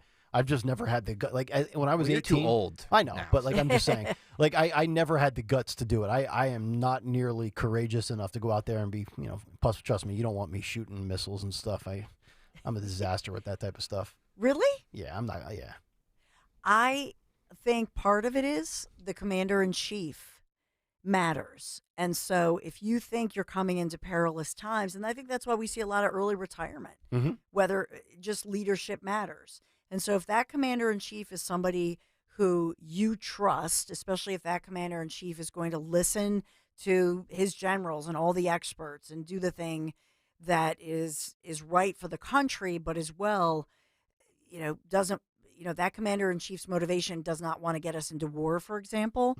I think that's a piece of it just playing along what Greg said, with the patriotic piece of this, right. I think even patriots right now question Biden's ability as commander-in-chief and question his motivation. Yep. All right, 9:22 on this Monday morning. Let's give something away with our morning mystery movie clip. And now, the morning mystery movie clip on Kayal and Company. Talk Radio 1210 WPHT. Turn here. Listen carefully. If you do exactly as I say, I can get you out of here. What? This is a rescue. I'm helping you escape. Can you fly a TIE fighter? You with the resistance? What? No. I'm breaking you out. Can you fly a TIE fighter? I can fly anything. Why? Why are you helping me? Because it's the right thing to do. You need a pilot. I need a pilot. We're gonna do this. Yeah? Think you know what it is? Be call at 12 at 855-839-1210, and you could win this great prize. And today's great prize, a 4-pack of tickets for your choice to see either the New Year's Eve 6 p.m. or the New Year's Eve midnight fireworks aboard the Battleship New Jersey, Sunday, December 31st. Experience the unique view of the New Year's Eve fireworks over the Delaware River from the deck of the world's greatest battleship. For more info and tickets, visit battleshipnewjersey.org. Caller 12, if you can identify that clip at 855-839-1210.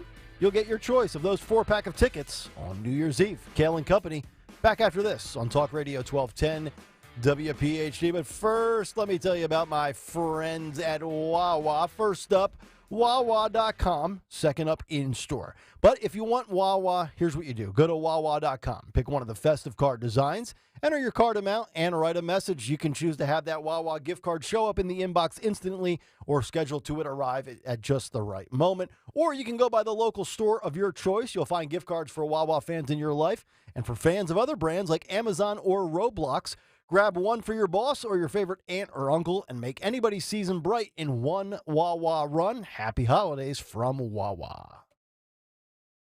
Honey, come here, quick. What is it? Shh, check it out. The prices on all these highly rated tequilas are amazing. Total Wine must have made a mistake. Nope, they always have the best deals in town. Remember that amazing reposado your sister brought over last week? See, it's right here. Whoa, that's a low price. I mean, whoa, that's a low price. With the lowest prices for over 30 years, you'll always find what you love and love what you find. Only at Total Wine & More. Drink responsibly. B21. Hey, you. The one on the couch who just told your friend you can't go out because you're busy? Ready to get real about your psoriasis? When your current treatments don't do enough to help control the inflammation beneath the skin, causing plaques and pain, stressing and scratching, it's time to stop hiding and get real with your dermatologist so they can help you get clear. Get real clear about psoriasis at letsgetrealclear.com. Sponsored by AbbVie. Hey, it's Rich Zioli. It's not too late to get yourself a great gift this year. The gift of a gorgeous smile. By booking an appointment today with my friend, Dr. Michael Veneria at Veneria Dental. I've been telling you about him for years. As you know, my entire family goes to Dr. Veneria because the level of care and commitment to dental excellence that Dr. Mike and his staff delivers to every patient is simply unmatched. He's been delivering results that surpass expectations that have made him a top dentist in New Jersey for 10 consecutive years. He has one of the most respected reputations among his peers as a master of dental implants. So, if you've been on the fence about getting that dental procedure done, reach out to Dr. Mike today. You have a choice, a clear choice for you and your family, so give Dr. Veneria a call. I promise you it will be the best gift you can give yourself. A beautiful smile. You won't be disappointed. 2 locations to serve you in Cinnaminson and Woodbury, right over the bridge. Schedule your free implant consultation today for your perfect smile. 856-786-2020, VeneriaDental.com. Gillette Intimate gives guys a gentle and easy shave. Don't treat yourself like junk. Respect it with Gillette Intimate, the best a man can get. Buy now at a retailer near you. WPHT, WPHT HD, WOGL HD3, Philadelphia. From the Cherry Hill Volvo Studios, where relationships matter. Always live on the free Odyssey app. It was the day we all feared. The stock market went down and then kept going. 2008, when the markets lost over 50% of their value. But that was over a decade ago. Today, it's not so painful. Jim Cipriotti at Retire Ready Financial Group calls that financial amnesia. When you forget the pain of losing half your savings, and more importantly, ignore the fact that it can happen again. A complimentary consultation from Retire Ready Financial Group can show you where you stand now before the next market pullback. You're much closer to retirement than you were in 2008. Don't let it happen again. Call Jim Cipriotti at 610-894-7415 for a complimentary consultation. That's 610-894-7415 or online at retirereadyfg.com. You can forget where you put your keys, your glasses, or even your car. Don't forget to protect your retirement. Investment advisory services offered through Retire Ready Wealth Management, a registered investment advisor. Insurance and annuities offered through James V. Cipriotti, NPN number 2083768. Hey, maybe you know somebody who could use some help with dinner time. Who can't use a little help with dinner, especially a delicious dinner? Check out What a Crock Meals. So I actually found them years ago. Love whatacrock.com. Had the idea of sending some of their meals as a gift to friends and family members who love it, by the way, who could use some delicious dinners without any prep, mess, or stress. This is a huge hit. Trust me. If you have not heard me talk about whatacrock.com before, here's how it works. You just put a meal in your slow cooker in the morning and go about your day. When you come home, dinner is simmering, just waiting, and delicious. It's literally as simple as dropping a meal into your slow cooker and boom, dinner is done. Whatacrock.com has a huge menu of more than 50 meals to try. No subscription, no commitments required to order. And they even have digital gift cards that are instantly delivered via email for people, if you need a great gift in a pinch real quick. So make sure you use promo code WPHT at checkout. Get $10 off your order at whatacrock.com. That's code WPHT, $10 off. Make sure you check them out. Whatacrock.com. What a great idea. You're going to love this. You're going to look so great. Whatacrock.com. Tell them Dawn sent you. Calling up Blackwood to follow 1210 WPHT on the free Odyssey app. Download it now.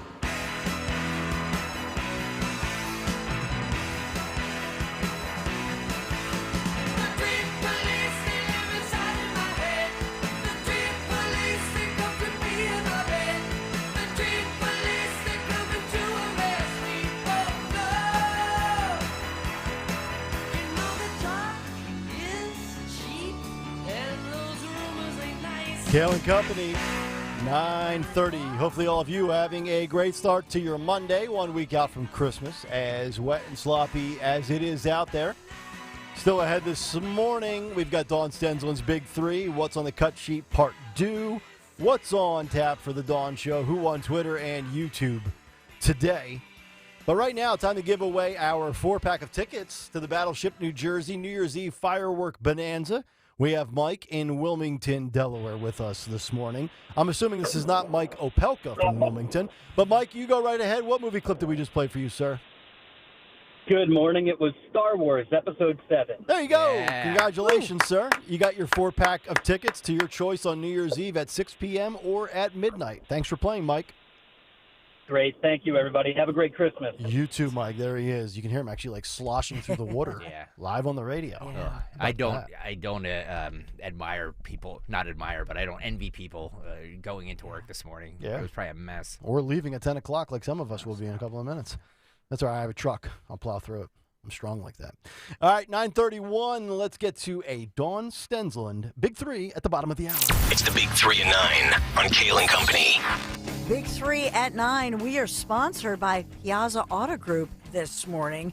So number one, speaking of driving in this, we have a number of water rescues being reported across the region. And this as we're under all kind of flood alerts due to all the heavy rain that we've endured overnight. And it looks like it's dissipating right now in the city of Philadelphia. But keep in mind the windy weather, the winds are going to kick up. But shout out to all these great, especially volunteer fire companies. I know in particular, there's one that has gone viral, and this is Barron Hill Fire Company, as well as Flowertown and Wissahickon. So they've been out there responding. Some of these roadways, that's why we have school cancellations this morning. Some of these roadways actually, you see the car, it's all the way up to, let's say, the door handle of the vehicles. So they were out and rescuing people. I don't have reports of injuries, but please, I mean, my God, remember that horrible story that happened in Bucks County? That was a deadly situation, people being swept away in these rushing and raising waters, because think of the high tide, it, impacts everything. Yeah. So they're just issuing all of these alerts and warnings. Please do not drive through this. Yeah, for all of you out there with like a little 4-cylinder small car low to the road, and you see like the Schuylkill River is like coming across the street. Yeah, don't try do driving it. through it. But this one looks like an SUV, and it's still some of these waters. Yeah, it can get big trucks too. It can get everybody. Fools you. Yep. So kudos to these, volunteers are out here. Just this is across the region, but the alerts are going out. South Jersey, the not just Philadelphia County, all the surrounding suburbs, and well up in Lehigh Valley, it's pretty bad too. So it's not getting any better just because the sun is going to come out. Please be careful. They have a lot of stranded drivers. They're trying to get to everybody. So heavy rain should be dissipating, but the heavy winds are now going to kick up here. So looks like we've already peaked at the high temperature of 61 degrees this morning. So now things are going to cool off. Hey, lawmakers moved past that month-long budget feud in Pennsylvania's capital last week, and Governor Josh Shapiro has signed this. So I don't know if I headlined it in a big 3 as of yet, but you think about that dragged out process. Nearly 6 months it took to get the budget. And remember early on we talked about this. It was not really making headlines. The fact that we in Pennsylvania did not officially have a budget. And it really took a toll. What do you make of that? What do you think the reasons why it wasn't receiving the coverage? Just because there's a D in front of the governor's name? In part, yes. Yeah. Now, in the end, Governor Shapiro had said it was a dragged out process, but he said that in fact they were able to overcome some partisanship to try to finish this. And in this, they did come up with some of these voucher type programs, scholarship type programs that will help fund some of the school choice initiatives that we've seen. So, but the other piece to this that I just want to point out, and we were talking about this later on Friday, and that is that because we have a 101 to 101 situation in the Pennsylvania legislature, Democrats in control right now, they are saying, well, we've got a leaky situation with a leaky pipe in the House, and we really can't go back to do any votes until March 19th in the Pennsylvania legislature. March 19th of 2024? Yes. I loved your reaction. I'm like, wait a minute, let me look at my calendar here for a moment. So after St. Patrick's Day. Okay, so 3 months from tomorrow. So, I mean, wow, must be nice. Must be nice. So I guess they can Zoom or something. But they're saying, we got a leaky, we had a water situation. We need to do a repair. Yeah, we'll just go virtual. It's really, I mean, come on. It's really because the Dems are in control right now. They want to do a special election, and so this is the game they're playing. That's exactly right. So there's that one. Okay. Number 3. What am I going to? Oh, it's such a tough choice. All right, number 3. I'm going to go, since you talked about Southwest Airlines a lot. They have reached a $140 million settlement for that a year ago. Remember December of 2022. Remember that meltdown they had with the the travel flight? cancellation debacle. Yes. So on this day where unfortunately it's a tough day to be flying because of all the horrible weather across the country, but they did reach a settlement, $140 million. And this was Southwest. Southwest. So they've coughed up $140 million for that debacle. Yep. And now they're letting fat people fly bonus cheek for free. Yes. They're just in the business of losing money. It's unbelievable.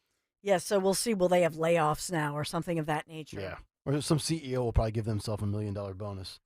Yeah. Part of this is a $35 million fine by the government. Okay. But there's a $140 million, that payout to 2 million travelers who were caught in that whole debacle. So just giving you that. They're trying to say that they're grateful to have reached a consumer-friendly settlement. Southwest is trying to be consumer-friendly in every way they can. But they've written a big fat check, $140 million. We are sponsored by Piazza Auto Group because here at Kayal and Company, I think all of us could agree that the way we love to travel is courtesy of Piazza. Darn right.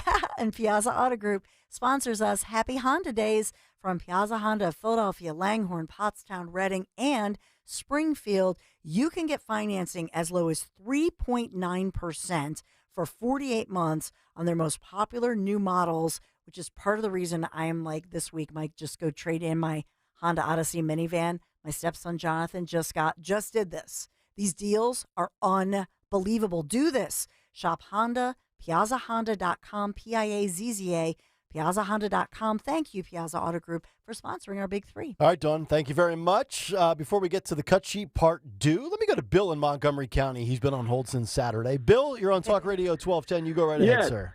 Yeah, good morning, Nick, Dawn, and Greg. Wanted to weigh in on that Confederate memorial being removed from Arlington Cemetery.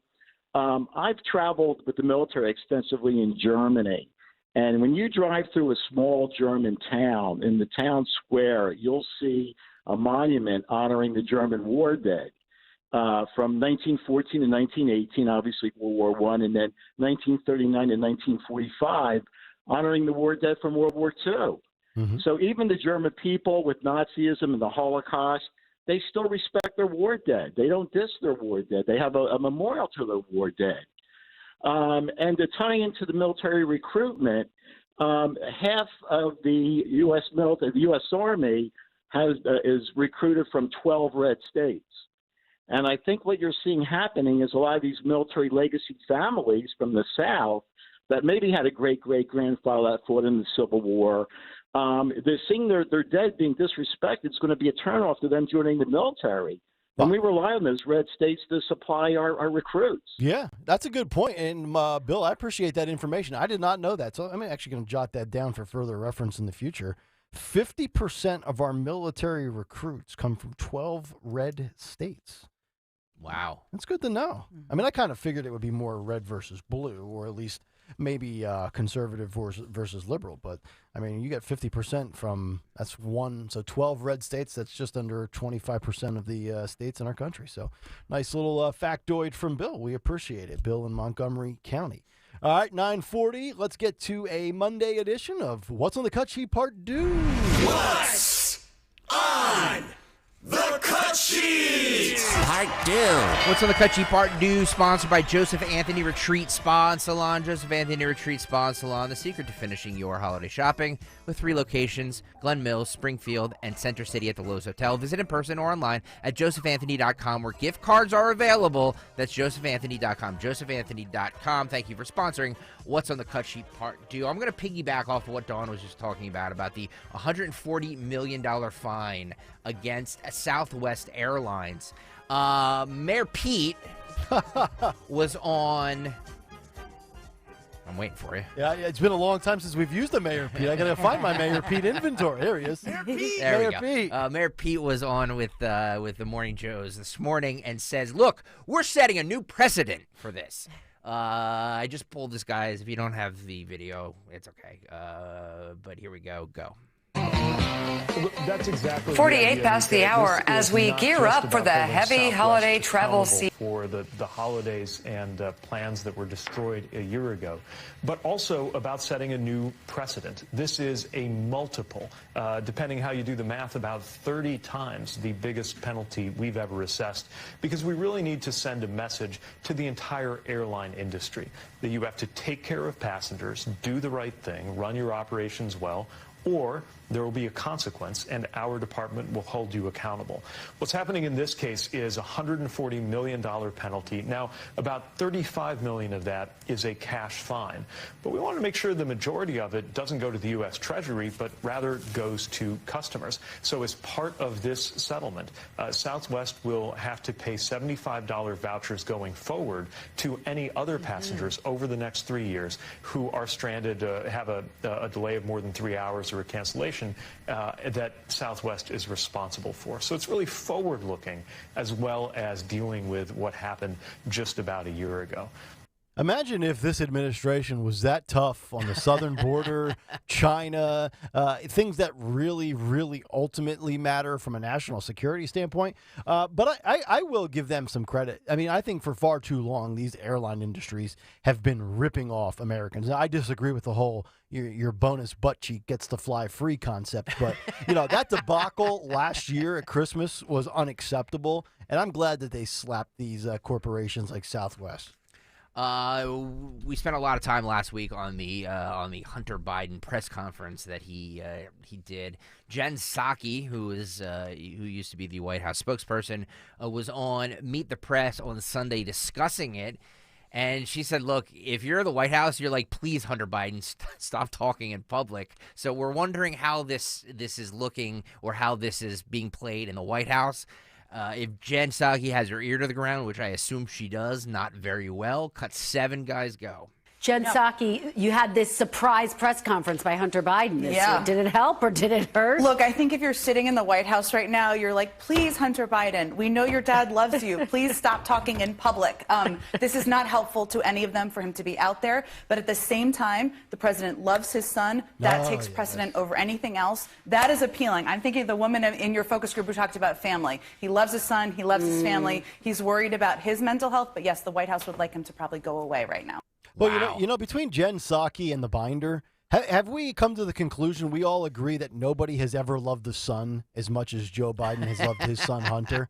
Like Joe so forgotten he gave his only begotten son Hunter. So like enough with the never-ending love for your son. Like you're biologically programmed to love your children. Let's stop giving like all this credit for doing again. Stop giving people credit for what they're supposed to do. You're supposed to love your children. That should come standard. Yeah. But the other thing is, number 2, who decided to bring Swalwell to the party? Like, what PR wizard said, yeah, of all the people you want to do, bring Eric Swalwell with you? Yeah. Seriously? Like, we didn't even talk about that element last week. It's true. It's unbelievable. He was standing right next to him. I know. The whole thing. It's shocking to me. When I saw that clip, I was just like, interesting, because I feel like she has the pulse of the White House. Oh, yeah. And in my opinion, it's Joe Biden calling up Hunter. Right. And saying to him, get out in front of this, go make a press conference. Yes, and Joe was aware that this was happening. He wasn't blindsided by it. He probably just told him play up the victim card, except I think most people came to the realization that this was a terrible look for Hunter, including somebody unbiased from a legal standpoint like Jonathan Turley. Yeah. Interesting. All right, one more. This was on CBS's Face the Nation. A new CBS poll finds that Nikki Haley has emerged as the top alternative to Donald Trump in New Hampshire. Apparently, it's a neck-and-neck race happening right now in New Hampshire, if you believe the polls. This has cut 8 guys go. This is a big move in New Hampshire for Nikki Haley. What's behind it? It is, Margaret. Good morning. Yeah, Nikki Haley is up substantially from where she was this fall. And one reason is voters tell us they see her as reasonable as compared to the other candidates and prepared to be president. Her number there is on par with the former president. Now, she's helped by the independents who can vote in the New Hampshire primary. 54, and 53 it's not a is what it says surprise there. that she and maybe former Governor Chris Christie are looking to do better in New Hampshire because those independents say they're more amenable to the idea of a candidate who's different from Donald Trump. Now, Trump, for his part, still does well on 2 key measures. 1, he's seen as a strong leader, and 2, that those voters think he can beat Joe Biden. Margaret. Anthony, as we know here, Iowa, still very comfortable place for Donald Trump. What is different about the dynamic there? It is. Well, look, he starts with nearly half the Iowa caucus goers say they themselves are part of the MAGA movement. That's a base for Trump, and he's got more voters there saying that they will only consider voting for him. Iowa has often been a test for the more further right-leaning part of the party. No different this year. You look at some policy measures. They have more voters there saying that they're in favor of making abortion illegal, in favor of ideas like deporting undocumented immigrants. So all of that adds up to a more sizable lead for the former president, Margaret. I want to go back to the beginning, and I just want to preface this before I give my actual takeaway. I do think the mainstream has given Nikki Haley, Chris Christie, and Vivek Ramaswamy a fair share of coverage and runtime and mic time and camera time. But my takeaway from that first half of that clip, I've never seen the mainstream media. I almost, and maybe I'm going overboard, do you get the feeling that in some regards the mainstream is kind of rooting a little bit for Nikki Haley? 100%. I mean, it's like they forget that she has an R in front of her name, and they're not going to the standard bashing. She is the one that media, including Fox News, wants. Mm-hmm. Yep. Now, Chris Christie's always gotten that, but because Chris Christie is a mainstream media darling, and he's easily, hands down, the most moderate of the bunch. Yes. But Nikki Haley is a rock solid conservative, and they roll the red carpet out for her. I don't know if it's just because she's female or what it is, but they really give off this vibe without basically advertising it that they're kind of not anti. I'm not saying they're pro Nikki, but they're not anti Nikki. Exactly. Yep. All right, is that it? That's it. All right. Coming up next, we'll wrap up the show with who on Twitter and YouTube today and what's on tap for the Dawn Show 12 minutes out. It's Kayal and Company, and we're back after this. As you know, we are in the thick of it. The holiday season, you need to hurry to your local Piazza dealer to take advantage of year-end savings. These are incredible. Right now, through January 2nd, you get financing as low as 0% for up to 60 months on select new models, like the 2024 Mazda CX-5 from Piazza Mazda of Westchester and Reading, or the 2024 Tucson and the 2023 Santa Fe from Piazza Hyundai of Westchester and Pottstown.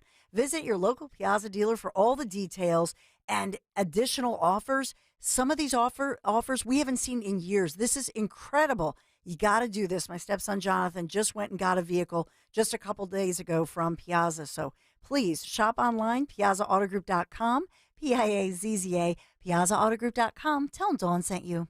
Join us at Odyssey as we all do our one thing. Together millions of things for our planet. This holiday season, invest in some LED Christmas lights. LEDs last years longer than regular lights, which means less electronic waste over time. Also, LED Christmas lights are far more energy efficient, wasting less energy as heat, which means a smaller electric bill. And be sure to recycle old Christmas lights at appropriate e-waste facilities. When we each share our one thing, it becomes 100 things, 1,000 things, 1,000,000 things for our planet. What's your one thing? This Christmas morning, unwrap your holiday favorites commercial-free on B101 from Mariah to Bing. We've got you covered. Listen to B101 commercial-free starting at noon Christmas Eve all through Christmas Day. Want to fill your home with holiday cheer? Ask your smart speaker to play B101 Philly. Enjoy on the radio, on your smart speaker, and on the free Odyssey app. Prescriptions require an online consultation with a healthcare provider who will determine if appropriate. Restrictions apply. See website for details and important safety information. Subscription required. Price varies based on product and subscription plan. Hey guys, did you know there's a generic form of Viagra that works just the same, but is 95% cheaper? And you can get it online? Just go to hims.com/joy. Through Hims, you'll get a free medical consultation, discreet shipping if prescribed, a 100% online process, and trusted generic alternatives to the name brands at up to 95% off. That's right, get generic for Viagra, the same active ingredient as brand name Viagra, but for 95% less. It's the same medication, still prescribed by a licensed medical provider, but with zero copay, no expensive appointments, and no awkward face-to-face conversations. To start your free online visit, you need to go to this exclusive address, hims.com/joy. That's hims.com/joy for your free online visit. hims.com/joy. Hey, it's Rich Isioli. You know, for years I've been talking about the great work my friends Stephanie and Matt and the entire team at Emmons have done for me and my home. Well, now Emmons can bring that same quality of work to all of your kitchen and bathroom remodeling needs. Emmons Roofing has really become the one-stop shop for all your roofing, siding, windows, solar, and now baths and kitchens. Trust the team at Emmons just like we did. They remodeled our kitchen and our bathroom in our former house, and we were so happy with the work they did. Do you have a property at the shore? Have the team at Emmons come out and take a look look at the roof now. Small winter leaks can lead to big, costly repairs when the warm weather hits. So call 856-556-3229. Call today for a free estimate online at emmonsroofing.com or visit the Emmons Design showroom in Cherry Hill. That's emmonsroofing.com. Be sure to tell them I sent you. Remember, for 6 years, I've been using Emmons on every project in my home. Excellent results, outstanding people. emmonsroofing.com. Are you looking for a venue for your holiday party, a baby shower, or even a wedding? Look no further. Plan your next event at Riverwinds Restaurant. No matter the reason for your gathering, they'll make it perfect. Just choose the date, and Riverwinds will create a decadent menu that will exceed your expectations. Then enjoy as you and your guests have the event of a lifetime in a beautiful setting along the Delaware River with views of the Philadelphia skyline and the most picturesque sunsets in the area. Visit theriverwindsrestaurant.com today. Hey, this is Ray Didinger. I had the opportunity to open the new Joe Conklin show. It was sensational. It includes all the impressions, Iverson, Merrill and Mike, Barkley. There's a whole new musical element to it. He performs with the City Rhythm Orchestra. So if you get an opportunity, get out and see the new Joe Conklin show. See Joe Conklin in the City Rhythm Orchestra at Westchester University, January 26 and 27. And at the Broadway Theater in Pittman, New Jersey, February 25th. For tickets, go to joeconklin.com. JoeConklin.com! Hey, this is Norman Chaikin, also known as Norman the Floorman. I accidentally gave my wife a glue stick instead of her lipstick. She's still not talking to me. No kidding, folks. Whether you need carpet for your home or business, whether it's your boardroom, bedroom, or investment property, I've got just the thing at half price. Whether you visit my showroom on Lancaster Avenue in Bryn Mawr or my warehouse in Conshohocken, you'll save big. Call me at 1-800-220-RUGS, 1-800-220-RUGS, or visit us at normancarpet.net. Free speech lives here. Talk Radio 1210, WPHT, and the free Odyssey app. Kayal and Company, 9:54, Monday morning, putting a bow on another show. The Dawn Show, 6 minutes out, and we find out what she has lined up for 10 o'clock this morning. Yeah, there is a lot developing today, so we'll update you on that. A lot of that going on across the region, weather-wise, the flooding, and some flood damage and those rescues. We'll continue to update you on those developing stories. We do have some great interviews set up for you. So we will talk coming up in the 11 a.m. hour. You want to mark this. Emma Waters of the Heritage Foundation. She is going to take you through the issue of surrogacy. And it's an incredible story and all the research that Emma did with Heritage Foundation to connect the dots as who are these surrogates, speaking of people who are from other countries, and how this may be a real problem for the country. And a lot of people don't even realize all the issues going on here. But at 10:30, we'll have our friend Lee Richardson. So she's going to visit us, talk about your brain, your health, and which foods are, especially in this holiday season, we're eating a lot of food. Which foods are the biggest stress relievers and which ones are the biggest problems? So we'll have some fun with that one. Drinking? Is that a stress reliever?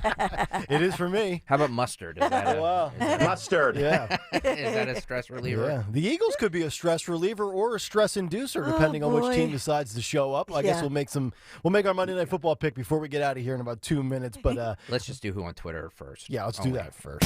Who won Twitter? Nobody beat Road Warrior. Road Warrior at 6:04 tweeted what we were talking about, and he has not been beaten. He says, which ramming are you going to cover, the presidential motorcade or the Senate conference room? If you missed anything we were talking about, listen to the first half hour of the show because we covered both. That is correct. Road Warrior wins Twitter.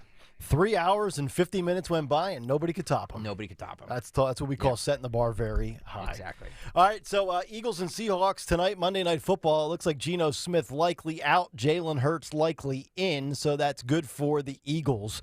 It's good for me, too, because I already bet on him at -3.5. I think the Eagles are going to win by a touchdown tonight, so I will take the Eagles 27-20. Over the Seahawks in the Pacific Northwest. 27-20. Give me the Birds 27-20 in the Battle of Birds. All right, I don't think it's going to be close. I'm going Eagles 31, the Seahawks 17. Okay, you got a 2-touchdown victory. Dawn Stensland, your thoughts? Eagles, Seahawks. Who you got tonight? Oh my gosh, I of course I'm picking the Eagles. Okay. Of course, the Okay. Eagles. Yes. I'm thinking of a score. I don't know if Jalen. I think Jalen will play, even though he's saying that he's playing sick. I have no idea of the score. Do they cover? We haven't. Yeah, we have not beaten the Seattle Seahawks for a very long time. Oh wow! All right, you bring in a little analysis. So I'm worried. So I think it's going to be very close. Okay. And I think this is one of those exciting games that could even go into some kind of an overtime situation. Okay. But I think we're going to literally win this thing by like a field goal. All right. So it depends if you got gonna be 3.5 or 2.5 stock. Are you paying attention to them numbers out there? -3. Yeah, -3? yeah, they're going to Okay. cover that in spades. All right. In my opinion. I hope you're right. All right, that'll do it for us. Stay tuned. The Dawn Show is up next. We're back tomorrow morning at 6 a.m. And remember, parents, just say no to soft, chubby, fat-looking children. This is Larry Steinhess of Investor Schooling. I am so